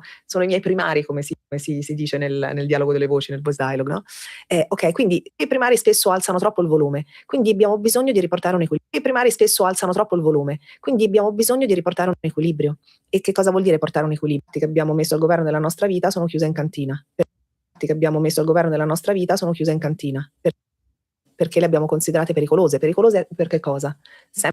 Perché le abbiamo considerate pericolose perché sempre per quel senso di appartenenza. Se io, che sono una persona gentile, sempre per quel senso di appartenenza. Se io, che sono una persona gentile, perché ho capito che la gentilezza mi fa attirare l'attenzione degli altri, perché ho capito che la gentilezza mi fa attirare l'attenzione degli altri, soprattutto mi fa volere bene, io chiudo in cantina la mia parte aggressiva. Soprattutto mi fa volere bene, io chiudo in cantina la mia parte aggressiva, perché quella parte aggressiva invece mi ha fatto sgridare aggressiva, perché quella parte aggressiva invece mi ha fatto sgridare quel giorno dalla mamma piuttosto che quant'altro, ok? Quindi questo è un pochino come funziona. Ora però, se io ho una parte gentile troppo sviluppata, la mia parte gentile che va solo in un'unica direzione, ha con sé anche dei limiti, delle trappole, perché se io posso essere solo gentile, con sé anche dei limiti, delle trappole, perché se io posso essere solo gentile, io non posso dire di no, io non posso mettere paletti, io non posso dire di no. Io non posso mettere paletti. Mamma mia. non uso questa cosa a caso. Mamma mia. Non uso questa cosa a caso. Proprio mi hai toccata in pieno. Lo so, non l'ho detta a caso. Quindi proprio mi hai toccata in pieno. Lo so, non l'ho detta a caso. Io non posso mettere paletti, non posso far valere la mia posizione. Sono tutte cose. Io non posso mettere paletti, non posso far valere la mia posizione. Sono tutte cose che in realtà cioè, mi tolgono qualità di vita. Ok? Tutte cose che in realtà cioè, mi tolgono qualità di vita, ok? Bisogno di fare è riportare un equilibrio. Quindi tutto questo equilibrio, facendo riemergere dagli scantinati, facendo riemergere la mia Dagli scantinati. dagli scantinati, facendo riemergere la mia parte aggressiva, ok? Che è lì giù, è nascosta lì sotto. Se la faccio riemergere in piccole dosi, la mia parte aggressiva diventa l'assertività. Faccio riemergere in piccole dosi, la mia parte aggressiva diventa l'assertività. Diventa quella capacità di dire quel no. Poi lo faccio con gente, sono capace a dire no. Sono capace a mettere paletti. Sono capace a dire no. Sono capace a mettere paletti. Posizione a picchiare il pugno sul tavolo se c'è bisogno. Lo posso fare. Posizione a picchiare il pugno sul tavolo se c'è bisogno. Lo posso fare a quel punto perché ho riportato nella mia vita in quel punto perché ho riportato nella mia vita in piccole dosi quella parte che altrimenti da esclusa non ha spazio. Ok? Ecco l'equilibrio. Quindi è la stessa cosa.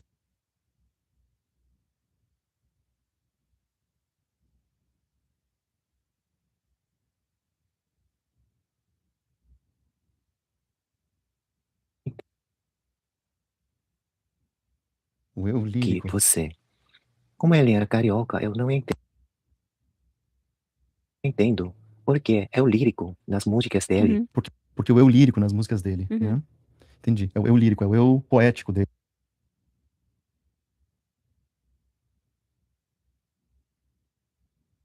Porque o eu lírico nas músicas dele, né? Entendi. É o eu lírico, é o eu poético dele, né? Exato. Entendi. Acho que antes da gente responder a pergunta, seria legal explicar para vocês quem foi Cartola. Você pode falar um pouco? Pergunta, seria legal explicar para vocês quem foi Cartola. Você pode falar um pouquinho sobre o Cartola, Rob? Posso. Um pouquinho sobre o Cartola, Rob? Posso. O Cartola, ele... Um pouquinho sobre o Cartola, Rob? Posso. O Cartola, ele foi um músico carioca, nascido no Rio de Janeiro, na cidade do Rio de Janeiro. Ele foi um músico carioca, nascido no Rio de Janeiro, na cidade do Rio de Janeiro. Ele nasceu em 1908, ele foi um músico muito importante para o Rio de Janeiro. Ele nasceu em 1908, ele foi um músico muito importante para o samba, para as escolas de samba. Ele fundou a segunda escola de samba do Rio de Janeiro. Escolas de samba, ele fundou a segunda escola de samba do Rio de Janeiro, a Mangueira, com mais alguns amigos, colegas lá do Morro da Mangueira, também músicos, e ele foi super importante, um cara que eu adoro, que eu admiro muito, e ele viveu a vida, eu acho que ele é daqueles boêmios, malandros originais, sabe? Ele saiu da escola, eu acho que ele é daqueles boêmios, malandros originais, sabe? Ele saiu da escola, eu acho que ele é daqueles boêmios, malandros originais, escola cedo, ainda jovem, e queria tocar música. O pai dele era músico, escola cedo, ainda jovem, e queria tocar música. O pai dele era músico, o pai dele tocava cavaquinho e violão, eu acho. Então, o pai dele ensinou ele a tocar. O pai dele tocava cavaquinho e violão, eu acho. Então, o pai dele ensinou ele a tocar. O pai dele tocava cavaquinho, mas queria que ele estudasse. Ele não quis estudar, ele foi tocar cavaquinho, mas queria que ele estudasse. Ele não quis estudar, ele foi fazer samba e viver a vida nos bares à noite. E ele teve muitas dificuldades com isso, na verdade, porque ele bebia muito, fazia muita festa, mas ele também trabalhava muito. Então, típico músico de samba do que a gente imagina, do nosso imaginário coletivo. Típico músico de samba do que a gente imagina, do nosso imaginário coletivo daquela época. Mas ele foi o fundador de todo o movimento, um dos fundadores de todo o movimento de samba e escolas de samba no Rio de Janeiro. Que legal, e as músicas dele são incríveis. Yeah. E esse é o nosso assunto de hoje, a pergunta incríveis. Yeah. E esse é o nosso assunto de hoje, a pergunta do Yunsuk.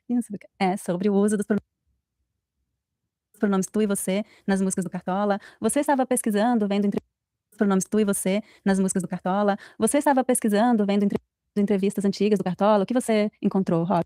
É interessante porque naquela época, imagina, 1908, quando ele nasceu. É interessante porque naquela época, imagina, 1908, quando ele começou a fazer samba em 1920 alguma coisa, final de 1920, início de 1930. Então, ele ainda estava muito logo depois do final do Império no Brasil. Logo depois do final do Império no Brasil. Então, tinha muita influência do português de Portugal. A corte esteve no Brasil.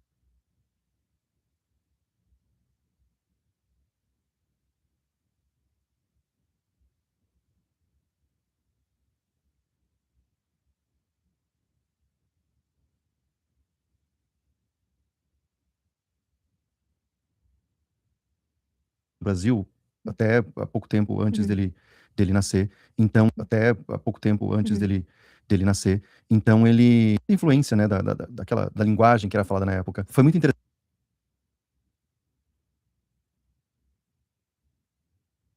Influência, né, da linguagem que era falada na época. Foi muito interessante voltar a pesquisar e ouvir músicas e entrevistas do Cartola pra ver como é que ele usava o tu e o você, né? E o que eu percebi é que ele usa o tu e o você com muita frequência. Né? No Rio de Janeiro se usava e se usa até hoje o tu e o você, né, muito. O que é interessante, e se usa até hoje o tu e o você, né, muito. O Cartola, que ele usava o tu e o você, cada um na sua conjugação descrita, né, pela norma Cartola, que ele usava o tu e o você, cada um na sua conjugação pela norma culta. Então o tu ele usava com a conjugação na segunda pessoa do pela norma culta. Então o tu ele usava com a conjugação na segunda pessoa do singular e o você com a conjugação na terceira pessoa do singular.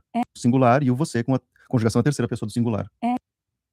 Eu acho muito interessante que nas músicas dele, ele realmente como o eu acho muito interessante que nas músicas dele, ele realmente como o Yoon-suk falou, ele usa o tu e a conjugação na segunda pessoa, que hoje em dia soa formal para ouvidos brasileiros, mas naquela época hoje em dia soa formal para ouvidos brasileiros, mas naquela época provavelmente não soava formal, era mais comum porque o Cartola nasceu em provavelmente não soava formal, era mais comum porque o Cartola nasceu em 908. 1908, Isso.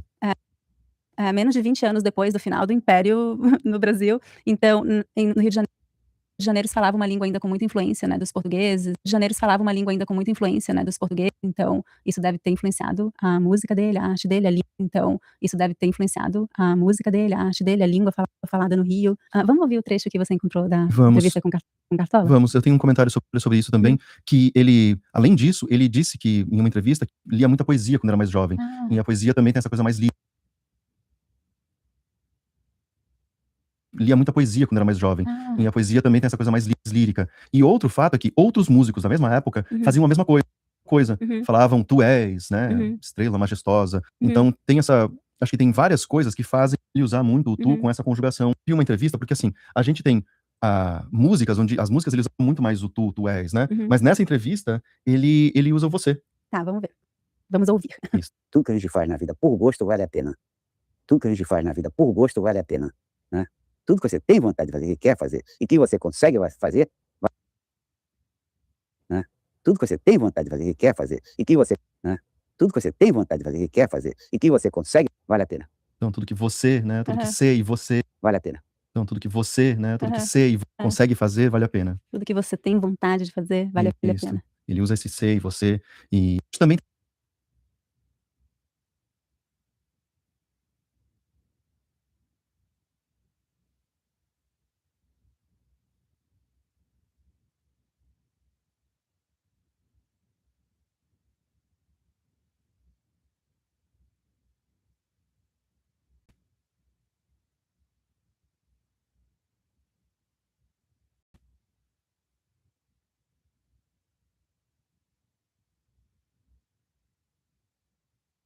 Ever wondered how polyglot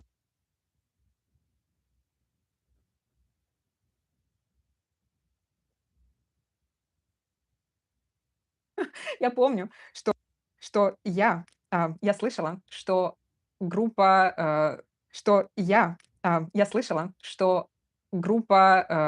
съемочная группа этого сериала «Дикого ангела» приезжала в Россию. Сериала «Дикого ангела» приезжала в Россию в то время, потому что, конечно, они были суперзнаменитостями, суперзвездами. Думала, боже, как будет здорово. Думала, боже, как будет здорово. Наталья Рейра приедет в Ижевск. Ижевск — это город, где я родилась и где я жила. Я думала, я родилась и где я жила.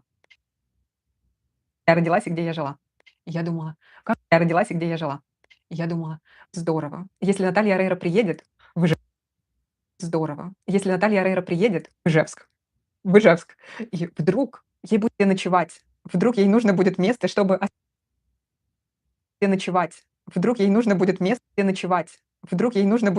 остаться, чтобы остановиться пока в Ижевске, и она может жить у нас Вы представляете. Так вот, вы представляете. Так вот, единственная певица, я думаю, единственная певица, которую я знала. И потом, когда мы которую я знала. И потом, когда мы приехали в Аргентину 2,5 года назад, не знала никакой я вообще не знала, какая есть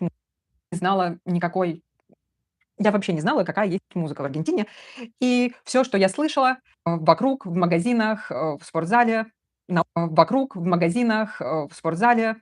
улицах, о чем я слышала, это была кумбия. Может быть, вы знаете такой стиль? Кумбия. Может быть, вы знаете такой стиль? Кумбия. Такой. Может быть, вы знаете такой стиль? Кумбия. Латиноамериканский поп. Я думаю, ну ладно, наверное, это не мой стиль, наверное, это не мое. И я помню 2,5 года назад, когда я приехала, когда я не знала ничего когда я не знала об аргентинской музыке, я увидела в метро плакат аргентинской певицы Тини «Новая песня». И мне стало интересно, новая песня. И мне стало интересно, я подумала, ну ладно, послушаю, почему нет? И мне понравилось. Но я думаю, что основная причина, почему мне понравилась эта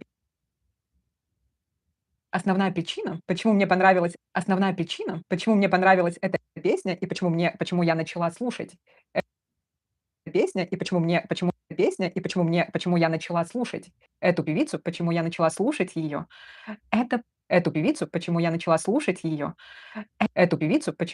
слушать ее, потому что это была первая музыка, которую я узнала. Может быть, вы слышали,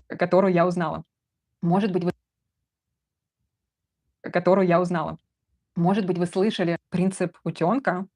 Этот эффект утенка, принцип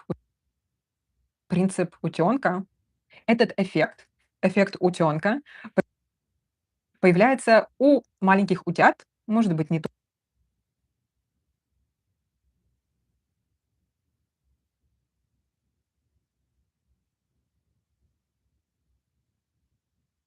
появляется у маленьких утят, может быть, не то- появляется у маленьких утят, может, не только у утят, но когда они не только у утят, но когда они только вылупляются, когда они только рождаются, и они видят их маму. Они думают, что это их мама. Они видят их маму. Они думают, что это их мама, и они начинают следовать за этому их мамы, и они начинают следовать за этому. Это может быть человек, это может быть другой животное, но они везде ходят за этим за этой птицей, за этим человеком. У меня тоже был такой эффект утенка, просто потому что это была первая песня, которую я сама послушала. Это была первая песня, которую я сама послушала. Она мне понравилась. И в этом месяце она прочувствовала на себе всю... Так, я давайте прочувствовала на себе всю... Так, я давайте поставлю камеру поближе. Мгм. Вот. Поставлю камеру поближе. Мгм. Вот. Не изменилось. Ладно. Так вот, в этом не изменилось. Ладно. Ладно. Так вот, в этом месяце я прочувствовала силу изучения языка, из новости. Вы знаете, что на моем канале мы регулярно читаем новости, разные новости, и регулярно читаем новости, разные новости. Есть огромный плейлист с разными видео на разные темы. И в этом месяце эта певица, аргентинская певица, выпустила новую песню. Она певица, это ее работа. Логично выпускать новые песни. И кажется, что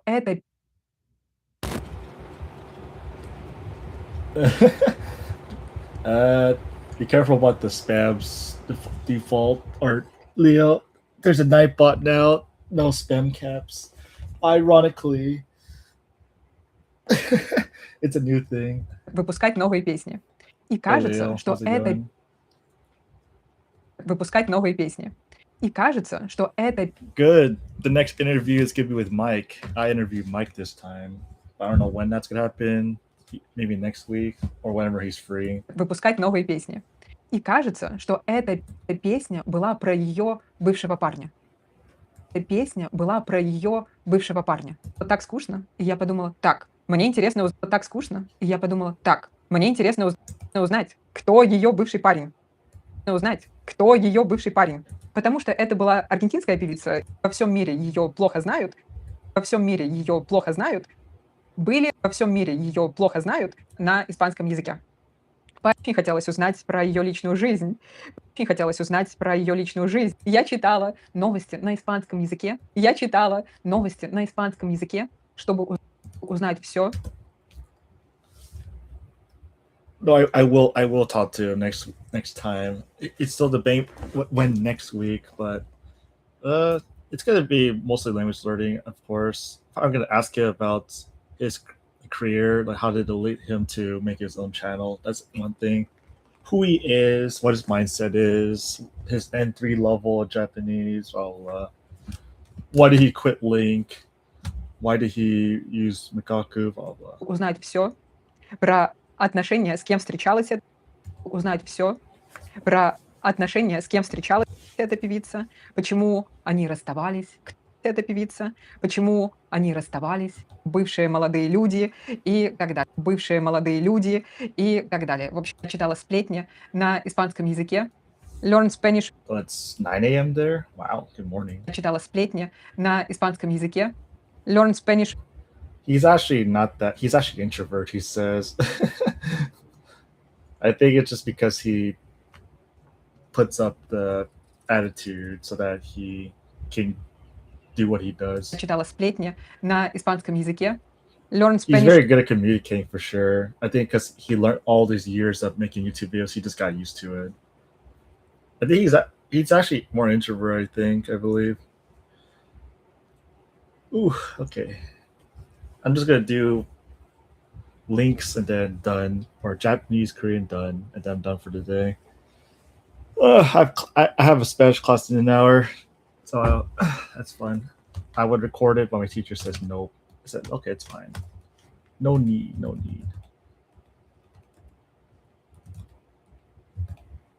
All right, man, we're gonna do Cantonese. Someone asked me, how hard is Cantonese? Oh, yeah, about that. If you're starting from 0, oof. Yeah, good luck with that. You thought Mandarin was crazy hard.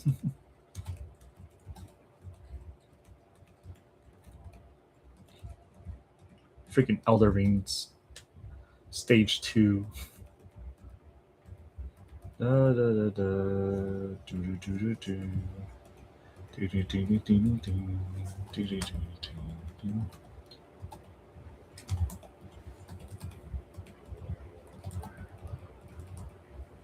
Are you gonna play Airsoft today again, or is today studying chill day, video games day? We need Shiro back in here.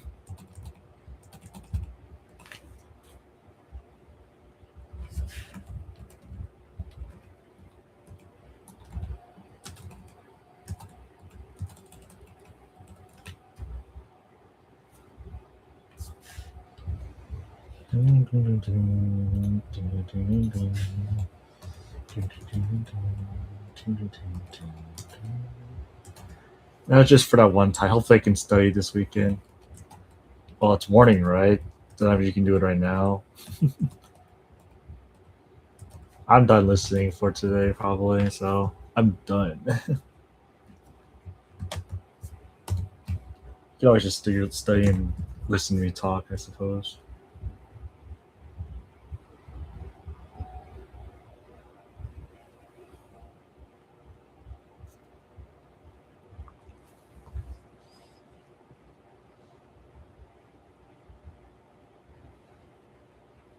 You know, I think it would be such a fun title. Would be Road to like rank 1 in the Link leaderboard.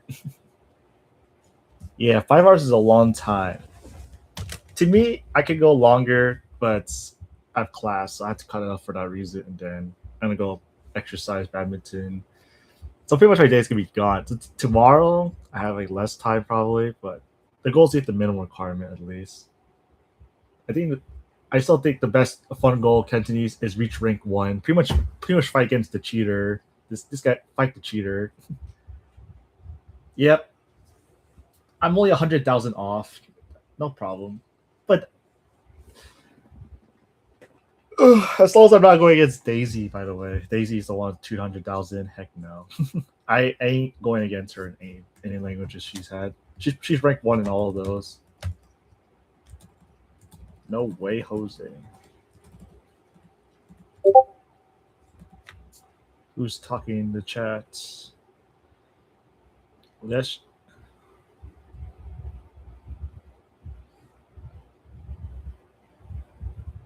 Ooh.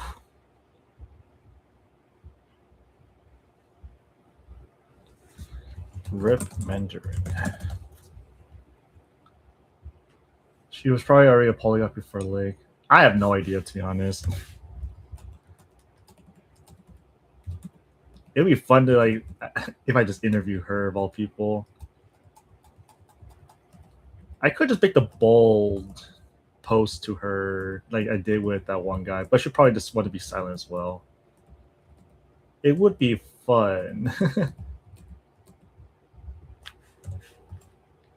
Should I just ask her, are you a polyglot beforehand? Or how do you get these numbers so high? How'd you do it? Pretty much what Mike did to me. Because if I see those numbers, like that's crazy to me.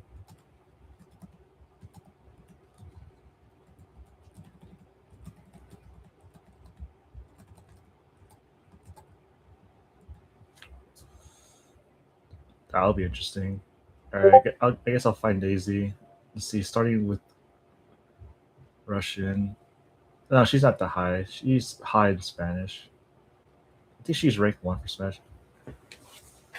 Oh no, all the top Chinese learners, they're all gone. They're gone. Oh, Daisy's not number 1? Wow. Wait, what? Wait, 200,000? No, I'm tripping.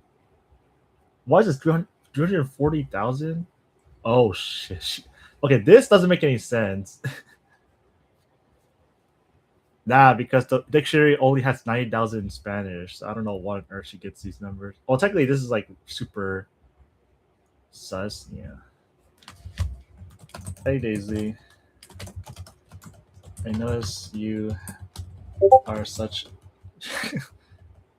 you are a very active Link member. I was wondering if you are fine with it. If I can have an interview online discussing your strategies of learning words and such. Thank you. Chai-Tran. I don't know. Will she ever think I'm a celebrity? There's no way. She's like, oh my god, it's Chai-Tran. I'm just kidding. Yeah, it's the best I can do. I don't know. I can always try to private message though. Let's see. Oh, I kicked out my Japanese. Daisy Gwen, the queen herself.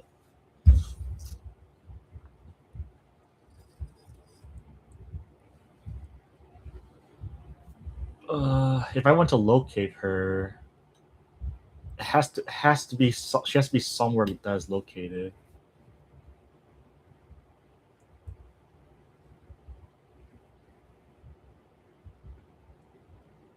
She liked one of my posts, so maybe that's where I had to find her.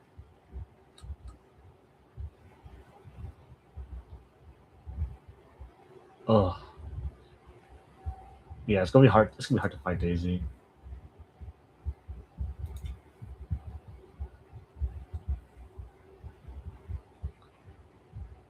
Come on, Daisy. She's gotta be somewhere. Daisy.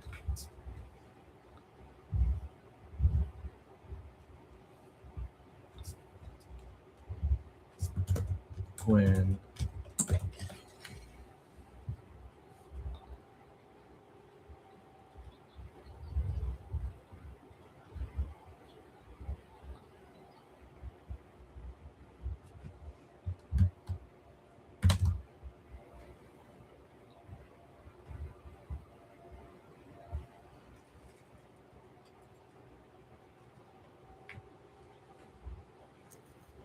If she actually says yes, that'd be interesting.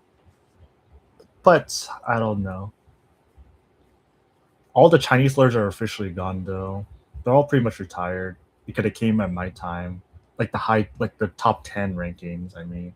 They're either native speakers, cheaters, or there's only 2 that actually try, but they're not really learners, as in they don't listen, they just read. Wait, I know one person. My rival back then. Oh shoot. Give me Bamboozle.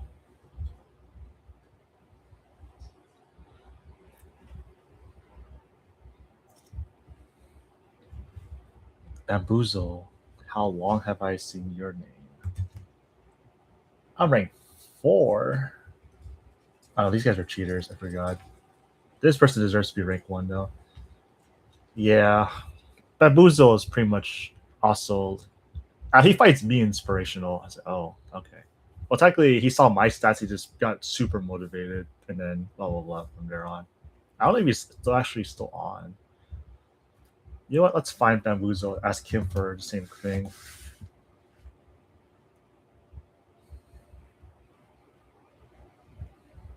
He's very detailed though. He's German. What do you say? His username is what? Hidden? No, he's still here. Yeah, this user's public profile is hidden.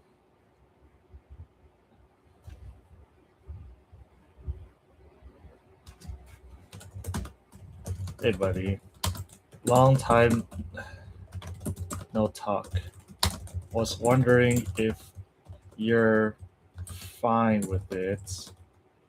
If we can have a discussion about our past and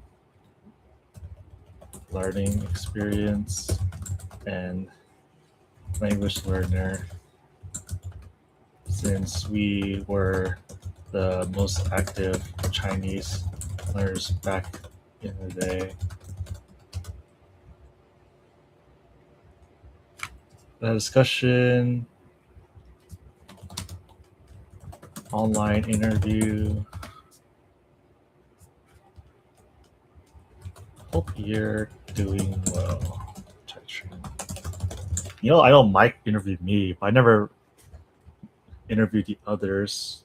I call us like the Musketeers because there's only 3 super active Chinese members when I started, but now there's not really a active learner anymore. Everyone's like pretty much brand new. Well, there's you. That's definitely it. But technically, I already talked with you for sure. Like these guys, for example. Yeah, see, it doesn't count. I wonder who has the most links. Shit. Oh, wow. Okay.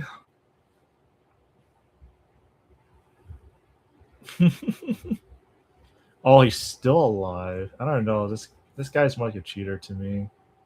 He literally only reads though. Yeah, this doesn't count. He only reads. Nope.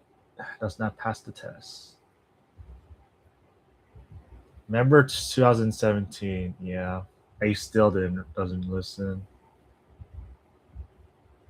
I know this person's been on the longest, like super long. This person's been learning Mandarin for over 10 years. Like on Lane. It's just like the progress she does is very slow. 776. I think she just legit just listens for fun. It would be fun to have Tofu Meow though, but she only reads. It's a she. This person's definitely off the grid. There's really no active members anymore. Everyone pretty much abandoned the entire thing. I don't blame them, but okay, this person's still alive. But this is a 19,000. Not enough. Holy crap, 36 hours of listening. 2,592. Wild. This guy asked me for advice? Ralph?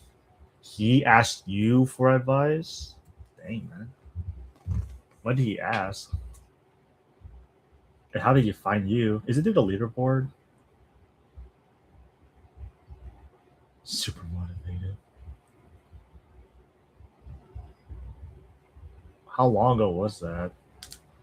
Oh, oh, this is Dennis. Never mind. This guy's inactive.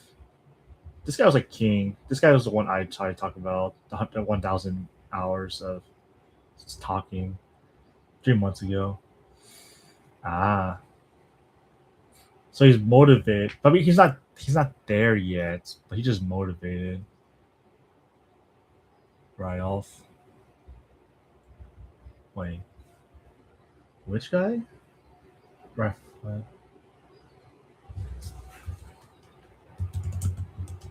Oh, I'm an English keyboard. Yeah. Okay. 13,000. Okay, he's only doing Mandarin. His hours is insane for listening, though. 1,000-day streak on Mandarin. Interesting.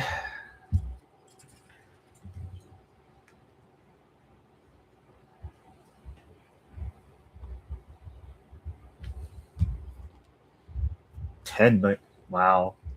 I wonder if he actually read 10 million words. Because if he did, he's like way above me. Like 25 times more than me.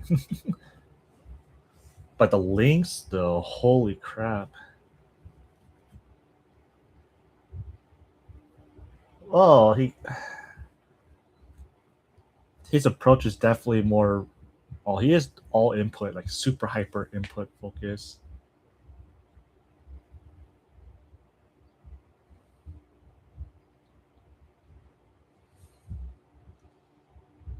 Oh, 278. I got 5 subscribers today. Whoop whoop.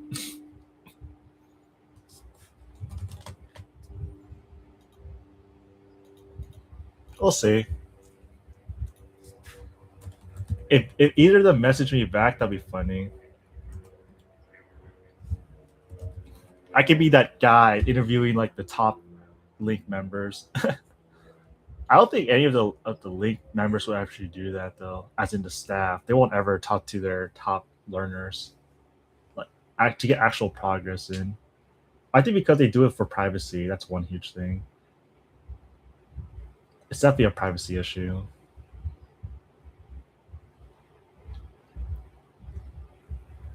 Ironically, it's like even though they're pros for a reason, but there's also the shadow bosses, the shadow players that are just in the background or they're just hidden, but they're just as good, which is a thing.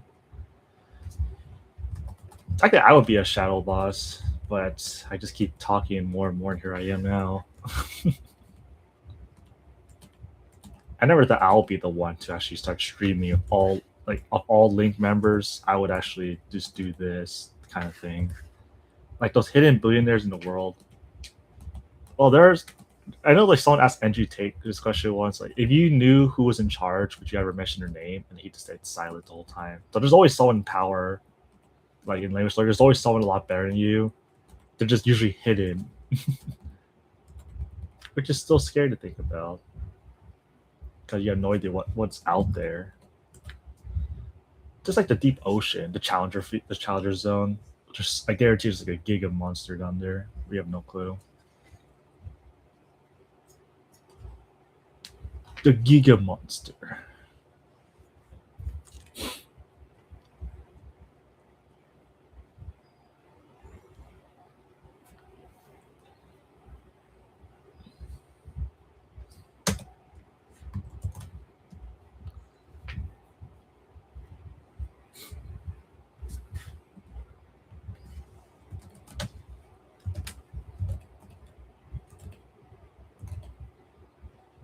Hey, Dexter.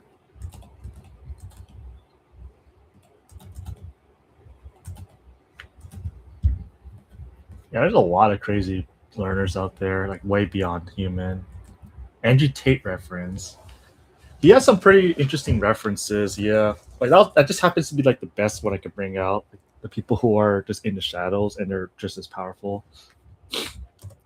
or even worse in terms of power. They're probably a lot stronger. Like how we see the FBI in the United States. Jesus, what are these words? Lactobacillus. People actually say this in conversation. Lactobacillus. Probiotics. Honestly, Koreans are way too educated. They always talk about. They use words that are so advanced. For a learner wise, it's the barrier to entry to Korean is like super hard. It's the barrier to learning native content. I mean, just because they all say such simple concepts super complicatedly.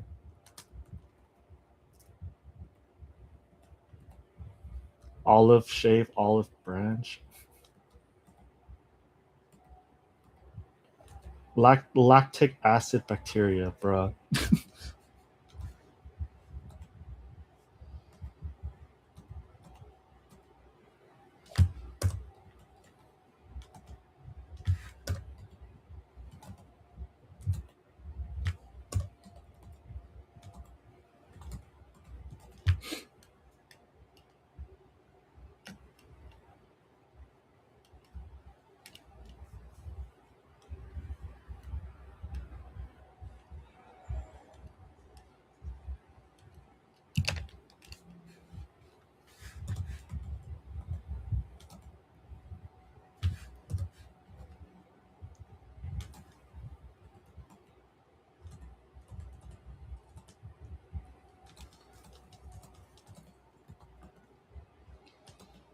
I don't default dimension. I think you should attempt Cantonese at the same time. You're gonna reach a dead end for Mandarin. You might as well just join the double culture because Cantonese is literally China as well. Honestly, those two languages are just enough. You're pretty much gonna be king if you know the language. Not king, but definitely doing well. You could definitely be regarded as king if they heard you learned it from zero, technically.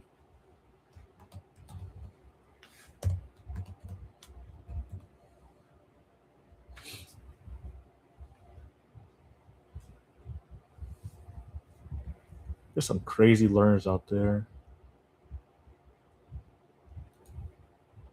Iron Twig. This guy's off the grid. Cheaters. 90. Wow, 92,000 Italians. Insane. There's actually a lot of words in Italian too, ironically. 1,000 listening.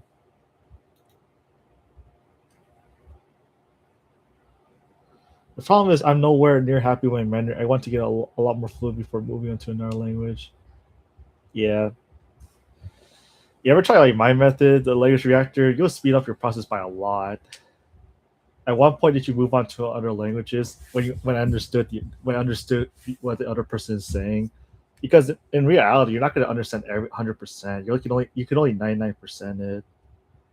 So there's always gonna be like one word you don't know. So it's gonna take you a long time to really perfect it. You might as well just do them both because if your progress is high and you're at a high level, then you're pretty much gonna be at such an opportunity cost of it's just really worth me just doing the same thing and getting like smaller results every time. Because if you're using it all the time, then what's the difference? Besides, yeah, man. If you're speaking Mandarin all the time, I guess just use Mandarin. But you're not speaking Cantonese at all, or you think you don't need to speak Cantonese, I guess you don't need to learn it. I have to learn Cantonese. I have no choice. I do have a choice, but it'll be disrespectful if I don't learn it. And it'll be hard to talk with partners' parents, so that's a big problem too. So technically, I am prioritizing Cantonese. I don't know. I don't really speak Mandarin as much as I thought I would because I have to actively pursue them or go to restaurants that speak it at most. Other than that, I can always just stay in defense, always build my castle, and then when an enemy ever attacks, or if I decide to attack them because I'm such a nice man, then nothing to worry about, right? Because when you're at home, you're always listening. You're pretty much always training. Not really much of a difference. Like, do you want if you need to speak it for survival reasons? Okay, then always learn Mandarin 24 hours. If you're in an environment that you don't need it all the time, then you can always just build it little by little, and with no rush.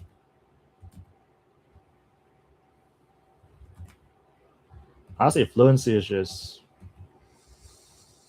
yeah. You can always try my metric if you want. Like you get to 30,000 lords of listening, and then you have a good foundation. I pretty much just treat like a link known word. Like if I want to get 100,000, this will take me literally, God knows how long, 10 years. If I do 15-minute clips, if I do a 15-minute audio every day, right? That's why every 5 minutes you get about 10 words. So if I do 15 minutes, which is 30 words a day, and then times 365, that's 10,950, right? Because technically at 2 or 3 years later, you're at good listening level. And then our levels, our known words on Link is 60,000 to 100,000, right? So you pretty much have to pretty much do that. So pretty much this is 9 years. So for me, if I want to hit every single word I heard on Link, if I focus the content, it'll take me 9 years if I do 15 minutes a day.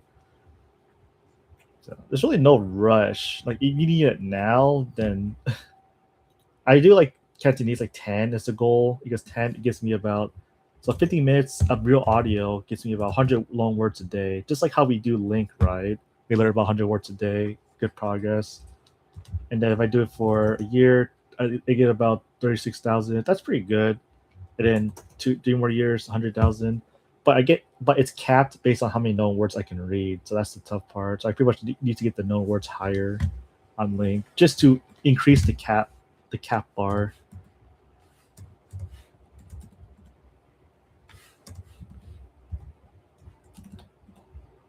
I don't even know you're still there, but I'm just ranting. Yeah, the reading goes up unreasonably.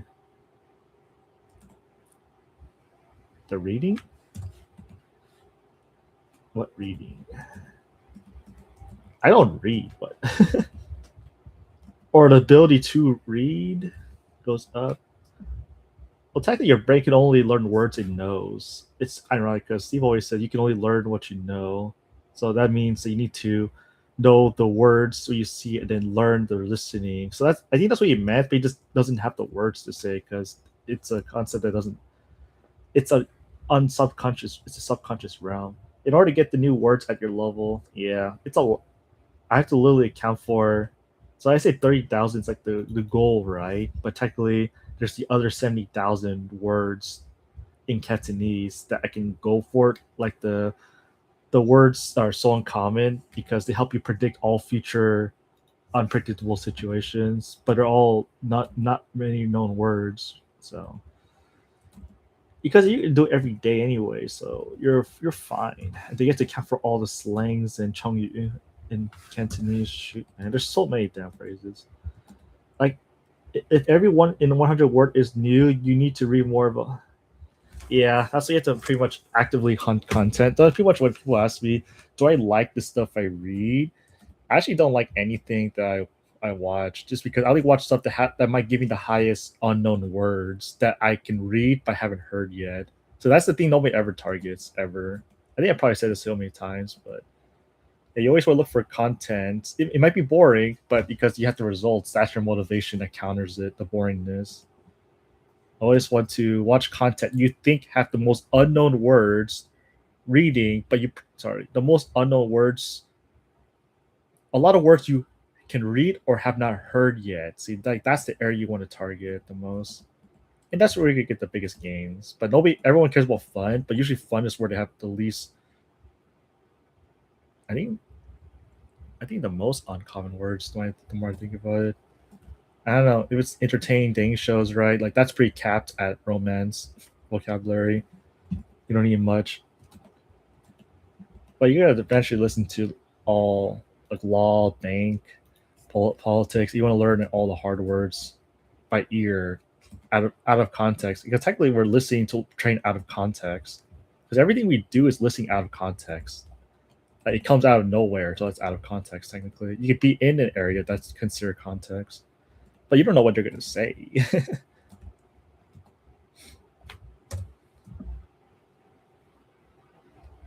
Ooh, 99, 100. Boom. Like, I'm so close to 100,000 Korean, but I'm only 1/3 of the way because there's so many damn blue words. Like, if I would learn, like, someone who mastered Korean, let's be realistic, they probably had to, I guarantee they probably learn the super fluent foreigners, they put at least an hour a day of real audio, right? That's about 2 hours, 3 hours a day. Let's say that's the parameters. So if they learn about 60 minutes, and then I said about every 5 minutes, so they did 12, 100. They learn about 120 words a day. That's pretty good. And then they always say they learn it like in 5 to 12 years or something, 5 to 10 years.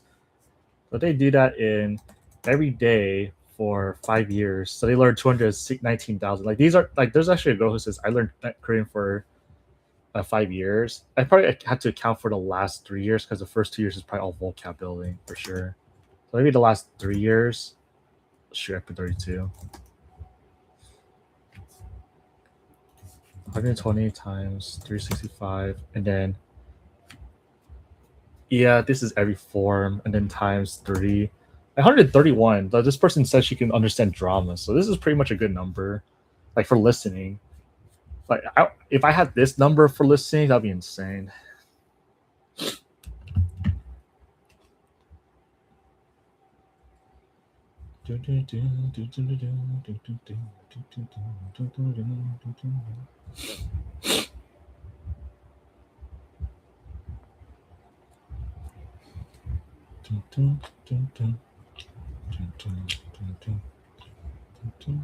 I guess a bathroom.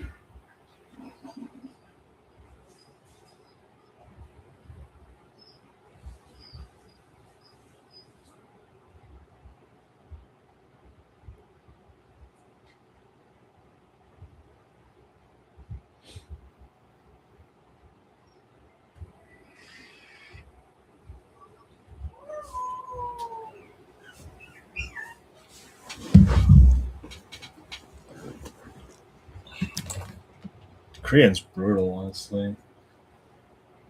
I don't know who would want to learn. Okay, I know people who want to learn creative, but they have no idea what they're getting themselves into. Well, if they want to learn well, see, that's the thing. Well.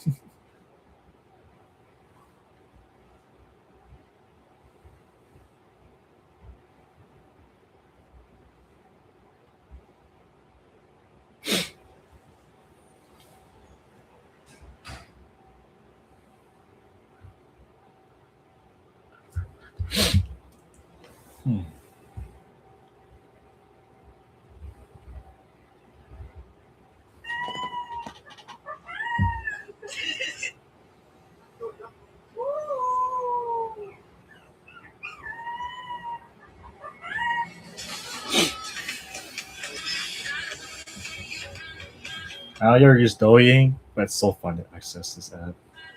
Chinese TikTok is a whole different world.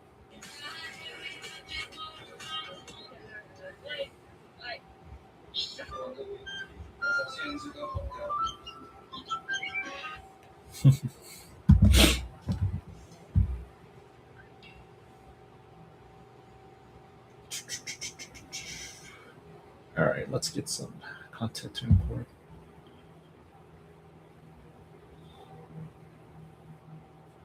Oh,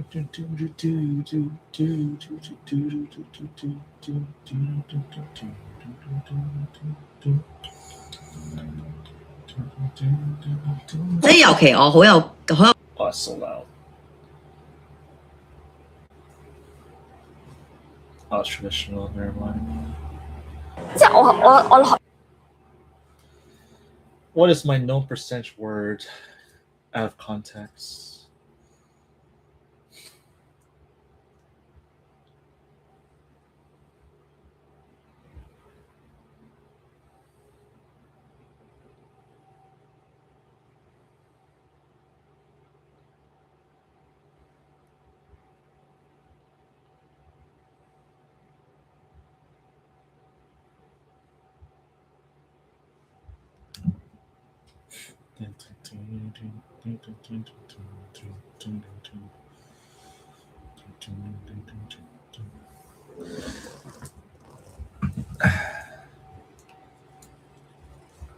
I mean, I know words to have out of context. 6%. That's pretty good.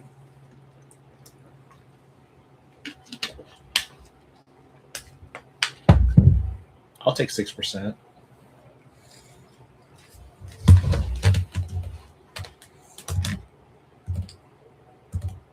Oh, wait, it was 6% then.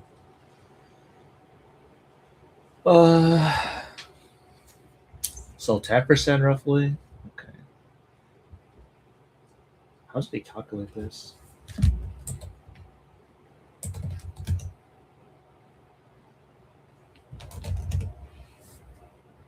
Hmm. 58 divided by 472. Bro, so that means I have a 12% unknown words count. That's pretty high in a bad way. But that means more potential to learn. That sucks to think about. I have a lot of words to learn.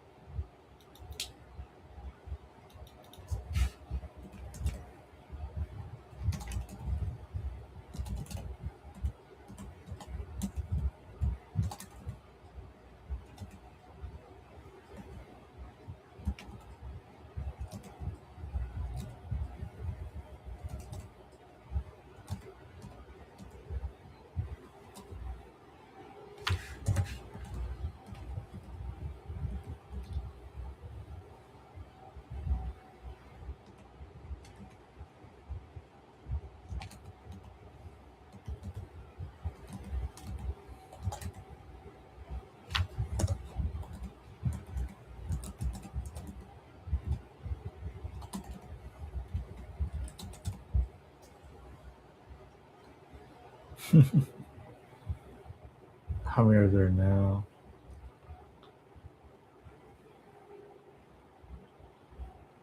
Okay, went down to 5%, 6% still. I'll take it. I'll take it. Huge gap.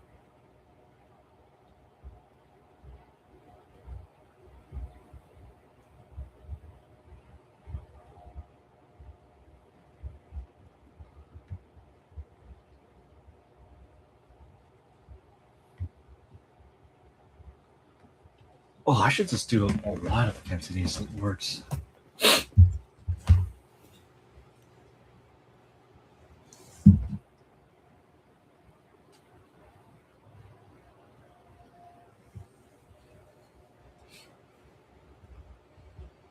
Ready or not. Are you still there, Leo?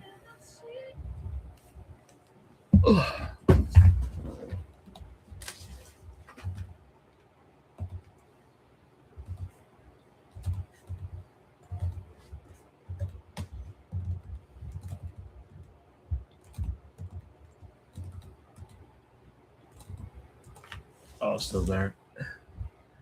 You ever heard of a guy named Stephen Hay? Like the online guy, like the online Asian dude who makes jokes? Emotional damage guy.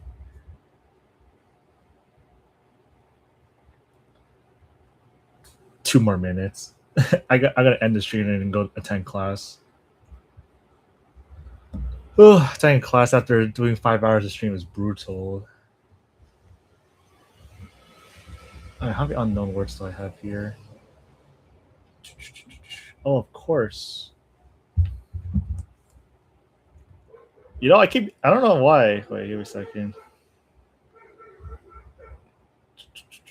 1 second. Is he really big where you're at, New Zealand?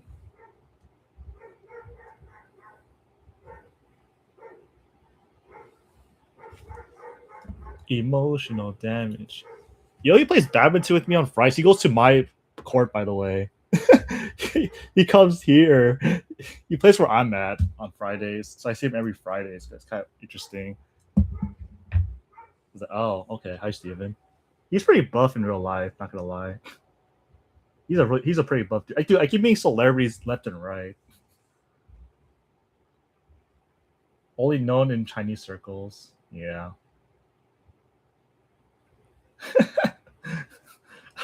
I got a collected like Infinity Stones now. Has he said it to you? Emotional damage? No. He only says it when it's like a huge group and he's recording. That's about it. Like he did it for the US national team. He recorded when we had the US Open here for badminton. I watched it, but yeah, he was there to give the emotional damage to the US team. To give them the encouragement. Emotional damage. The entire US team. I don't know if you're big on badminton at all, so I can't reference a bunch of names. Who are we talking about? There's like an online guy named Stephen Hay. You ever heard of Stephen Hay? The emotional damage Asian dude. I can play up just for reference. I don't know if you ever heard of this guy. Oh, that way I met, but what's the emotional? There it is. Emotional damage. You want some therapy?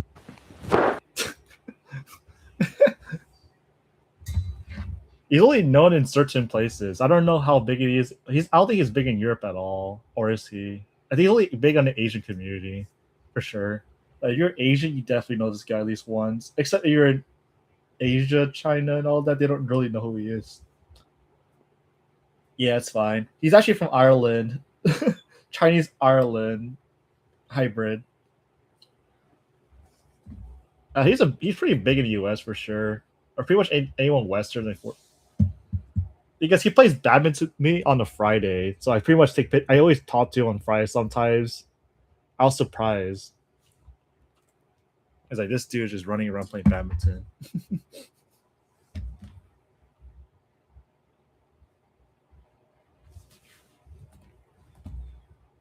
It'd be great if I could meet Ariana Grande.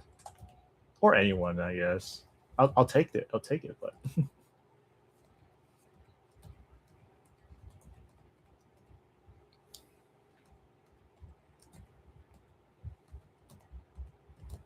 Because everyone there probably knows him. Yeah, exactly. Why Ariana? I used to be a fan of Ariana Grande when I was younger. Like there's like a show called Victorious. Ariana Grande. I don't know if you ever known these TV shows. She was pretty huge back then. Ariana Grande. I don't know what other show she's from. I know Victorious. Yeah, Victorious had like the best songs. My God, Nickelodeon too. I only think I'm Big Time Rush. This show is pretty good. There's Selena Gomez as well. Wizards, Waverly Place. Selena Gomez is pretty big on here too, for sure. So much happened back in the day.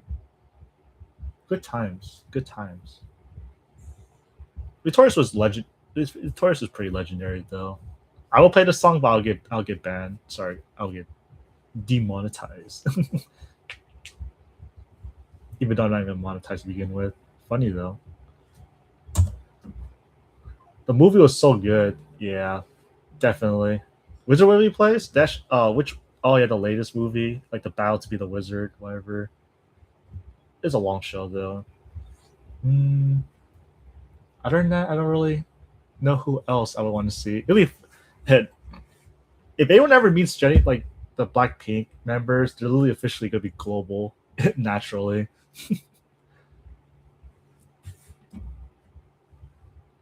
I went to KCON once. KCON back in LA. I forgot which year, but I took pictures with the K-pop stars back then.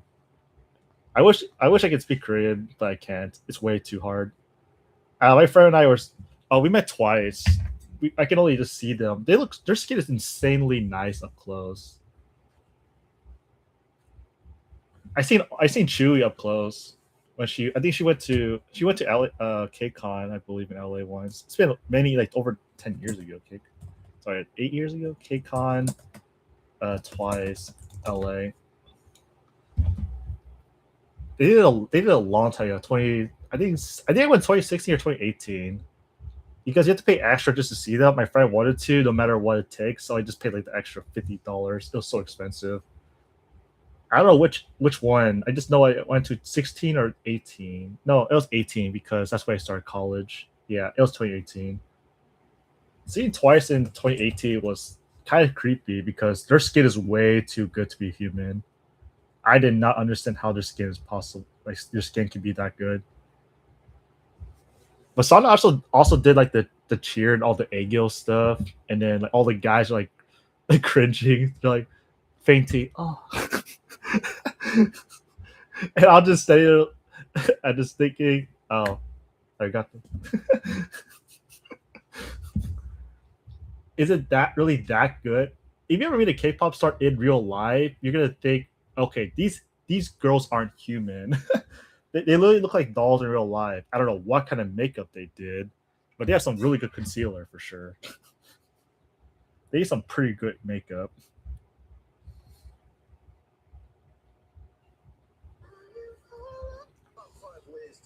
I'm trying to find who.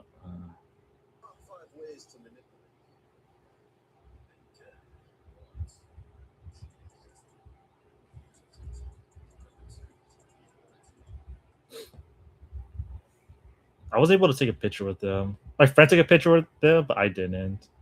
I didn't really have the need to take pictures with the K-pop stars. Back then, I wasn't really that big on pictures. So I don't really have much. I went to Anime Expo.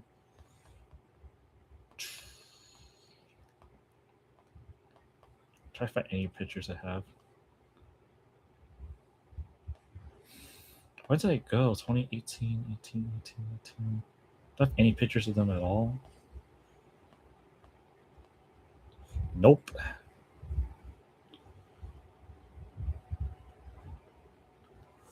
Do you think you would want to become a celebrity? While we were talking about, I was just picking up a dash door. We're talking about meeting the K.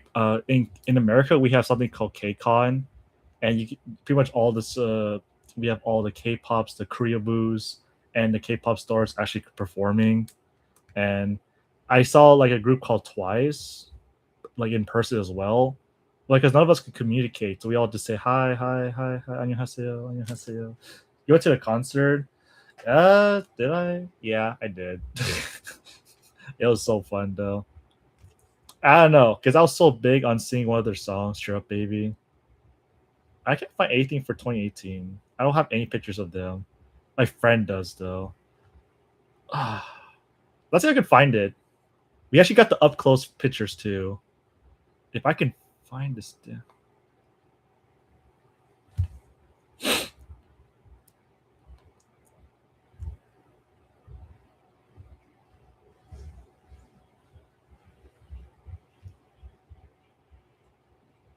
you think we want to become a celebrity? Not really. It's impossible for me to be a celebrity of all people, anyways.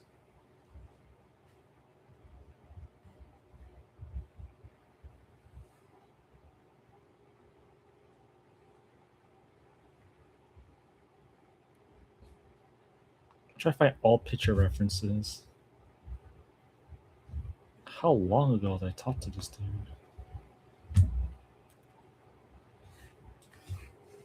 I sat in next to some actor from LA though. Very random though. He was like some guy in the show called Riot. Riot's like an American show for sure. It's pretty big here, but not anywhere else, I believe. I went low, but my things isn't loading. It's just like zoning out here. Okay. I also went to like where they did LingQ for Twice in Vancouver. It looks a lot dirty in person, trust me. They cleaned it up pretty well. Let's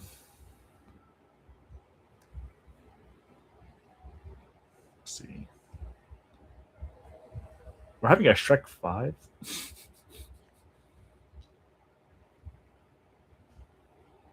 Wow, LA must be a crazy place to run into celebrities, internet celebrities. If you literally hang out in LA all the time, you'll probably meet someone. My friend met Chris Brown once. I said, okay. I don't live near LA though. I have to drive like 40 minutes to an hour just to get there, which is kind of annoying when I think about it. Why can't I find a video? Why? These are so... It won't load at all, man. He fell off. He fell off.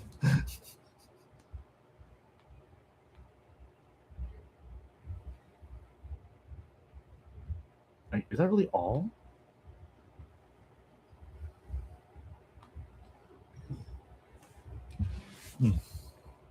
I guess I don't have the pictures, but... Can I just type Twice and it's in here? Nope. My friend met Sana in person. Actually, we all did, but he actually just like looked at her and he pretty much almost fainted. Celebrities are a whole different level of crazy, though. Like, you really don't want to enter that world. Well, who's a celebrity you always wanted to meet? Ooh, good question. Steve Kaufman. I would say Steve Kaufman for sure. He's technically a celebrity, right? In person, though. PewDiePie? You guys are so dramatic. It's so fun. It is fun to be dramatic. I think Steve Kaufman would be someone... Okay, I mean, I'm like, okay, I'm done. As an adult, I think Steve Kaufman would be a good celebrity because he pretty much led us to where we are now, right? Yeah, no more pictures. But it's fun, though. Yeah, K-pop stars, they're pretty scary looking. Like, they look way too good. I'm sure not just average European. When I went to Europe, literally almost a lot of people look a little way too good. You guys dress way too well. We're all pretty lazy here.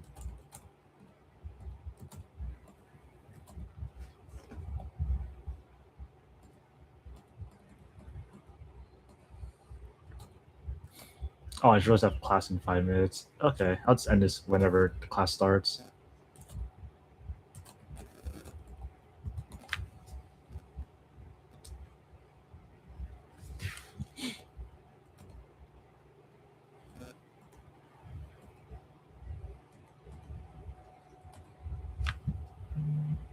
What language? Spanish. I got Spanish in 5 minutes.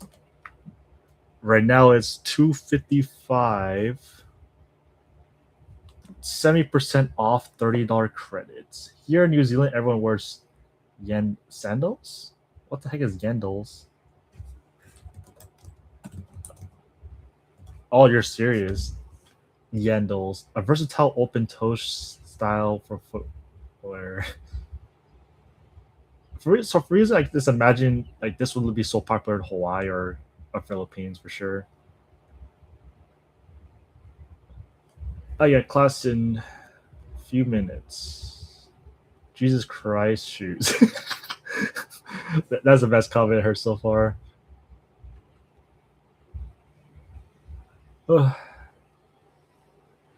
Honestly, the more I think about it, like these online classes are needed for short term. Like once you reach a certain level, you don't really need them anymore. I just realized that now after all these years.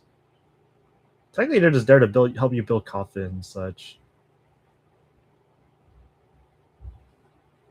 Yeah, I don't think I could do another video news teacher. I had enough.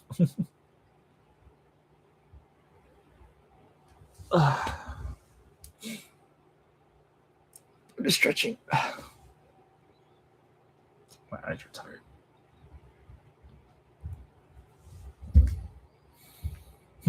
Monday class, Tuesday class, Wednesday, Saturday. So cheap. I know, right? I guess I only choose the cheap ones. That's me though. My teacher's like $5. Well, technically my Chinese teacher's $10 now, but I got it for $7 back then. I could get a Vietnamese lesson for less than a cup of coffee. Yeah, you probably get less than an entire burger too, or some kind of cheap fast food.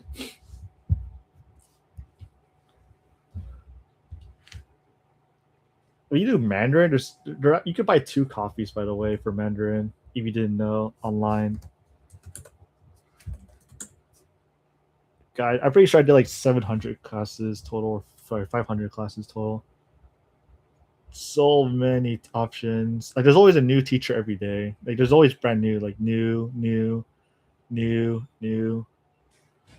Everyone's relatively young too. There's always a new teacher born every day on Preply. Give me the rural on condition. What's UNC?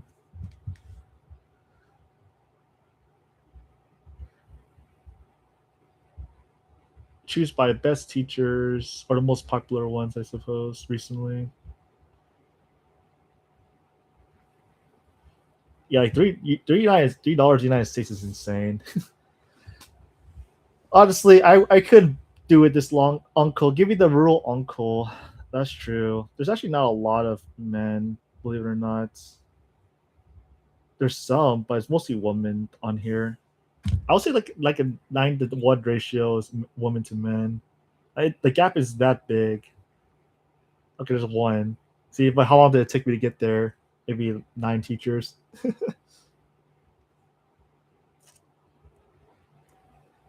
There's so many options, I swear. I don't know, man. You don't feel like talking. You always have Preply, right? It's so cheap. Ugh. All right, I'm gonna end the call. I'm gonna go attend class. Actually, I'll do 2 minutes. I'll just do it in the last minute. It doesn't really matter. I'm always late to class anyways. My teacher's so used to it. Japanese would be fun though. They're a lot more expensive though. Maybe twice the amount. The cheapest one is still pretty cheap though, $4. This guy's intro's pretty interesting because he's a voice actor. Cool voice and cute voice plus anime and roleplay. He seems decent. こんにちは。日本語講師の工作です。アニメ、アニソン、漫画、ゲーム、日本旅行が好きな皆さん、一緒に I'm like so tempted. Like, should I book it? 楽しく日本語を勉強しましょう。私のレッスンでは勉強だけではなく、実際に日本語を使って。This guy seems cool though.